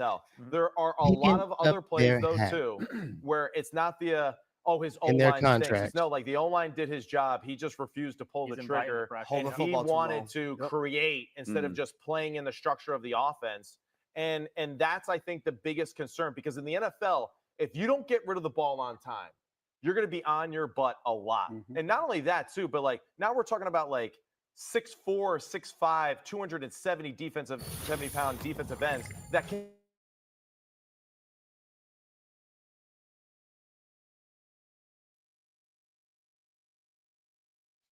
Come on, man.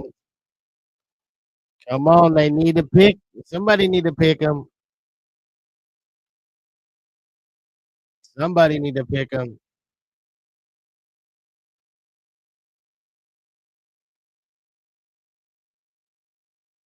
Telling you.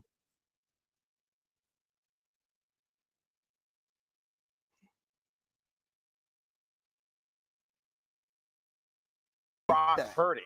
But listen, game management is your number one responsibility as a quarterback. Jacksonville, pick is in. One quarter, from the first quarter to the second quarter, is completely different in the NFL. Let's go. You could be kicking the crap out of one team in that first quarter. In the second quarter, you're like, is this the same team? Right. Because Spags has a whole different scheme now in the second quarter, and he is whooping us. And you know what? You're like, hey, man, just survive. Let's get to halftime. We'll take care of it. Yeah. We'll replenish. We'll get ready to go. And that's the difference, right, I think that a lot of people see when they evaluate him, is just that inability to play in structure consistently. But he's a playmaker, and I love the attitude. And I really do think that he will be able to adjust to the NFL style of play. 9 times out of 10, give me that pocket passer.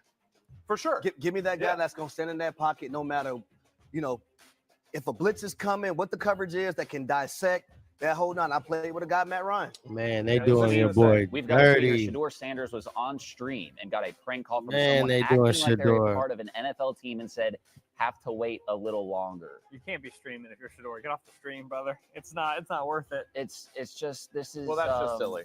It's getting People are silly. It's getting ugly. It's getting a little weird. It's ignorant. Yeah. I do have a question for you guys about something in terms of his attributes. You hear people say like pretty adamantly, like he's not athletic. I feel like that's been a little like overstated. Yeah. Is that? Well, I think what they're saying is like the wow factor, right? When you look at Cam Moore, number one, it's the arm strength, the ability to extend plays. Sure. You look at Jackson Dart, be a part of the run game, that whole nine. I think that's what didn't allow him to go in the first round. Yeah. Like you can talk about all the other nonsense, but I think that's one of the things that really held him back from going in the first round. Even with the Jackson Dart comparison that you're making, there's a lot of plays too where you see Jackson Dart going through his progression and then making runs, right, for good solid runs and normal down and distance where he's going through the interior part of the defensive line. And these are also another small things that you see Patrick Mahomes do in consistent situations where it's covered up. He sees the lane, he fills it, he takes advantage of those 6 or 7 yards and just keeps chugging along. Again, managing the game and the situation. Dart is a decisive runner. That's they right. Talking he makes crazy. that decision in the pocket quickly, and he goes. There's no east-west, move around, jump stop. He goes. And it's like you guys said with game manager, it's not a part of my vocabulary anymore. I use the word operator of the offense or phrase, I guess. Right. Man. The quarterback's job is to operate the offense. And if that means you score 13 points and win or 33 points and win, if you operate the offense correctly and your offense does enough to win the football game, that's a success. So the whole game manager thing, I'm in here running it's not it even a up. part of how I discuss football. Selection is in. It's a compliment. Absolutely, it's the greatest compliment you can ever receive as a quarterback that you're a game manager. If you got to the line of scrimmage and got us Tom Brady is a game manager. If you got us to the correct run 20 out of 21 times and we ran for 180 yards, that gave us 32 minutes of possession. We won that game 14-10. The guard, the star player. So that's why whole game manager thing is not a real guard, thing for me. the golden Operator of goose. the offense, and whatever is called upon by what the defense gives you that day is what you do to operate your offense successfully. And that's why New England had so much success. You would see Tom Brady one week throw for 300 yards, and then the following week throw for 125. It's why John Summerall is my favorite coach in college football right now. Yes. They'll throw for 400 yards one week, and they'll run for 220 the next week. Yeah. And I'll say, Coach, how do you just – he said, we do what it takes to win the game. Yeah. Right. That's it. There's no questions. There's no satisfying a receiver or a it's running all back or about. a quarterback or a defensive end. We do what it takes to win the game. And again, that's operating your offense. That's right. What it takes to go win the football game. And it's also worth noting, it's not just Shador that's not getting picked here. Like, this is the fewest quarterbacks we've had taken in 3 years, basically. And it's been 51 picks now since we've had a quarterback taken. And there's not a lot of spots open, right, for young quarterbacks on rosters right now. Let's just face it. There's not a lot of teams oozing for that franchise quarterback. And now it's also like, I kind of just curious your thoughts about it too. Shador has an impact, and I actually talked to Harry about this earlier today. He has a little bit of totally different football players on the field, but same impact as far as media and coverage goes. It's very similar to Tim Tebow.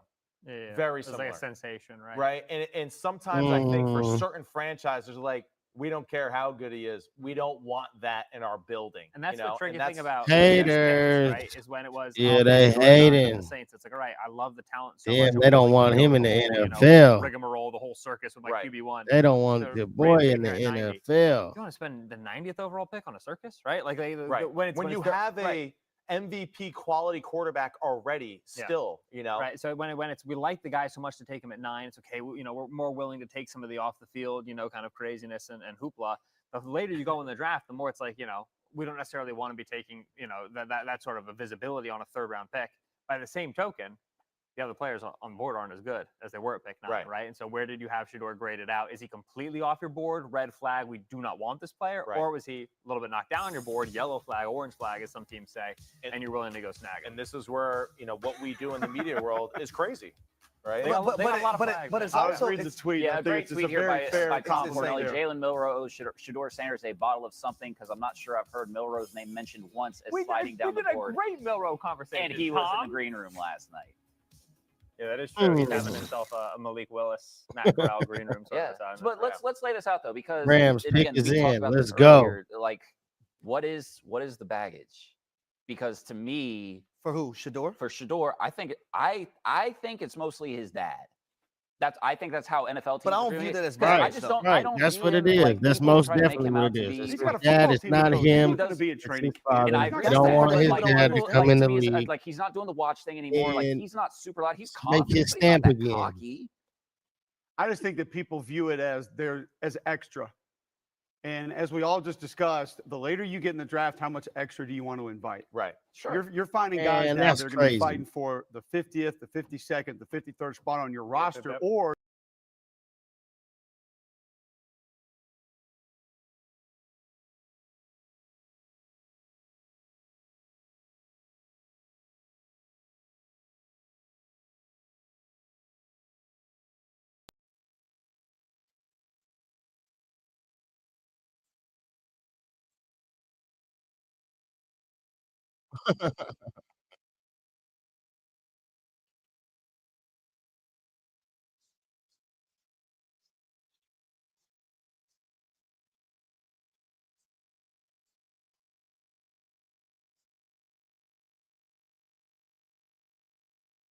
is going to be a lot more likely just because of the name. So we also did watch Jalen Milroe play last year. And we'll fall for the trap, and we'll talk about it on television for an hour, right, and have this debate.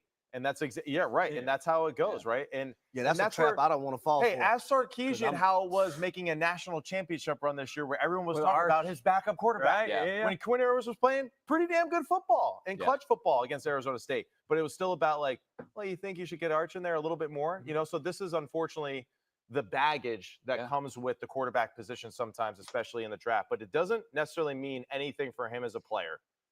It doesn't matter if he's Mr. Irrelevant, if he's a third rounder, he's a fourth rounder. They're doing your boy wrong. If he's put in a good environment, if he has good coaching staff, and he is willing to do the work to be the player that we have seen him be at the college level, hey, the sky's still the limit for him, right? It's just, hey, I think we all agree that Shedeur Sanders can be a good NFL quarterback. Right, we haven't spent time talking about the football or maybe the extra part of Jalen Milroe and why we're in the spot with him right now. Yeah. Why are we here with Jalen Milroe right now? I think, I watched all of Jalen Milroe's snaps in 2024. If you blindfolded me and you put a pass attempt in front of me, I wouldn't be able to tell you if it was going to be a good one or a bad one. Made that selection. Right, was really, really, really remarkable. There are a few throws. I was watching that Oklahoma game you brought up. Oklahoma, he threw a seam, man, right in front of Billy Bowman. Perfect timing, good location, gets you up out of your chair. Let's do that some more. And then it's the next 9 or 10 plays, right? He's not seeing it fast. He's got one pitch right now. He's got one speed in terms of the ball. Everything's 100 miles per hour, right? A lot of the Colin Kaepernick issues when he was a young player was I only have one pitch in my arm. I don't know how to throw a touch. I don't know how to make it easy on my receiver. Harry Douglas hated those fast. You better believe it. Hurts your hands, right? And he changes his delivery when he's attempting to change speeds as well. Which mechanically, he's a very that can alter what you do. Mechanically, he's an upright quarterback. He doesn't have a good arm slot, right? He'll drop it. He'll pick it back up.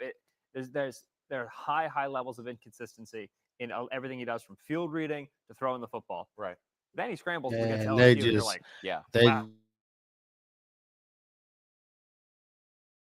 Clear. He will be the best rushing quarterback, ball in hand rushing quarterback to enter the league since Lamar. He's better than Fields was. He's better than Kyler was. He's better than Richardson was. Once he tucks and goes, oh my, that's a crazy darn goodness. Look better than Lamar? No, since Lamar. Oh, since okay. I was gonna say, and it's fair. We had them. We had Alabama the year before he took over as a starter, and Coach Saban told us at practice on Friday. He said he's the fastest player on our football team. Right. I'll believe. You hear that at Alabama, and you're thinking, damn. I'm thinking Jameson Williams was on that team at the same time, and he was. I mean, strength coach told me, David Ballou, that he's hit almost 23 multiple times on the GPS. You see him, and he looks like an SEC safety. Yes. Like he is put together like a safety. Like he doesn't look like a quarterback. He doesn't move like a quarterback. And then I think even outside of some of the fundamental things from throwing the football, there are some behavioral decision-making things that I think are also playing into this decision as well. You want to go check out some film with Milroe? Yeah. We're looking at Milroe. I'm going to get some of these Oreos while you're over there. They hungry than a motherfucker. Which I think is a great point. Take and your time, Dan by as the well, what you were saying. Said, Why do we see the one pitch always? And I think the one pitch is because, well, I'm unsure. And then when I am sure, I got to throw the fastball to make up for that lost time in the decision-making process. 100% agree. 100%, right? Like, it's just something that's very Baltimore. obvious. But this is something that, to me, like, this is where he can excel at the NFL level sooner rather than later. Now, the problem is that you can't rely on plays like this all the time in the NFL for multiple reasons. But longer developing plays that are away from the line of scrimmage, that are towards the sideline, very easy for young quarterbacks to see those a little bit better than over the middle, because you can see a little bit easier as far as your depth perception. You're not looking over the big guys in the middle. You don't have a lot of linebackers. You're not worried about zone droppers and all that. So this is the biggest thing right here, is that when he drops back in this 3-by-1 formation, we're basically getting a simple concept, right, where it's just like a clear out post and then a corner route underneath, and then some sort of guy that's hanging out as your 3-level vertical. So it's a top-down read. And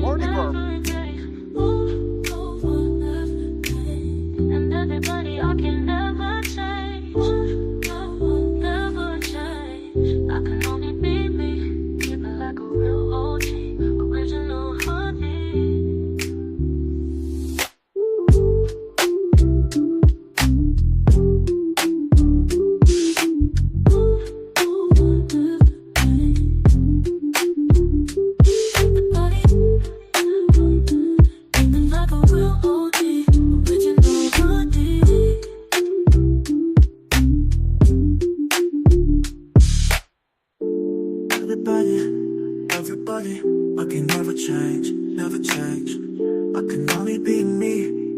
like a real OG, original Hoody.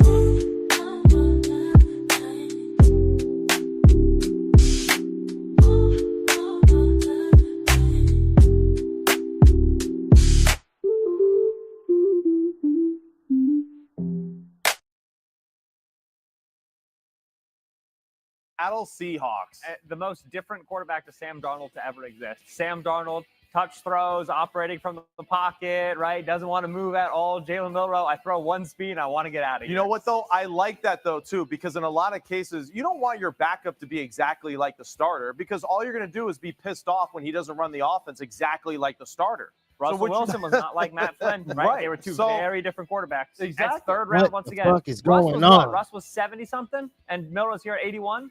No, they did not do that. The 2 picks. This is something. How they gonna pick it is. And now you can say, all right, hey, Sam, do your thing. All right, Jalen, go on in there. They'll do short yardage stuff with Jalen. There's no doubt about it. Clint Kubiak had Taysom Hill Come last on, year, right? yeah. 4th and 1, they'd walk out, Taysom in the gun, 3, YY wing, back up there, and they just run quarterback power, baby. You have it in Jalen Milroe, a player can do exactly that. For sure. And I love the fact, too, like, you think Seattle's going to like this guy running down the field for them? I think so. I think that fan base is really going to get excited because this is why, right? Wild. Blocker again, too, with the running back. And then you see the straight speed down the field, outrunning the secondary again, like a Lamar Jackson. It's a simple play design, but he still has the ability to be dynamic as a passer. So you do have to respect that when he comes into the football game. So there are going to be multiple advantages, I think, offensively, where they can doctor it up for him to be successful as a safe, careful, explosive pass thrower when he does throw. But really, it's let's earn it right now on the ground with his legs, with his versatility as a runner, and really create some opportunistic advantages for us blocking-wise with light boxing, right? Especially if you're playing a team like a McDermott who likes nickel and all that. You think Jalen Milroe is going to be okay with the lead blocker there, an extra guy? So hard to tackle. Get a head start against the secondary there. So that's why Jalen Milroe is a really exciting prospect, but a lot of growth as far as just a pure drop-back passer for him going forward, without a doubt. And now we're running out of places here, guys, for Shedeur Sanders to land because he is not going to New Orleans. Cleveland is picking at 94. And then we've got Las Vegas at 98 and 99. And then after that, we've got the 49ers, Falcons, and Texans who will not be taking Shedeur Sanders. I think I can say pretty confidently. So this could be something, I think we all thought it was realistic, at third round today. Like, I don't know that I saw fourth. Maybe. Don't even know about that now. Yeah, it's damn. It's the NFL, man. They did your boy dirty. It's unforgiving in that way. I remember they did your boy my dirty. Being a potential first rounder and then dropping in the third, and it looked like we felt like someone like ripped our hearts out of our souls right that day because of that. But at the same time, it's like he was a third round draft pick to Tampa Bay Bucks. Like life is good, man. Like you're continuing the dream of playing. That's right. Crazy. And just because it didn't happen exactly the way that you wanted to, it doesn't mean a damn thing. It doesn't, because at the end of the day, just play well between the lines. Respect your teammates and be a great person in that locker room, and things will work themselves out on the field throughout time. That's what it's all about, taking advantage of the opportunity when it's presented to you. Listen, it's a luxury to be able to be drafted, period. Right. When you get into that locker room, number one, the first thing that your teammates are going to look at when it comes to even the quarterback position, and these are conversations I had with Matt Ryan. Okay, how much does he love the game? How much does he love his teammates? How can he take us to the next level? What is he going to do to be able to take us to that next level as well? So you have to figure out guys in your locker room as well, who else is going to be in the quarterback room. But for Shedeur Sanders, there's no doubt in my mind that he's going to be successful as an NFL quarterback. We just got to figure out where's he going to go. And you saw one of the quarterbacks taken there in the third round. We had a list there on the full screen. Russell Wilson was one taken by the Seahawks in 2012. Election is in. And Milroe goes at 91, so about 16 picks later. So there's your list. Yep. Joe Montana's on there. Dan Fouts, Fran Tarkenton. It's not a bad list. Yeah. Not a bad list at all right there. Fran, though, man, I know a lot of fans at home might be a little too young for Fran Tarkenton. I remember watching Fran. Crazy. He was Milroe before Milroe. Exactly Joe my Montana, point. He was way ahead of his time as far as his skill set and the way that he played the game, and had a very similar attitude and approach, right? That Jalen Milroe has that way. So very excited. I also, as I look at this, Josiah Stewart, the Michigan edge player, going to the LA Rams. I love that pick. I like that pick a lot too, right? Just because Crazy what the LA Rams draft. already have right in their defensive line. So just kind of adding another athletic freak there on the edge for them. They picked him right in the draft last year. Yeah, they had 3 edge rushers this year get over 100 total snaps, right? Yeah. It was Jared Verse, Stevens Rookie of the Year. It was Byron Young, and then it was Michael Hoke, who left and went to Buffalo, right? And so they had 700 or so snaps to fill out, which was last year was going to be an important player for them. Milroe for the Seahawks. The more I think about this, the more I like it. Contract-wise, Sam Darnold got something rare from Seattle. He got guaranteed money in his second year. Seattle prefers really not to give out guaranteed money past the first year, so they gave it to him. So in year 1, Sam Darnold's contract-wise, he's staying there. You know, he's going to be the starter in camp, so on and so forth. Year 2, Sam Darnold hits the cap for about This is wild, $34 man. Wild million work. dead if you cut him straight. You're probably not Shout going out to do to that. the It's not too Sanders expensive. But they doing a lot of fiscally, hating behind your the scenes commitment on to Sam y'all. Darnold as, hey, you are the future. We're building around you. That ends after 2025. Contract size-wise, it is 1 year, and then after that, there's some flexibility. We can post you in first year. Like we can trade you, right? We have structured the contract such that we can move that a little bit. And so, again, I don't think this is a camp battle. But Browns, signed Cleveland, a $100 million contract with the Seahawks. Structure-wise, that's more 1.5, 1.75 years in terms of the commitment. So, yeah, you do want to have a young quarterback waiting in the wings to see, hey, if he really impresses in camp, impresses in preseason, Sam goes down, he plays well for 4 games. That's how it was with Wentz and Hurts and the Eagles, right? Wentz got hurt, Hurts goes out there. Yeah, they need a QB, so runner, and then you're able to transition your team forward. So you mentioned Jalen Hurts there. There were some people that thought Jalen Hurts would take on a little bit of the Taysom Hill role when he came in. How possible is that for Milroe in Seattle? So I think Clint Kubiak, who's the OC now in Seattle and was previously in New Orleans, is well equipped to get that done because of his experience doing that with Taysom Hill. And when we say the Taysom Hill role, Hill certainly lined up at tight end and ran routes. We're thinking more so when he lined up at quarterback, sometimes at running back, but mostly at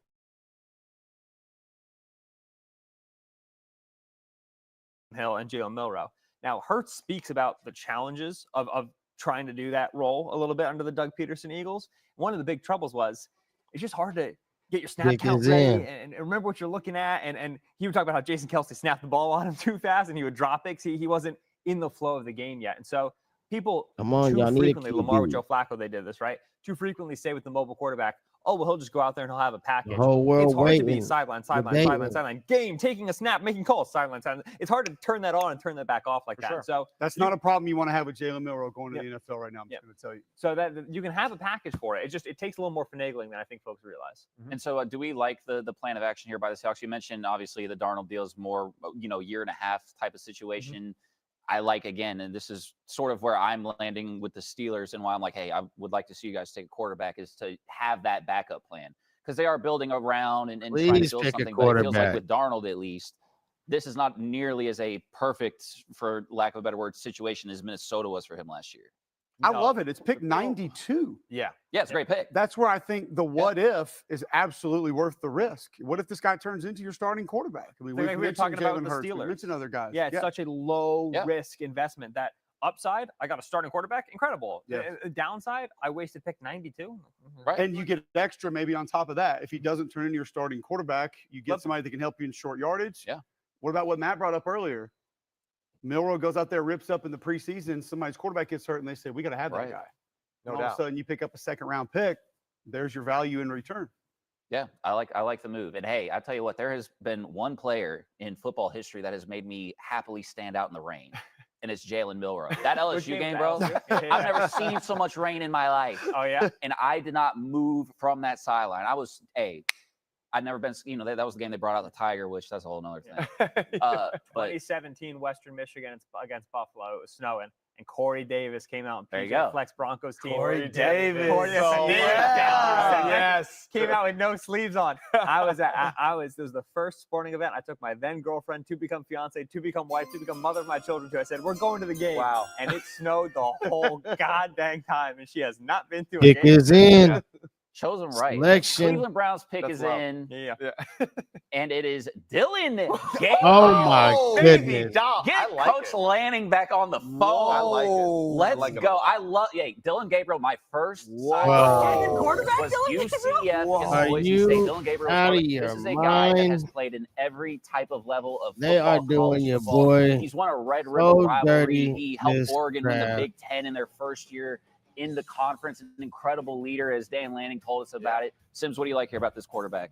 For a guy who's 5'11", he has an absolute rocket for an arm, and a rocket for an arm that really honestly rivals Jalen Milroe. Crazy, unbelievable. And I'm just telling you, it has it's to surprising. be the a lot 99 of people, when they pick. meet him in person, They have to go for the Raiders. They say is like, dude's got a really strong arm, a rotational thrower. Yep. Right, that we really Raiders love. His ability to be successful at multiple destinations, and not only be successful, but be the guy that the whole franchise is relying on. I can't say nothing else. He If they is a don't guy pick him the that 99 Dan pick, story is the best, right? The guy showed up on campus, had a minivan, and was going around picking up his teammates to go to practice and hang out at the field and throw and all that. Like, that to me just screams like, yeah, he's a quarterback, right? This is what he does. Shout out to the Sanders family, man. They hating on y'all. That is really important, I think, for the transition to the NFL. That's my one concern, maybe league. also too for Jalen Milroe. Not enough snaps under center and really going through the finite things of being a quarterback. But Dylan Gabriel absolutely has a plethora of snaps to go along with a guy like Bo Nix, right? The guy who was there ahead of him a year ago, right? Just those amount of snaps, wild game. Going to the line of scrimmage, on the clock. Seeing what the defense is doing, making the proper decision over and over. That stuff equates really Obviously, well. Obviously, a shocking pick here, as you see, Twitter is shocked that Dylan Gabriel has I'll gone take a over little intermission real fast. Tap into my nephew, man. That is one of the toughest players, at least in my side. Duties, that's one of the toughest players I've ever watched. What it is. In the pocket, he manipulates the pocket very well. You know what it is. We in this motherfucker, man. It's the sneaker hoodie motherfucking way. Let's tap in with my nephew, man. Let's go.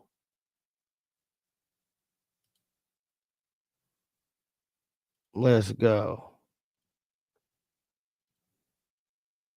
Sit behind this bitch, I dog me. Oh God, I run with problems. Yeah, every time my money hauling.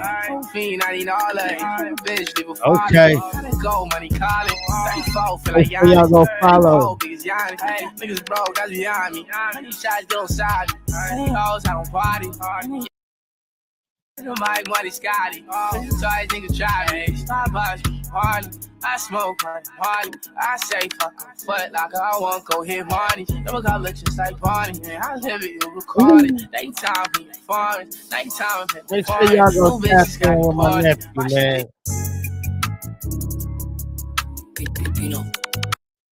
Yeah, make sure y'all go tap in, man.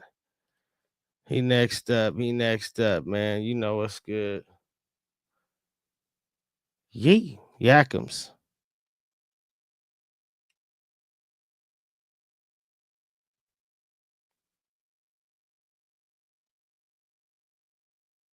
Out there in Idaho getting it in. Shout out to Neff, man. You know what it is, bro. Much love, much love. Had to shine some light, man. Let's see what's going on. It's that youth basketball league back in the day.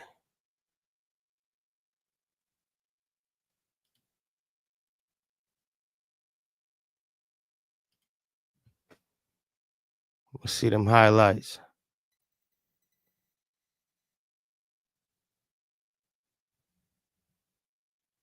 Yee. Duke Hoody. There ain't no other like no sneaker hoodie. I bet you wish you could find this hoodie.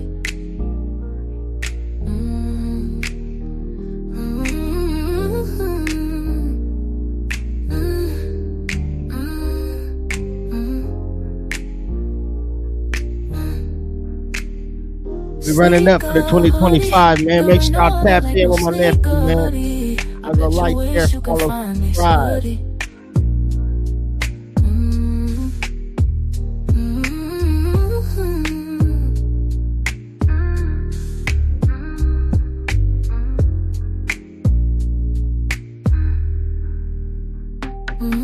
Duke Hoody. There ain't no other like no sneaker hoodie.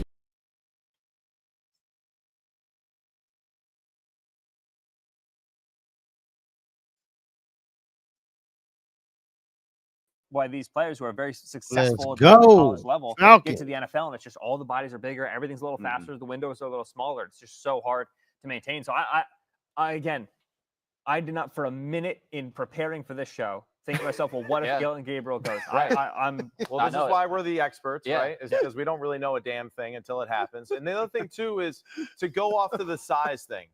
The one great example I think of that the first time they play Ohio State, you don't notice it. The second time they play Ohio State, where it does feel like an NFL like I said, I got NFL jerseys. You did notice that, yes, the lack of size and the ability to kind of adjust all to sizes, a collapsed pocket was multiple very difficult teams for him. Yeah, Cole brought up pocket movement. A big part of that is, and this is a Kyler thing and a Bryce Young thing, he can't stand tall in the pocket. Yeah. He has to be bouncing around. See the They tag. had in Cleveland Dorian You see the Thompson-Robinson, who was Bryce. another sub-6 foot showing quarterback, came out of UCLA. We So they're showing love comfortable with the today. prototype. They just traded him away to the Philadelphia Eagles, right? And so On this they're draft clearly day. willing to take Would the guy you again. say that he's a better just Brought to you by thrower Sneaker though Hoodie. and passer than It's Dorian the Hoodie Thompson-Robinson? way. Certainly, No certainly. doubt. I'm just talking about The only way. teams being willing to take a sub-6 foot quarterback. It's a short list. Browns are clearly one such team. I think Dorian West Coast Thompson-Robinson's a best better blocker, though. best podcast. They would run the zone read. And Hey, he would like sprint out in front of his back. content I give him credit. I'm just giving him credit. Yeah. Before we get to Nothing home but the cooking best here, from the West, man. You know what it Bush is. and A-Town took Xavier Watts. I want Make I sure want your y'all take on Dylan subscribe Gabriel, to though, the 'cause, channel. again, you've seen him multiple times in Stay person. locked in. I'm just quick and starting. efficient. We're just Gets getting the this ball out of his motherfucking hands roller quick. coaster I rolling. really think he's a We're gonna keep this better athlete motherfucker to going. give him credit for. Yeah.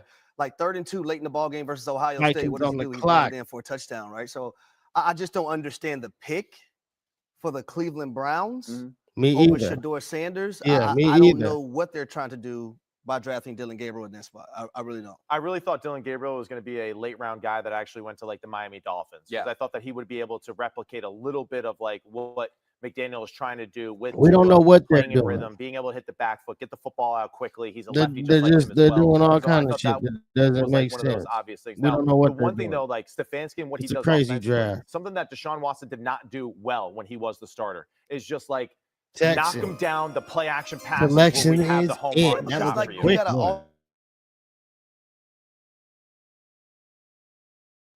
That was a quick Well, one. exactly. He didn't get to do the Yeah, things but- that he wanted to do as far as get under center, let's run the football, let's do Exactly. play action pass. See, I think Dylan Gabriel will actually be able to do that in a sense very well, right? Because I do think he'll be able to get to the line of scrimmage with his experience and say, hey, it's a 2-eye, we're running this. Yeah. Hey, it's a 3, we're doing this. He's a good point. We're going to manage the Absolutely football is. game. And then when I have the shots where I can separate myself from the line of scrimmage Jalen Smith, and see better these play USC, action shots, okay. he'll be able to manage those and make the proper decision and take advantage. But here's my thing. Yeah. In order to run the play action shots, your quarterback has to have the ability to be on the center. Right. Yeah, he's never. You need to be on the center. No doubt. Yeah, the nice We can thing say is- that for yeah. every college Yeah, quarterback, though. You know? That was the one thing about Shuck. I watched Shuck take one play action drop under center, and I was like, oh, he's an NFLer. Thank God he can do it. You don't see it with the rest of these guys. I will say the one thing for Gabriel, I think about Pickett, I think about Flacco, I think about Gabriel, and what that quarterback room and competition is going to look like. Neither Pickett nor Flacco has any twitch, not in their legs when they move in the pocket, nor in their arms, right? Those are prolonged deliveries for both those Yeah, guys. this is If crazy. Stefanski wants to be a little bit more spread, a little bit more RPO, where he moved with Deshaun Watson. I would hope that he would move back to play action, but if he wants to be a little more spread in RPO, think about Jerry Jeudy and some of those underneath separations. You want a quarterback who can throw from adjusted platforms and has twitch in the arm, and that is Gabriel. That Raiders point on the guard clock. style, right? You brought up Tua Tagovailoa, a common comparison for Gabriel. Raiders Ball out, on 2 the seconds, clock. out, 2 seconds, out, 2 seconds. That Gabriel brings Let's that go. Pickett and Flacco don't. That's kind of a different skill set. Can I ask one question, just kind of to the group here? We've mentioned a lot of Let's names. go. We asked a lot of questions about this particular pick. Raiders on the Where's clock, Quinn Ewers in man. all this? Good question. On day 3, probably. I mean, like I think that. We just had Dylan Gabriel go. Yeah. So honestly, at this point, I Well, mean, so he might go here at either 98 or 99. Taylor Grossman's going to go out of Canada at this point. Like I don't know. I think I don't know. I mean, like Gabriel over this is Shador cold. is astonishing to me. I continue to reel from it. I just think Shador remarkably better quarterback prospect. And so if Ewers goes or anybody else goes above Shador, I'll continue to feel that way. Do we need to start asking this real is questions crazy. that there could be something else here that we're not talking about? I think, I mean, like, if there's something uncovered about Shador Sanders at this point with the amount of coverage he's gotten, it would be astonishing. But perhaps there is. Those things usually come to light once the player is drafted. So we'll see. But yeah, I mean, anything could happen. These next 5-10 picks, I wouldn't be surprised. Without a doubt. I mean, but given the quarterback, Quinn Ewers, obviously still available. I mean, there's any number of different guys that could be. Will Howard, Kyle McCord. Howard, We mentioned Ryan. yeah, Curtis I mean, Rourke is a guy who I think can be on the NFL Time roster is for a long ticking. time. Time I'm not is saying he's an elite ticking, starter. bro. a good football player. Jared Wilson to the Patriots is sick. More offense for the Patriots. I love it. I love it. Pick on the next pick for a long time. Right? Yes, sir, you did. I really like though what Atlanta has done with their 3 picks so far. Speak though on it. with James. A little bit louder, Matt. Say it louder. No, I mean it's just I love Buckhead, baby. Stick that chest out. You know, you're right. I love Buckhead. My wife loves Buckhead even more. But Jalen Walker, right? All right. So high energy football player. We get that. Does he have all the tools that you want to see from him? Maybe not yet. All right, but went with like the energy and the fact that he's just going to be a disruptor. Okay, great. James Pierce, athletic freak, no doubt. Some off the field. They got 8 picks remaining though. Immediate impact off the edge and bring just they got 8 immediately remaining. The Raiders is sideline to sideline at the defensive end position, and then Xavier Watts. Yeah, he's gonna go to the Raiders. Right, that's really what football it is. Player. A football player is right, and that's where I feel like Raheem Morris, really good job. Everyone was giving him crap a year ago about you didn't get the edge rush, you didn't get the edge rusher. It's okay. Well, you got Michael Penix. He's going to be awesome, right? Yeah. I really believe that he's going to be awesome in his skill set. We're gonna and be now in you're Vegas. getting 3 really good football players that uplift your defense right away. Harry and I were talking about it on the way in today, and I felt like it was maybe the biggest coin flip draft in the first round of any team where the high end could end up being really, really high. If Jalen Walker sort of finds his niche, fits in early, he has the ability to take over football games. And that's not just on the ball. That is off the ball as well. He has those capabilities. Yeah. James Pierce has quickness, speed, unlike almost any edge defender we've seen come out of the draft in a long time. It hasn't shown up on the field the way you would want it to. I do think some of that is by design of teams they've played against. Right. This kid right here can just play ball. That's right. And you put the film on, there's not a lot of the speed that wows you. The size doesn't wow you like an Anthony Poindexter at Virginia a couple of years ago, whatever. But he knows how to find the ball. He's not afraid of contact. He can play near the line of scrimmage. He can play back off the football. He is literally just that. He is a football player that knows how to go help his defense win games. That's right. So when I look at the Kansas City Chiefs, Justin Reed, I thought they were going to take a player like Xavier Watts. Yeah. I thought safety was going to be on their board as well. They have a Jaden Hicks who they took out of Cincinnati last year who came along nicely for them, but they're pretty thin at safety. But no, with Watts, you remember last year it was Justin Simmons underneath Jesse Bates. So Justin's going to be a good vet for us. He's getting a little long in the tooth. Selection is in. We drafted this guy's going to develop. He didn't come along. The Falcons are like, well, we have Jesse Bates. He's one of the best safeties in football. With safeties, you always want to have 2. Because you want to have the ability to interchange. You don't have the ability, show the field safety, show the boundary safety. Oh, yeah, he's going deep middle for sure. And then you switch it, right? At that one moment, that big third down, you get that interception. Who's he going to be? When you have a player like Jesse Bates, you really want to have a good Robin to that Batman because it unlocks a new level for Jesse Bates because you can be a little bit more disguising with him on defense. Man. Y'all got to get his brother some well-rounded player. Does everything very, very well. I Vegas, man. Toughness, too. I was on the sideline for the Sugar Bowl. I'm pretty sure he dislocated his shoulder. And 2 plays later, he's back in the game. For y'all. He couldn't move his arm walking off the field. Comes off, gets the tent. Same series, he's back in the game, going out there trying to make tackles. That's why we love guys like him, like Colston Loveland, who played with the injury, too. Like, you can't fake those things, right? The passion and love for the game. It's going to be that 99. It's going to be the 99. I think he's a fantastic football player. And Raheem Morris is going to get everything he can out of that football player because he's a phenomenal leader of men and a great motivator and also just a really good football mind as well. At the end of the day, what he did, Matt, to that defense, he made them a lot more capable than they have been. That's right. With just athleticism, ceiling. Jalen Walker is one of the craziest drafts the thing about Jalen Walker, too, similar to Xavier Watts, talk to him for 10 minutes, and you'll cut your pinky off to get him on your football team. Right. Like, that's the kind of human being that he is. He is serious business, all ball, but he's a guy that you just want to root for in life. And then you see him off the ball, track down a little flare running back. Raiders. Goodness gracious, how does that guy run like that? Then you see him line up and rush the passer, and he can dip and rip, and then he can run over a tackle. He can run around a tackle. Yeah, he's 6'1", he's 240, but he does things that look a lot lighter than he is, and he does things that look a lot heavier than he is. Right. He's a car crash waiting to happen, too. I think versatility is... You won't believe the gems I just found in the world of sneakers and streetwear. What can he do better than everybody else? He just does a lot of things really good, and he causes a lot of problems. These aren't just any sneakers.